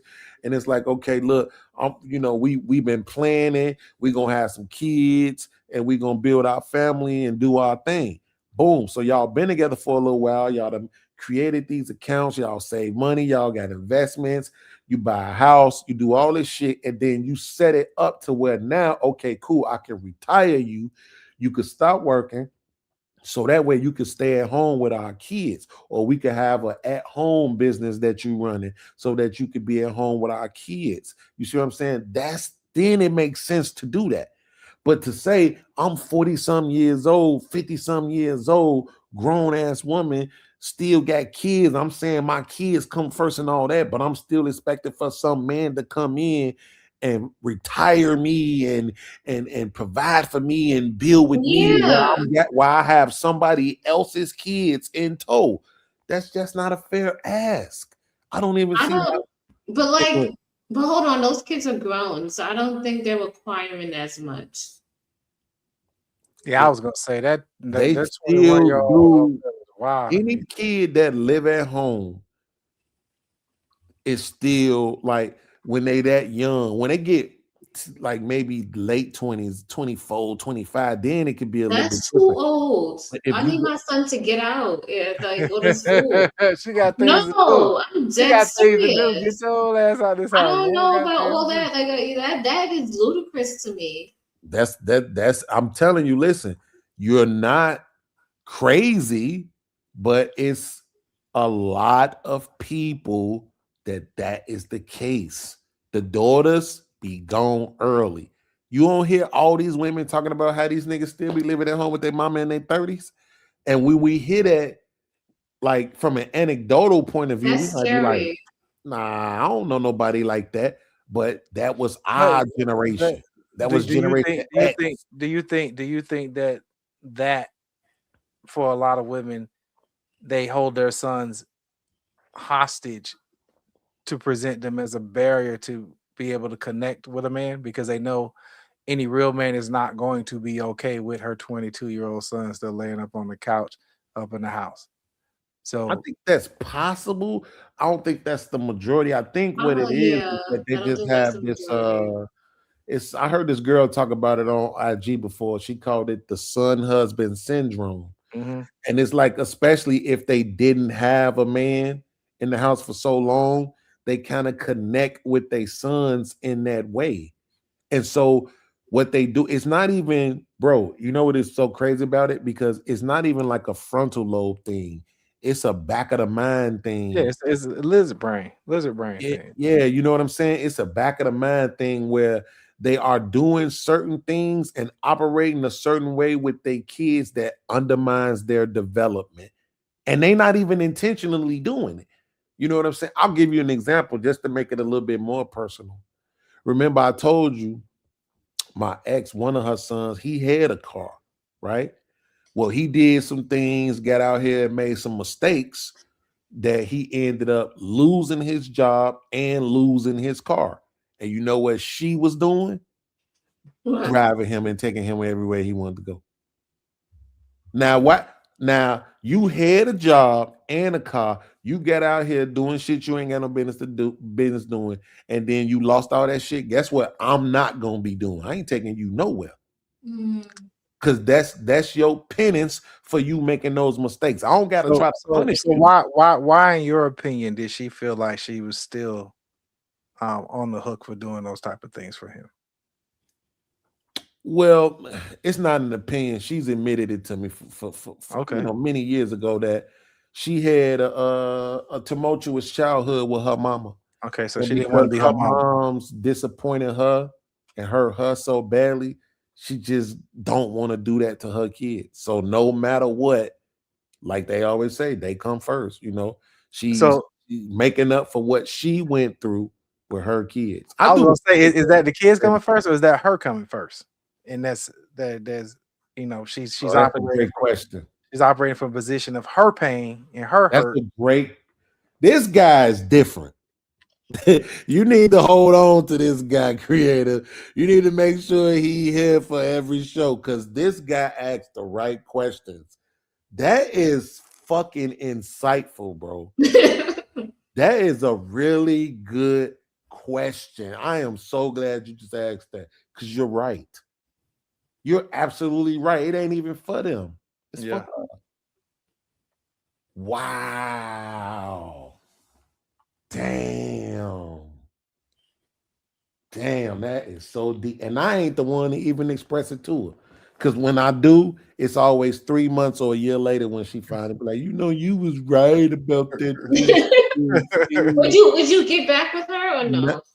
Of course I would. Oh, okay, that's good. I think there's still something there. 15 years. I don't want to. I mean, like we still screw around, but I don't want to start over. Yeah. I don't want to have to meet somebody new and all of that. I just tried to creative last year in October or September. It was either October or September. I think it was October. When I hit 15,000 subscribers, I had just met this chick online. She does a podcast. And I had hollered at her about, doing a show with me. And we ended up talking and we just kind of started liking each other, whatever. And she was from another state. She drove all the way out here, a little 4 hours to come see me. And I mean, she looked way better than I thought she was going to look. Even though I had saw her on, whatever online, but it just wasn't the same as in person. When she showed, the camera made her look like she had more weight, When she got here, she was athletic than a motherfucker. Her body was so nice. But I couldn't do nothing. Like we tried to have sex and I couldn't do nothing because I was feeling guilty. Damn. I was feeling like I was cheating. See? You see what I'm saying? Even though I was single. And I called my ex and I told her, I'm like, man, I just tried to get me some. I just had this bad light-skinned chick. She just drove all the way out here, 4 hours to come see me. And I couldn't even do nothing because I felt like I was cheating on you. You need to come fuck me. And she did. And I was so thankful. That shit's funny. Oh, man, That's the funniest thing I've ever heard. Bro, she's a winner. She's a team player. She's a team player. Hey, listen, Fly, you know I was scared for half a second, like, oh shit, is my dick not working no more? What's going on? Had the 40s caught up with my brother. You know what I'm saying? But then I just had to be honest about what I was feeling. You know what I'm saying? Like I feel like I'm cheating. And I talked to one of my homies, that nigga was a whole player.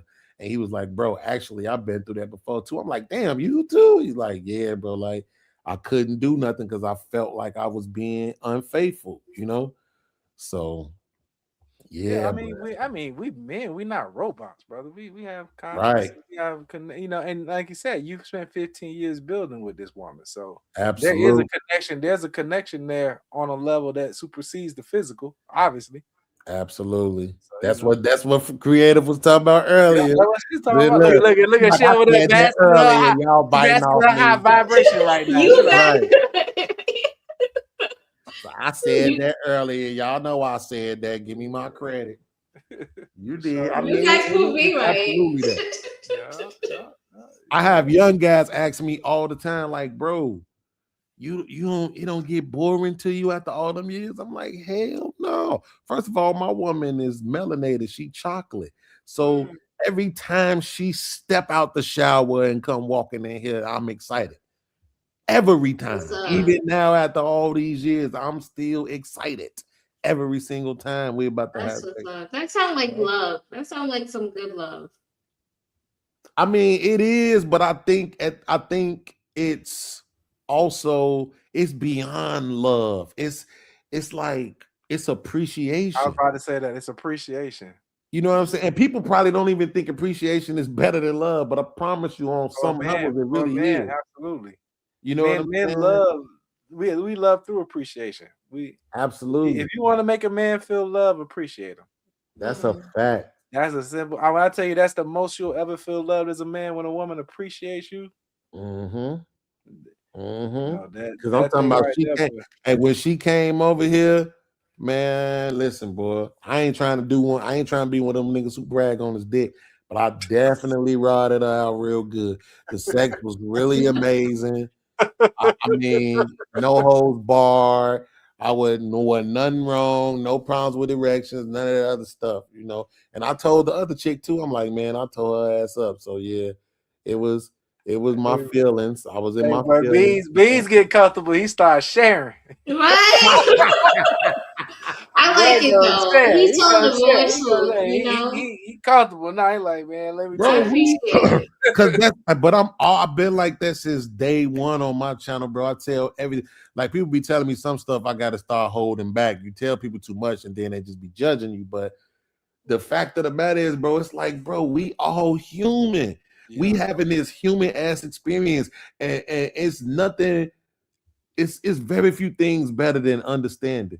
And when you talking about shit you've been through, and somebody like, yeah, man, me too. It's very few things in the world better than that, bro. Yeah, because it makes you feel that much less alone.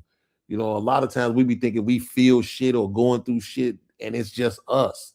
But when you know, like, no, it ain't just you, that shit feel better. That's why I like sharing. For sure. Hell yeah. All right. Well, I see Creative fading over there, but she holding herself, keeping herself up.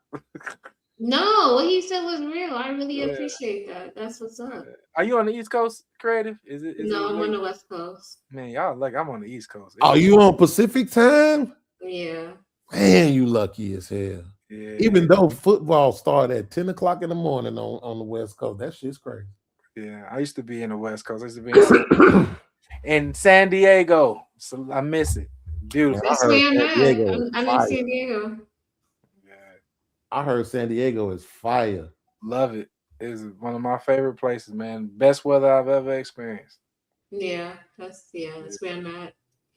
My baby mama's son out there right now. He went out there and I couldn't believe it. This nigga joined the Marines. Hey, it's a dude right now. Type in a DM to you talk about San Diego, Craig. Don't do that. Hey, melanated queen, the West Coast sun. Ignore, block. She gonna wake up. Hey, she gonna wake up. This is Grand Rising Queen. Grand Rising Queen. Would you like some matcha tea? I see you over there shining, shea butter. That's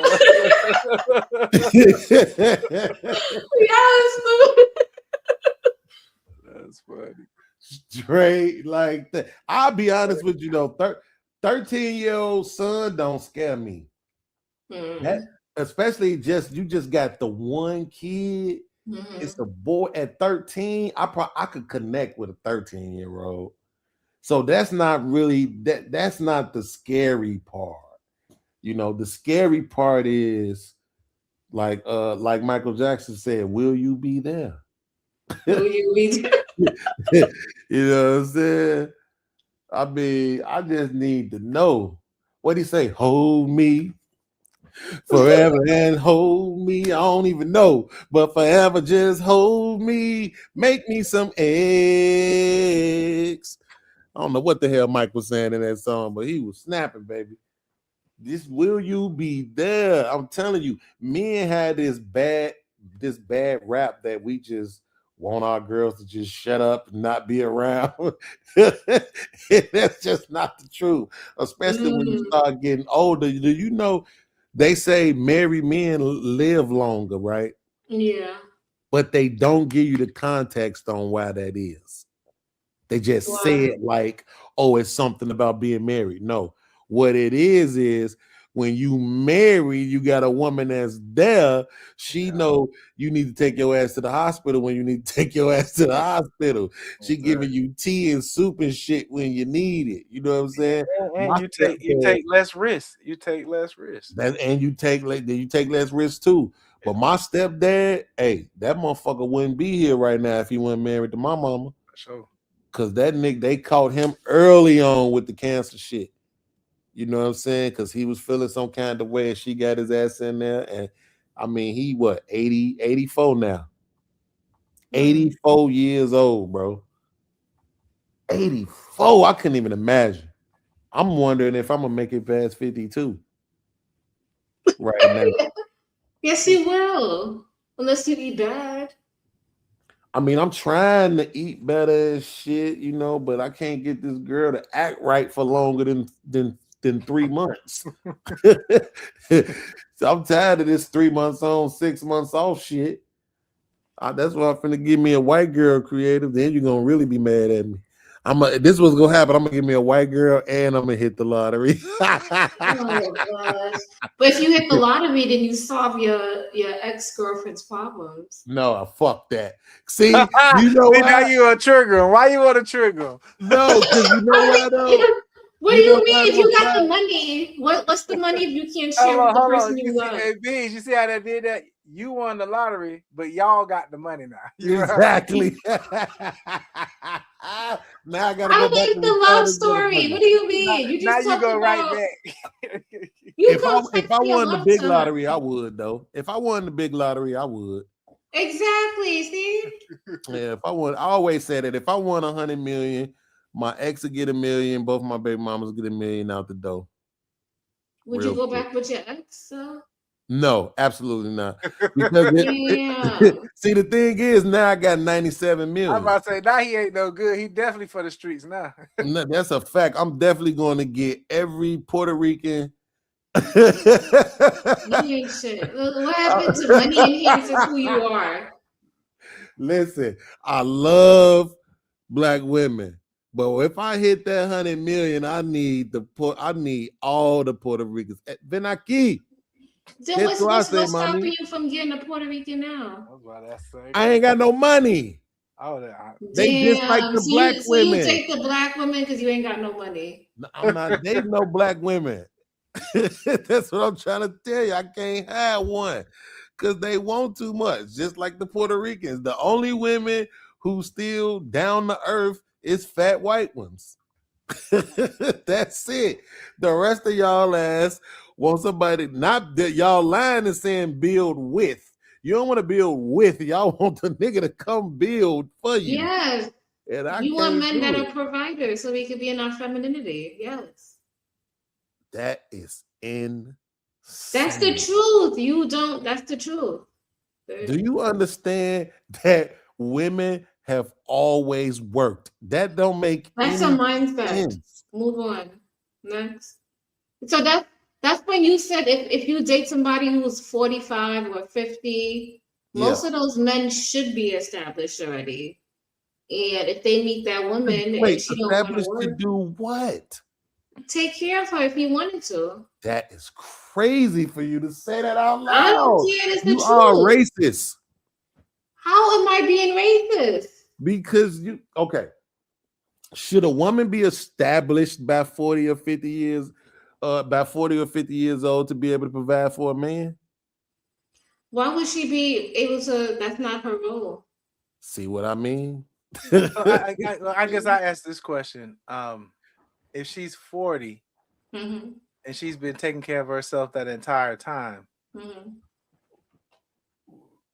why would he have? Who sets where he needs to be? The question is, do you want a woman that's in her femininity, or do you want a woman that's in her masculinity? So her femininity is tied to her financial status and where she's at. Yeah, because if you feel good and you're able to relax and you don't got to worry about working and going to this job and producing. So you've been working begrudgingly for 40 years, is what you're saying. So for the last 40 years. No, man, and I'm asking because I'm trying to understand. Mm-hmm. Like when I meet you after you've acquired and got all of these things, right? Mm-hmm. So, and I was talking to somebody about it. I was just talking about this yesterday, and Yeah. that why men look at women differently in situations in regards to. I think a man would prefer a broke woman with nothing over a woman with a whole bunch of stuff. And I know that's hard for women to say because women want the opposite. No, we understand that. So that's why if you understand that, then it's wild to say that she's 40, has acquired, or has all these things. She has a house, she has a car, she has bills, she has kids. Yeah, but if she meets a man and he's like, well what type of man? She got to meet a man that's done what she's done and what he's done. Yeah, or he got to double what she's done. He doesn't have to double it. He just has to be take her on and take on her lifestyle and fund her lifestyle. I have to be making enough to keep my lifestyle the way right, it is, and then take on yours and keep you where you are. Because you're not trying to say he has to double it, but that's what you're saying. Yeah, that's what I'm saying. That's you. He has to have it. He has to be able to, unless you're gonna sell your house and sell your car, and sell a lot of your belongings to be able to fit into his space with the most minimal impact as possible. Yeah, I mean, if it's beneficial, if he's gonna take care of me and I'm in love. Okay, so you're willing to do that. So you're willing to do away with all that stuff so you can come in, make minimal impact in his life, come into his space where you're not, I'm sure there's going to be additional food bills, stuff like that. Okay, cool. But he's not going to have to pay your mortgage, pay your car note, pay your insurance, pay your credit card, make sure your son got Jordan so you could be comfortable. That's a lot of stuff you would have to pay. I mean, we're supposed to combine as one. Yeah. Well, but see, that's what I'm saying. The conflict comes in for me, right? Because women have secured the ability to go out and work any job a man work and make just as much money as a man makes. So, but why is that though? Because that's what women followed that trend. But why? When they had the suffrage movement, and you had that very small percentage of women who was pushing that idea of freedom for women being freedom from dependency on men economically. a lot of women followed that trend, and then if they really got pushed into it during World War II, because we needed women to work because there was so many men going off to war. But you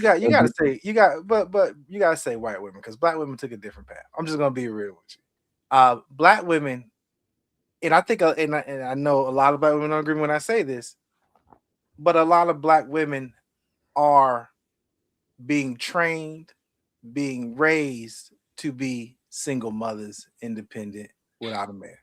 Yeah, and that's I say true. that I say that to That say is true. I did a whole video about this. I look at I did a whole video about this. I look at my personal thing is that, you know, my family, you know, we are 3-4 generations deep in that. On one side of my family, my grandmother, my great grandmother was a single mother.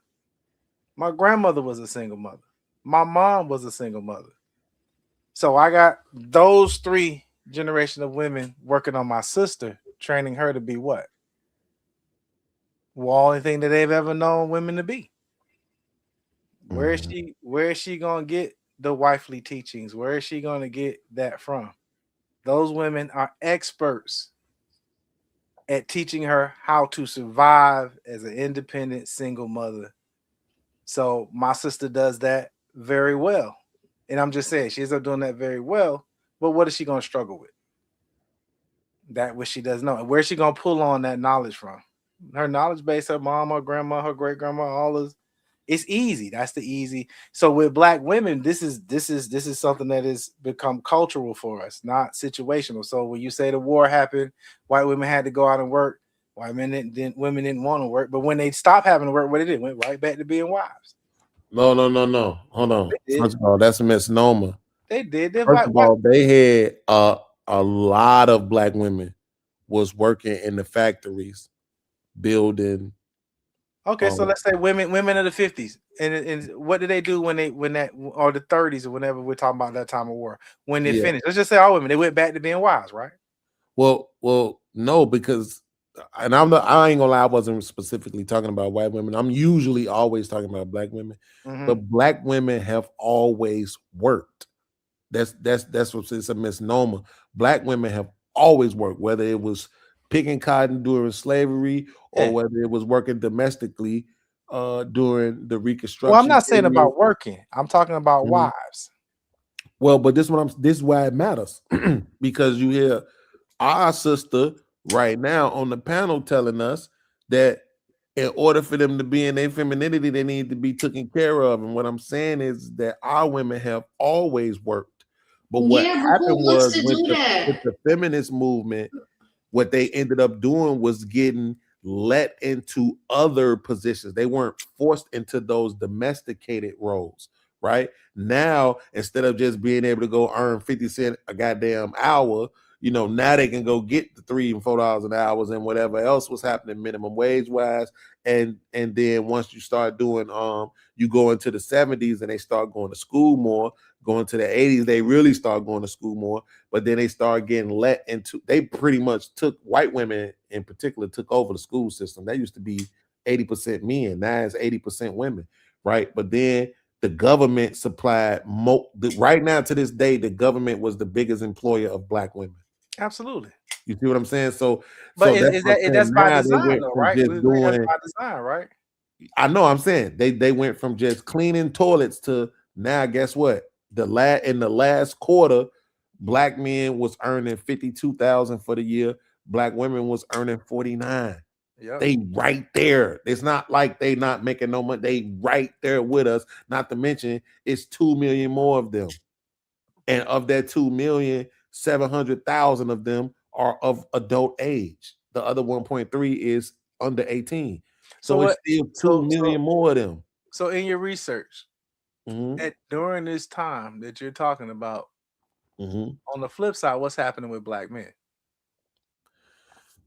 Well, the job market is being undermined for them because most black men was doing laborious work, and a lot of that work was concentrated in the ghetto communities. Like in Chicago, where I'm from, you had specific areas like Roseland and stuff like that, and Auburn Gresham, where a lot of those factory jobs were at. Now they moved those factory jobs. A lot of them went out to the suburban areas, which they couldn't travel to, and then a whole bunch of them went overseas because Went overseas in the 90s. So that's the 90s. So 80s and 90s, something really big happens.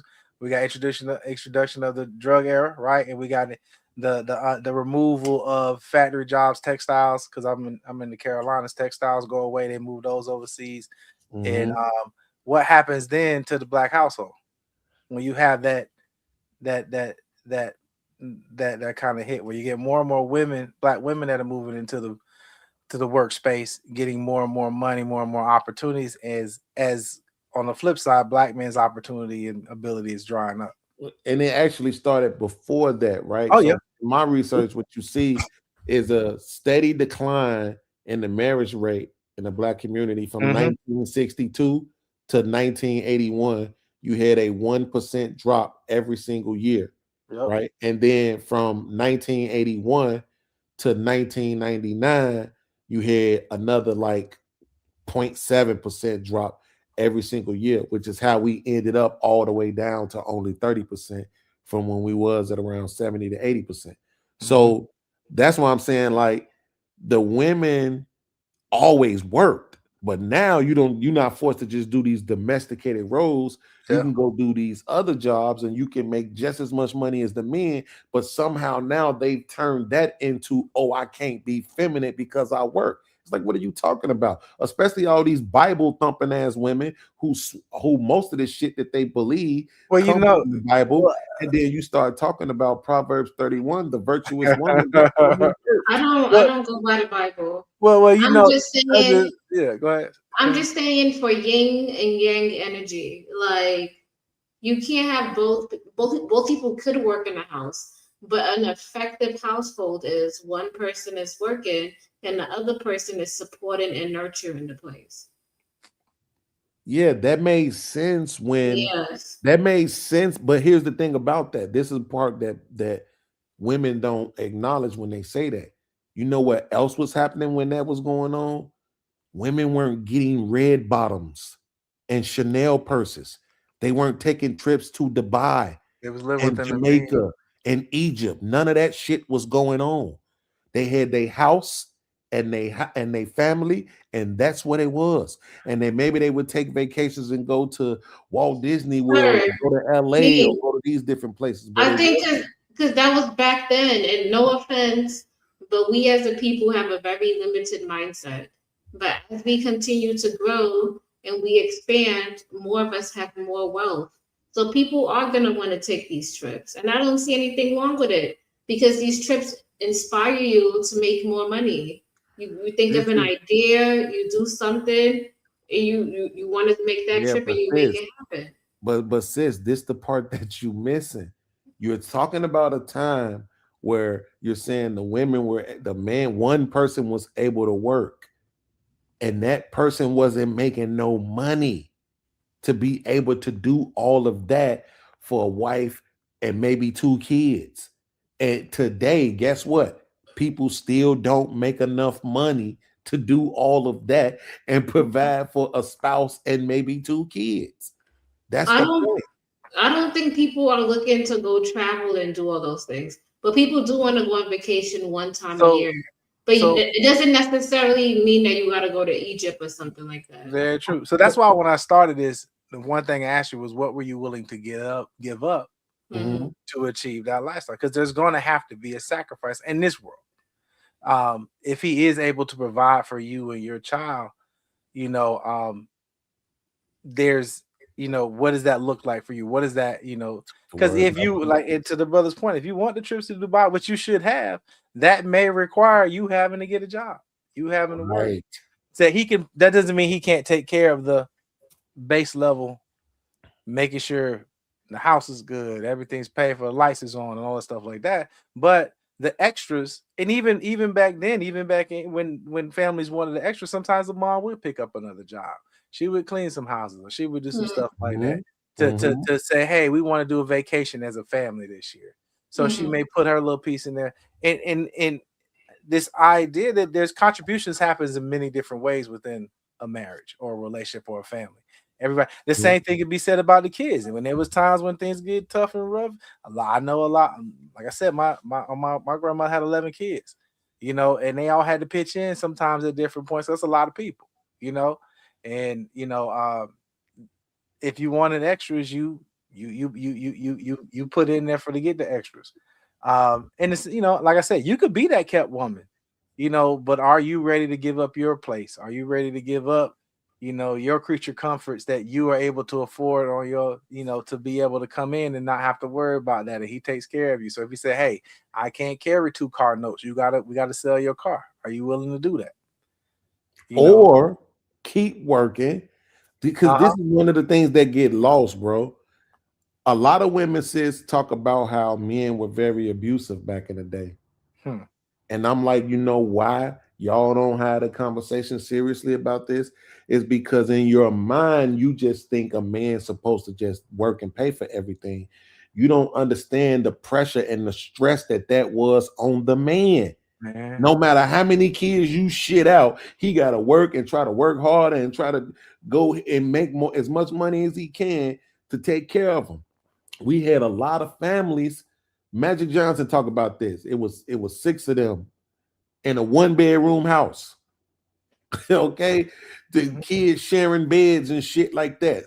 That's what it was like for people when they was having a whole bunch of kids. Now, if you didn't have a whole bunch of kids, you probably could do a whole lot better. You know what I'm saying? If you just had 1 or 2. But that's what I'm saying. And nowadays, guess what?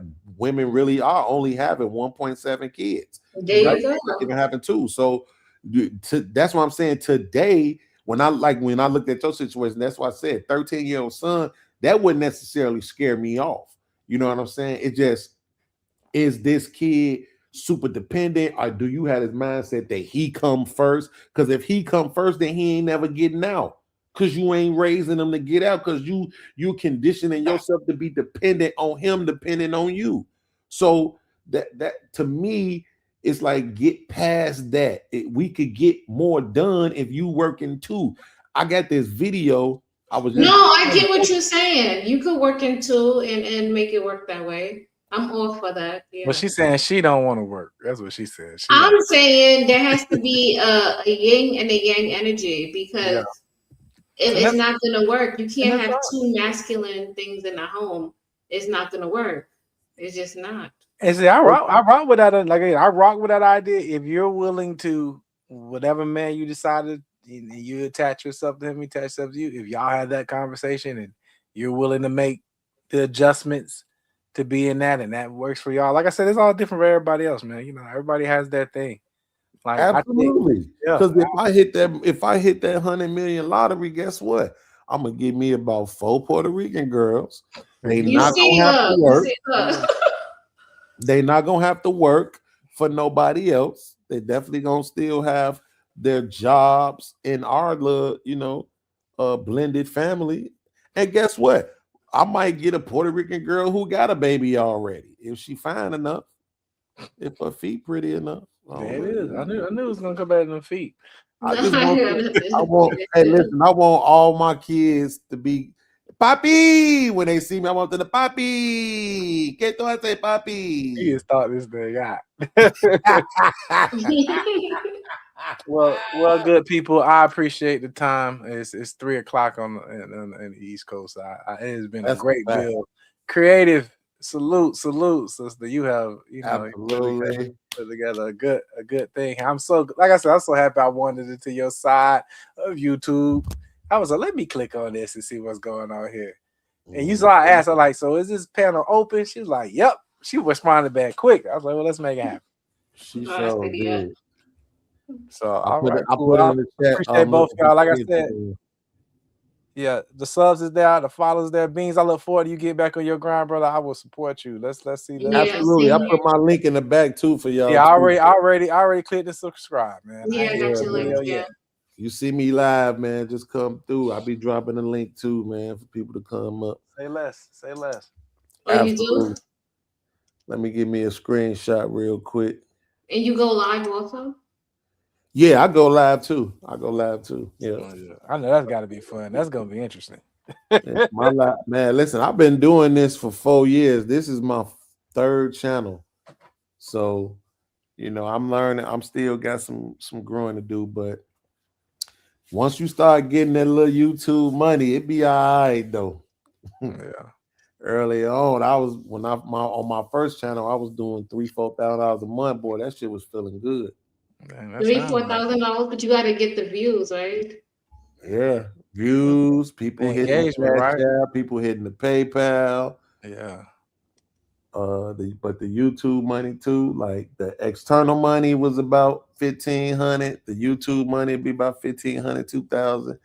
That little money was looking good. That's why I quit my job. I'm like, shit, fuck this job. So what happened?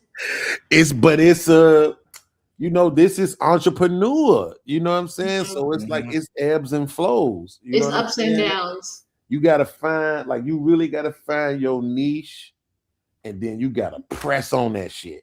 Yeah. And the problem with that for somebody like me is that I hate monotony. So I don't like doing the same thing. Like on my original channel, I used to make a lot of money whenever I would talk about shit that I went through that was bad. People would send me money on the, you know, man, bro, hate that you've been through that. But I'm like, bro, I don't want to talk about this shit every day. Yeah. I see what you're saying. You might have money and depressed at them. Right. I gotta come on here every day, man. Y'all know I got hit by a car when I was like, I don't want to do that shit every day. You know what I'm saying? So it's kind of It's like sympathy. Yeah. So you just gotta really just, the best thing that I've seen is just staying on top of current events and topics and stuff, so that you can be friendly with the algorithm by talking about stuff that's going on, keeping your audience attention, and then just consistency. Whatever was, particularly with the lives, whatever day you say you're gonna go live, just make sure you're going live on them days at that same time, and just create that consistency so YouTube can get used to you. And they give everybody a chance. You know, it's just all about whether or not, when people click on you, they stay there. If people click on you and stay there, they're gonna push you because they trying to sell advertisement. And as long as people watching, there's more advertising dollars. If the people clicking on and they leave in 30 seconds later, they ain't gonna push you. So it's all about just finding your niche. And sometimes it's about just doing the thing that you see is popular. Like right now, bashing black women is popular. Talking shit about black people and liberals is popular. So a lot of them channels are doing real good numbers. I'm tripping because I feel like your homegirl's creator gonna get up in the morning and say they was on for 5.5 hours. What the hell? Oh yeah, To she gonna do be 12-hour like, shows. This ain't nothing. No, she gonna be like, what? What did I miss? yeah, she is. Because you know she gonna be, she gonna think you got on here and spazzed out on here. Nah, man. Listen, let me tell you something. This is light work for me. I'm telling you. I had so many shows. I told you this is my third channel. I got so many of them old shows on my hard drive. Damn. It's hard for me to go through them because them bitches was 10, 11, 12 hours long. What happened to your last two channels? They got demonetized. I started over. You know, but it was, I didn't know what because like until you get like big numbers like 100K, if you get 100,000 subscribers, you actually get to talk to somebody. Oh. Other than that, you don't get to talk to nobody. It's all automated as messages and shit. You don't actually get to talk to nobody, so they don't necessarily always tell you what's wrong. You know what I'm saying? Wow. I So didn't know that. with this one, because I was so focused on doing short form content, I knew what was wrong. So it's like, okay, let me just clean this shit up. I'm just gonna take everything off that wasn't there before I got monetized, and then I should be able to get it back. But you know, it's consistent, man. That's really what it is, consistency. You be consistent, you find your little niche, you be entertaining the people, you know. It depends on whatever it is you're doing. If you're doing upload, shorts, live. Just be consistent, and I promise you, as long as you entertain it to some degree, you will find success. And I'm here for y'all, man. Like whatever, if you need some, you want me to co-host, you need some music, you need whatever, just let me know. Okay. And I'll look out for you. All right. Now it's time for me. I slept all day, so I'm finna be up. So it's time for me to go get me some breakfast. And then I'm finna watch this back so I could look at the girls. Because I wasn't paying a lot of attention to the girls while we was talking. I was trying to be respectful. Oh my God, Biz, I can't watch you. No, it was nice looking women. It brings them out. Her crew is a nice looking crew. On the chocolate melanin side of the game. You know what I'm saying? Like when that chocolate be right, that chocolate be right when it's right. Creative, you go live a lot? No, but I should. I don't go live a lot. No. Okay. Yeah, Say something in Spanish. Got good energy. Okay. Thank you. Yeah. Is Nightish, you still up? You be knocked out. He fell asleep. He fell asleep in his chair. Yeah, he did. He knocked out. Say something in Spanish before I go. Okay, I'm about to jet. I'm about to jet before he tell you to put your feet up on the camera. Let me. I'm not doing that. I know you're not. No, I would never ask to see your face. I do want you to say, ¿Cómo está? Yeah, ¿cómo estás? Hey, I'm about to clip that dog. That was a good one. I'm about to clip that dog. I appreciate you. I'm gonna subscribe. I'll catch you on the next one. All right. All right. All right, you guys. So we just wrapped this up. This was a long live. So if you guys enjoyed it, please like, comment, subscribe. And tomorrow I'll be on DJ Witch Doctor's channel for Ladies Night. So come through over there. And yeah, hope you guys have a good morning, or if you're on the West Coast, good night. And yeah, catch you in the next one. Love you.